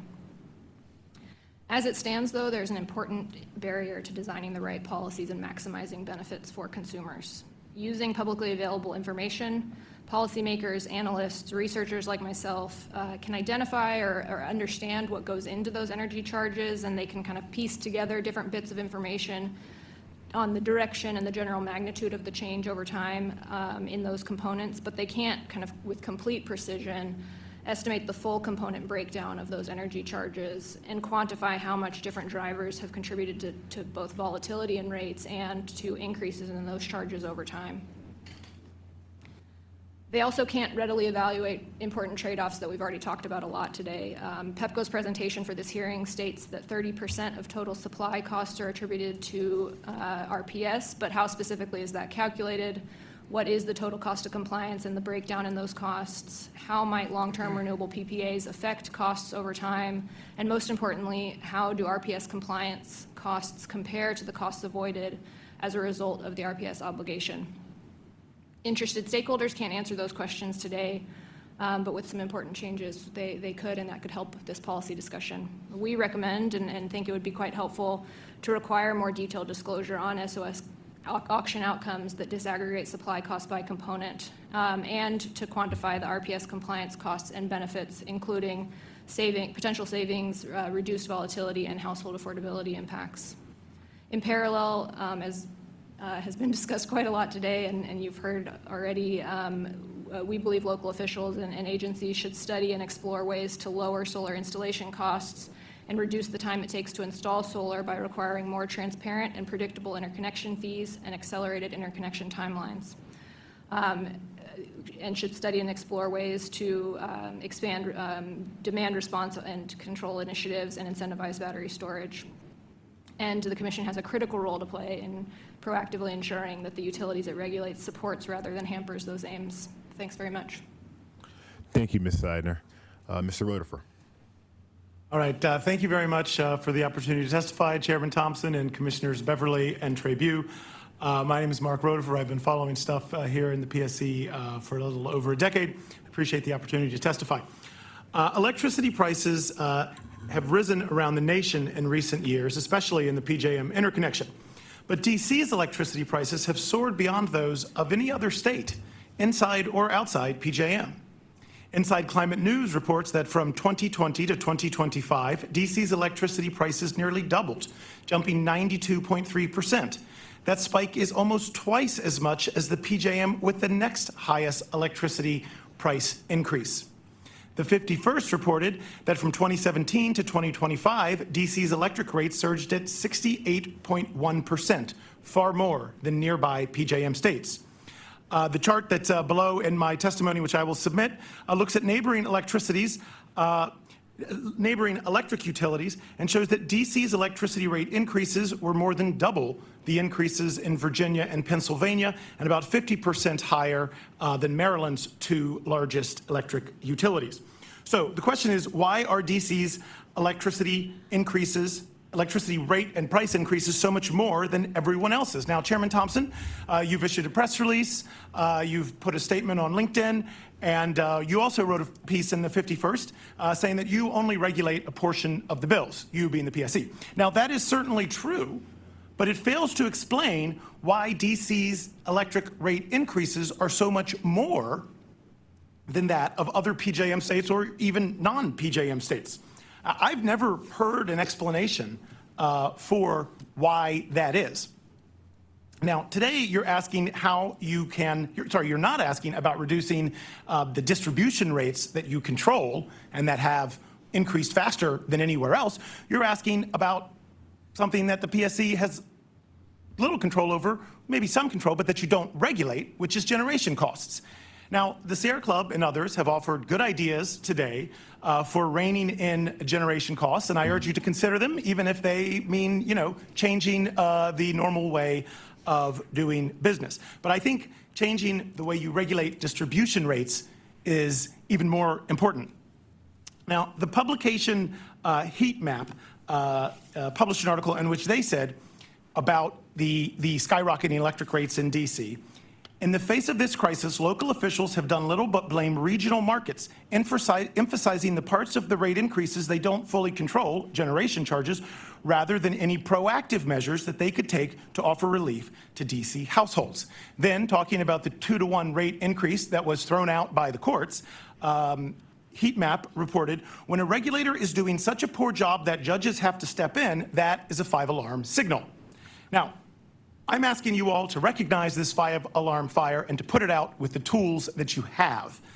And that doesn't mean saying the problem is PJM. I'm not denying that PJM is a problem, but what I am saying is it does not explain why DC's rates are up so much more than everyone else. And I think you all need to figure out ways to do whatever you can to reduce the parts of the electric bill that you regulate directly. Now, there was this rate increase, that the courts have ordered you all to reconsider, and I was disappointed to see that you kept the rates in the case that was unlawfully decided. You kept those rates in place while you reconsider the issue. I think it makes little sense to be charging people rates that the courts have said were determined in a process that didn't work. And I understand you're going through your process and you haven't come to a conclusion yet. You don't know what the rates will be when you're done. But in the meantime, charging people these, in my view, outrageously high rates that the courts have said the process was wrong was a mistake. And DC residents are paying for that mistake. And so that is why I am asking you all to fix that. And in this rate case that you're reconsidering, to, as I said earlier, do everything you can to get the distribution charges that you directly regulate under control. Thank you for the opportunity to testify. Thank you. Ms. Levinson? Hello. I appreciate the opportunity to testify before the commission today. I know that this is not about my consumer complaint that has been pending without resolution since October 2024, but it is hard not to reference that because I didn't know anything about, I thought a meter reading was a meter reading back then, and I'm 4,000 hours uncompensated time into simply trying to get Pepco to give me a verifiable meter reading. They have now decoupled the meter from their meter data management system. I can diagram it out. Their own documents that they produced prove it.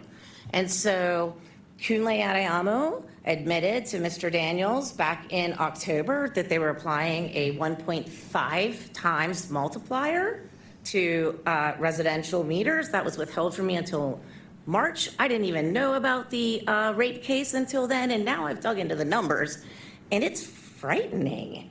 I just started looking into the Form 1s that were filed by Pepco. Back in 2017, they said that they didn't have any assets left to mortgage, but since then, they've raised $3.5 billion in bonds.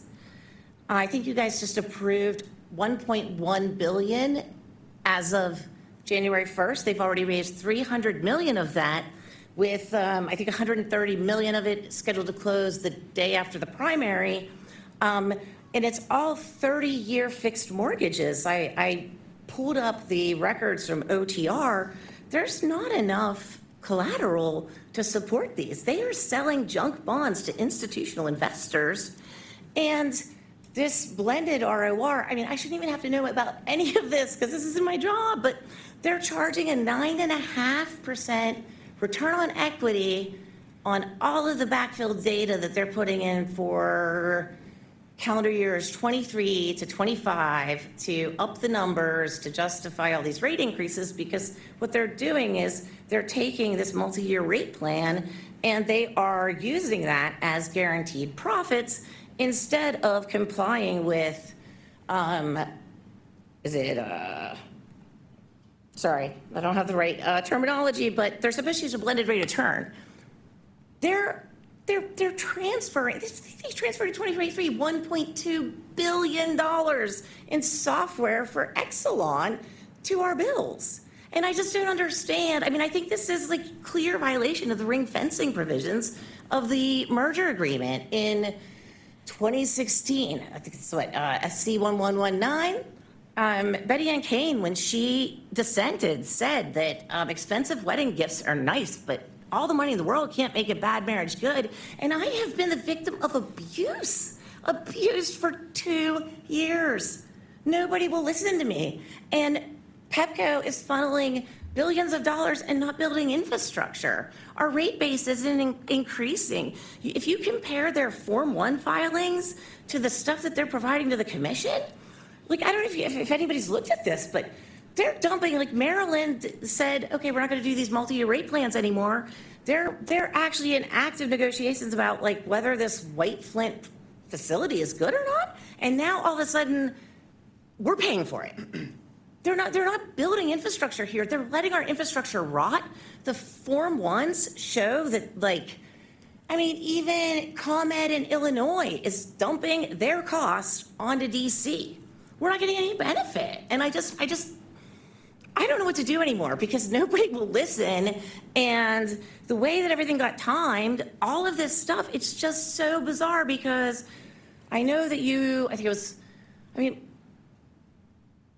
the SOS rate increase was applied for on March 2nd. So nobody bothered to tell residents for 3 months. I agree it is a $25 increase and most people use way more than a 620 whatever kilowatt hour. So people are looking at like $50 to $75 easily increases on top of the rates that have already been vacated. DC law requires Pepco to charge the legal rates, and they're they're a public utility. They have a public franchise. They have to follow the law no matter what you guys do. And so, like, Attorney General Schwab will prosecute them for billing fraud. They're shutting off people's power. Lawrence Daniels at OPC just withdrew from my case because I'm trying to stand up for my rights. And then I start getting shut-off notices on disputed bills that you guys can't even adjudicate yet because the hearing officer didn't create a record or close a record. So now I'm in legal limbo again. I've been stuck here. So, like, I'm a single resident fighting this on my own, and I'm gonna have to go file a writ of mandamus to get somebody to investigate what's going on. In FC1050, that was February 4th, 2025, before I even had to file I petitioned for a formal hearing in February 2025 that was approved. I'd already been stuck in this process since October of 24. Like, Pepco, I didn't even know what a billing determinant was back then. They are manipulating the billing determinants to change bills. I can prove it. Those billing determinants are what they're using for these forecasts. Those forecasts are what's driving the rate increases.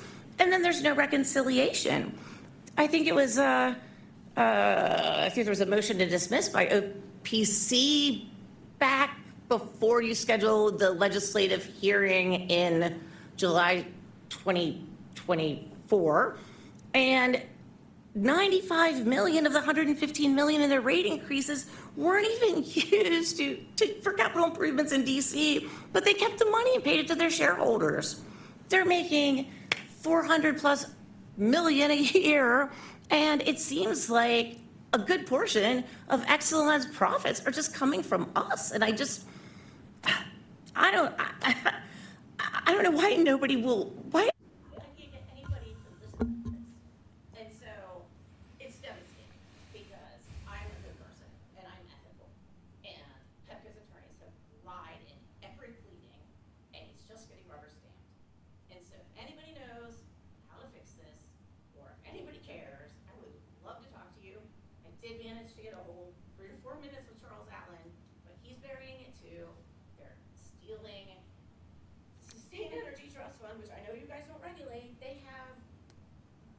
raided, Mayor Bowser raided it. It is a special purpose trust. There's a trustee. They moved the money to the general fund. Like, why are Petco customers paying the bills of the DC government? And then they changed the law. They just sort of removed one portion, which without even actually making an amendment, it just sort of disappeared. And now the new rule says, the new legislation says that they have to, they can pay the mayor money if it's for energy efficient programs. But one of the other sections of the law says that the mayor doesn't, like, that's not even in effect until 2028. The guy, Lee, who's the CFO, just transferred $70 million from our money to the general fund because of this new legislation. I don't know why nobody will help. And I am going to go bankrupt before anybody fixes anything. And all of this legislation is being paid, like all of this, it's been a continuing rate case since 2019 with no reconciliation. 34909 requires Pepco to tell us what these rates are about before you guys even have jurisdiction to approve them. You can't tell what they're about, and I spent 4,000 hours on this. Thank you, Ms. Levinson. Thank you. I'm going to begin. My first question is for Ms. Seidner. I think that's you talked about the availability and transparency of data so that you and others can reconstruct what's being done. We currently have a rulemaking trying to clarify some of what should be filed when there are when Pepco files it, or the utilities file their tariffs. I want to direct you to that because I think that's something that certainly we have realized collectively, which led to the NOPR, because a lot of times we would get just PDFs where you cannot actually see how the underlying data is constructed. So I still say, please take a look at that. See if you think that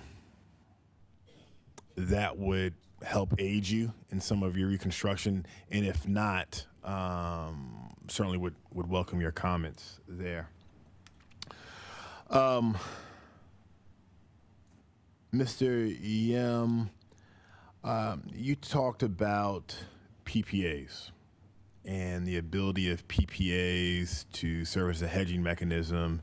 And I think you talked about the study that's said that in 2020,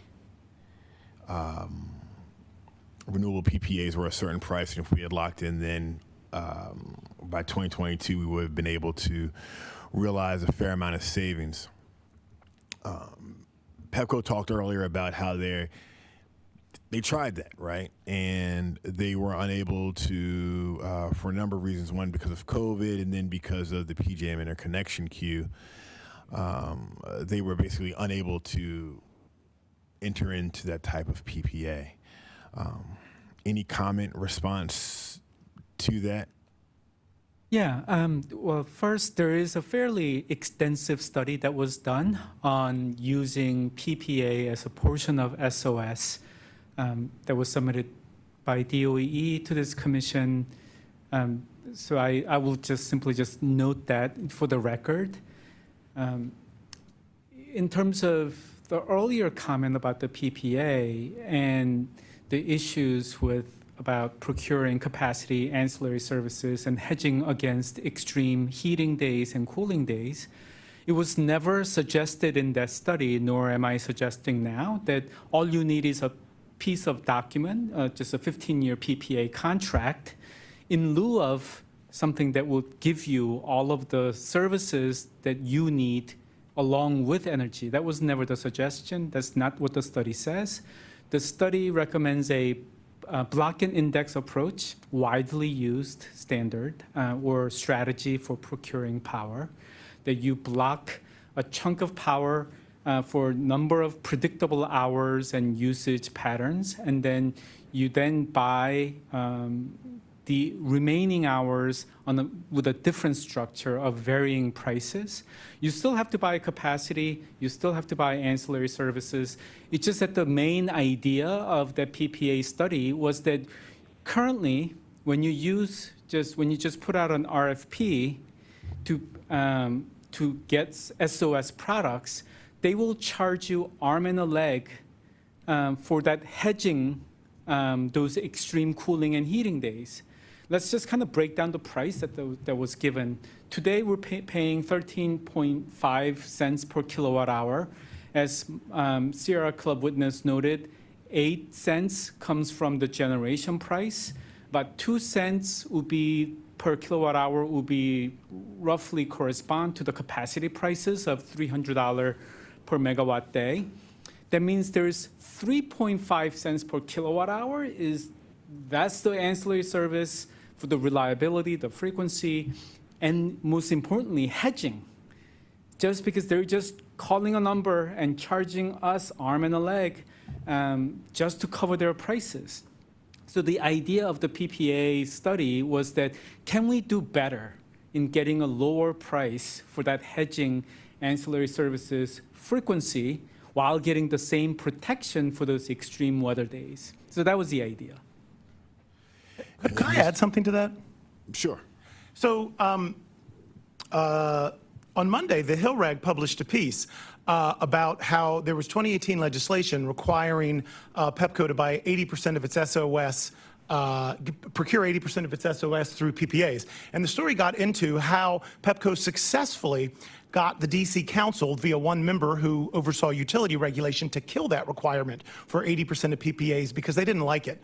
So what that tells us is Pepco does not like PPAs. Then when they succeeded at the council, and then you all ordered them to get 5% of SOS from PPAs, it took them years to even get a contract signed, and then it fell apart.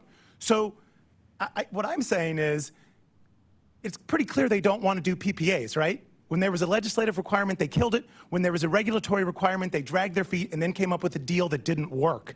So I think the idea of, well, Pepco tried that and wasn't able to do it, is basically putting Pepco in the driver's seat. And I think more aggressive regulation is needed. And there needs to be punishments on Pepco when they fail to do things like carry out your directive on the PPAs. They need to have financial penalties, right? They're an investor-owned utility. If you start hitting them where it hurts, you start fining them, penalizing them financially for not doing this stuff, then maybe they will be more responsive than they have been. As of right now, there's no reason for them not to keep going around doing the various things they're doing to make sure these PPAs don't happen. Can I weigh in? Sorry, I thought we were going to go into the PPA discussion. I think there are a couple things we can think about. Like, we've got a problem with the price of energy from the sole place we can buy it from, which is PJM. So we're having, in part, a conversation about how we avoid our exposure to that, right? We've had the panel before us was talking about all of our sort of homegrown solar energy storage as one way to sort of avoid that, at least at a customer level, not really at a system level. And the study that you're referencing, which sounds really pretty interesting to me, of like one idea of a hedge is we can go out and go see how much energy we could procure through a PPA. I think that's one approach that you could do within the methodology of SOS. Like Pepco could go out and figure that out as a pathway. There's another option that kind of exists out there, and I don't think it exists entirely under current law, but it wouldn't require a whole lot of variance, which is if there were actually like utility-owned battery systems, for example, or whatever you did within a microgrid system. Anytime you do anything like that, what you're doing is you're really creating a hedge against your exposure within the PJM marketplace. The problem with the PPA from a rate-making perspective over like the whole time in Arkansas history, and this is kind of my thing, I study it in all 50 states, is that you're essentially paying for 20 years or 10 years to just get the output. You're not paying for the underlying asset itself. And so there's a point in time at which like you want to engage in a PPA because you need to procure power over a period of time. But if you're paying all of that money for all of the power that is coming out of that system, it also makes some sense to consider actually owning the asset itself because you've paid for that asset and you've essentially just paid somebody else rent within it. So the reason that like PPA always doesn't work over in every circumstance is because the concept of rate making has to be broken up into little bits and blocks so that you can kind of mitigate your exposure. So I think it's like a very reasonable thing to be considering, but it's not a panacea by any means. And I think that like the sort of moment that we're in right now with the chaos in PJM is we just kind of need to explore what those other hedging mechanisms might be. Commissioner Beverly.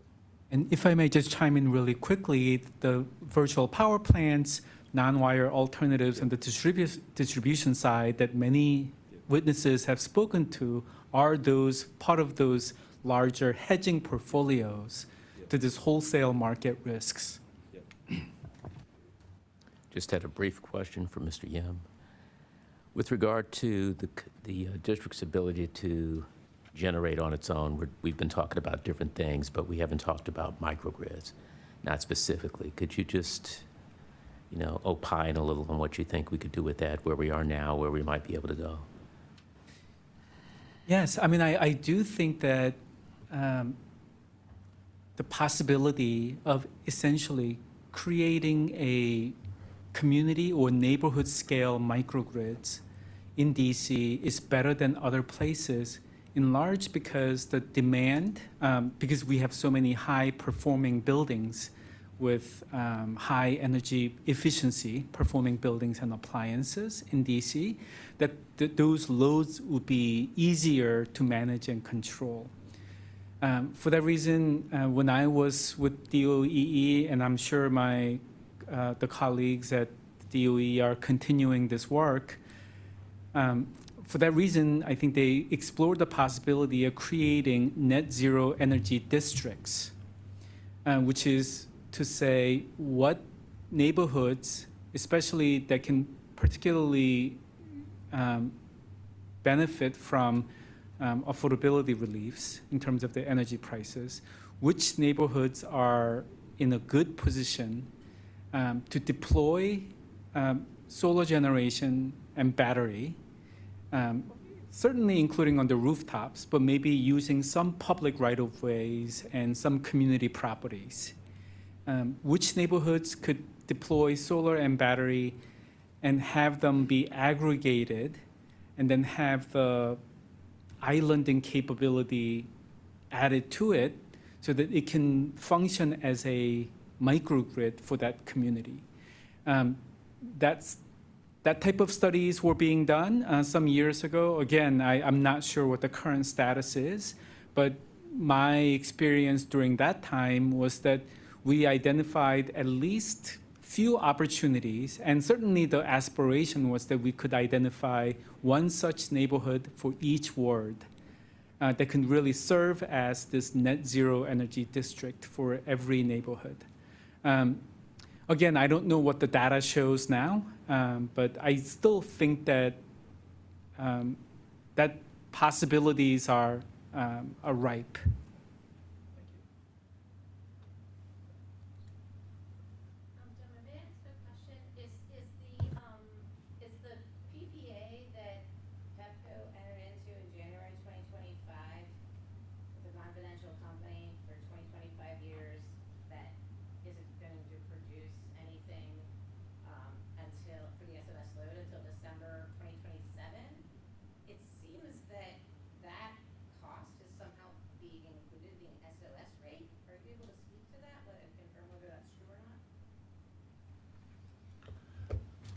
It's my understanding that it's not because we are not procuring energy from it yet, but subject to check. Do you have any final questions, Commissioner Treby? Mr. Chairman, I just wanted to say that I thank the panel for their comments today and for their thoughts. I'll be on a panel with Dr. Yem tomorrow. I look forward to seeing you tomorrow. And thank you so much for coming in and sharing your thoughts with us. Appreciate it. If I may, I would just like to finally say that PEPCO's actually relying on the anti-islanding feature of smart meters to interconnect people before electrical inspections. Ivan Susek, who has done 10,000 inspections for DC, knew that my system was energized, and PEPCO even confirmed that it was that energy was being sent back to the grid. But part of the reason why I have been stuck in this nightmare for 2 years is because PEPCO's blaming me that it was on, but I have a line side tap, and I didn't even know that or know what that was, but I have no control over these things. And so at the end of the day, the people who are in the CREF programs and solar customers, just their billing from PEPCO is just not catching up with all of the other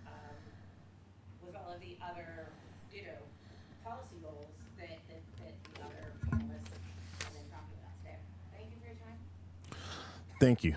On behalf of the commission, I want to extend a very sincere appreciation to all who attended and participated in today's hearing. Your time, thoughtful engagement, and substantive concerns are very important to these matters and are duly recognized and valued. The commission will continue to review our standard offer service procurement process and a lot of the other topics that were discussed today. A recording of today's presentation will be available on the commission's website. For more information on these issues and upcoming proceedings, we encourage you to visit our website. And at this time, this meeting is adjourned. Thank you.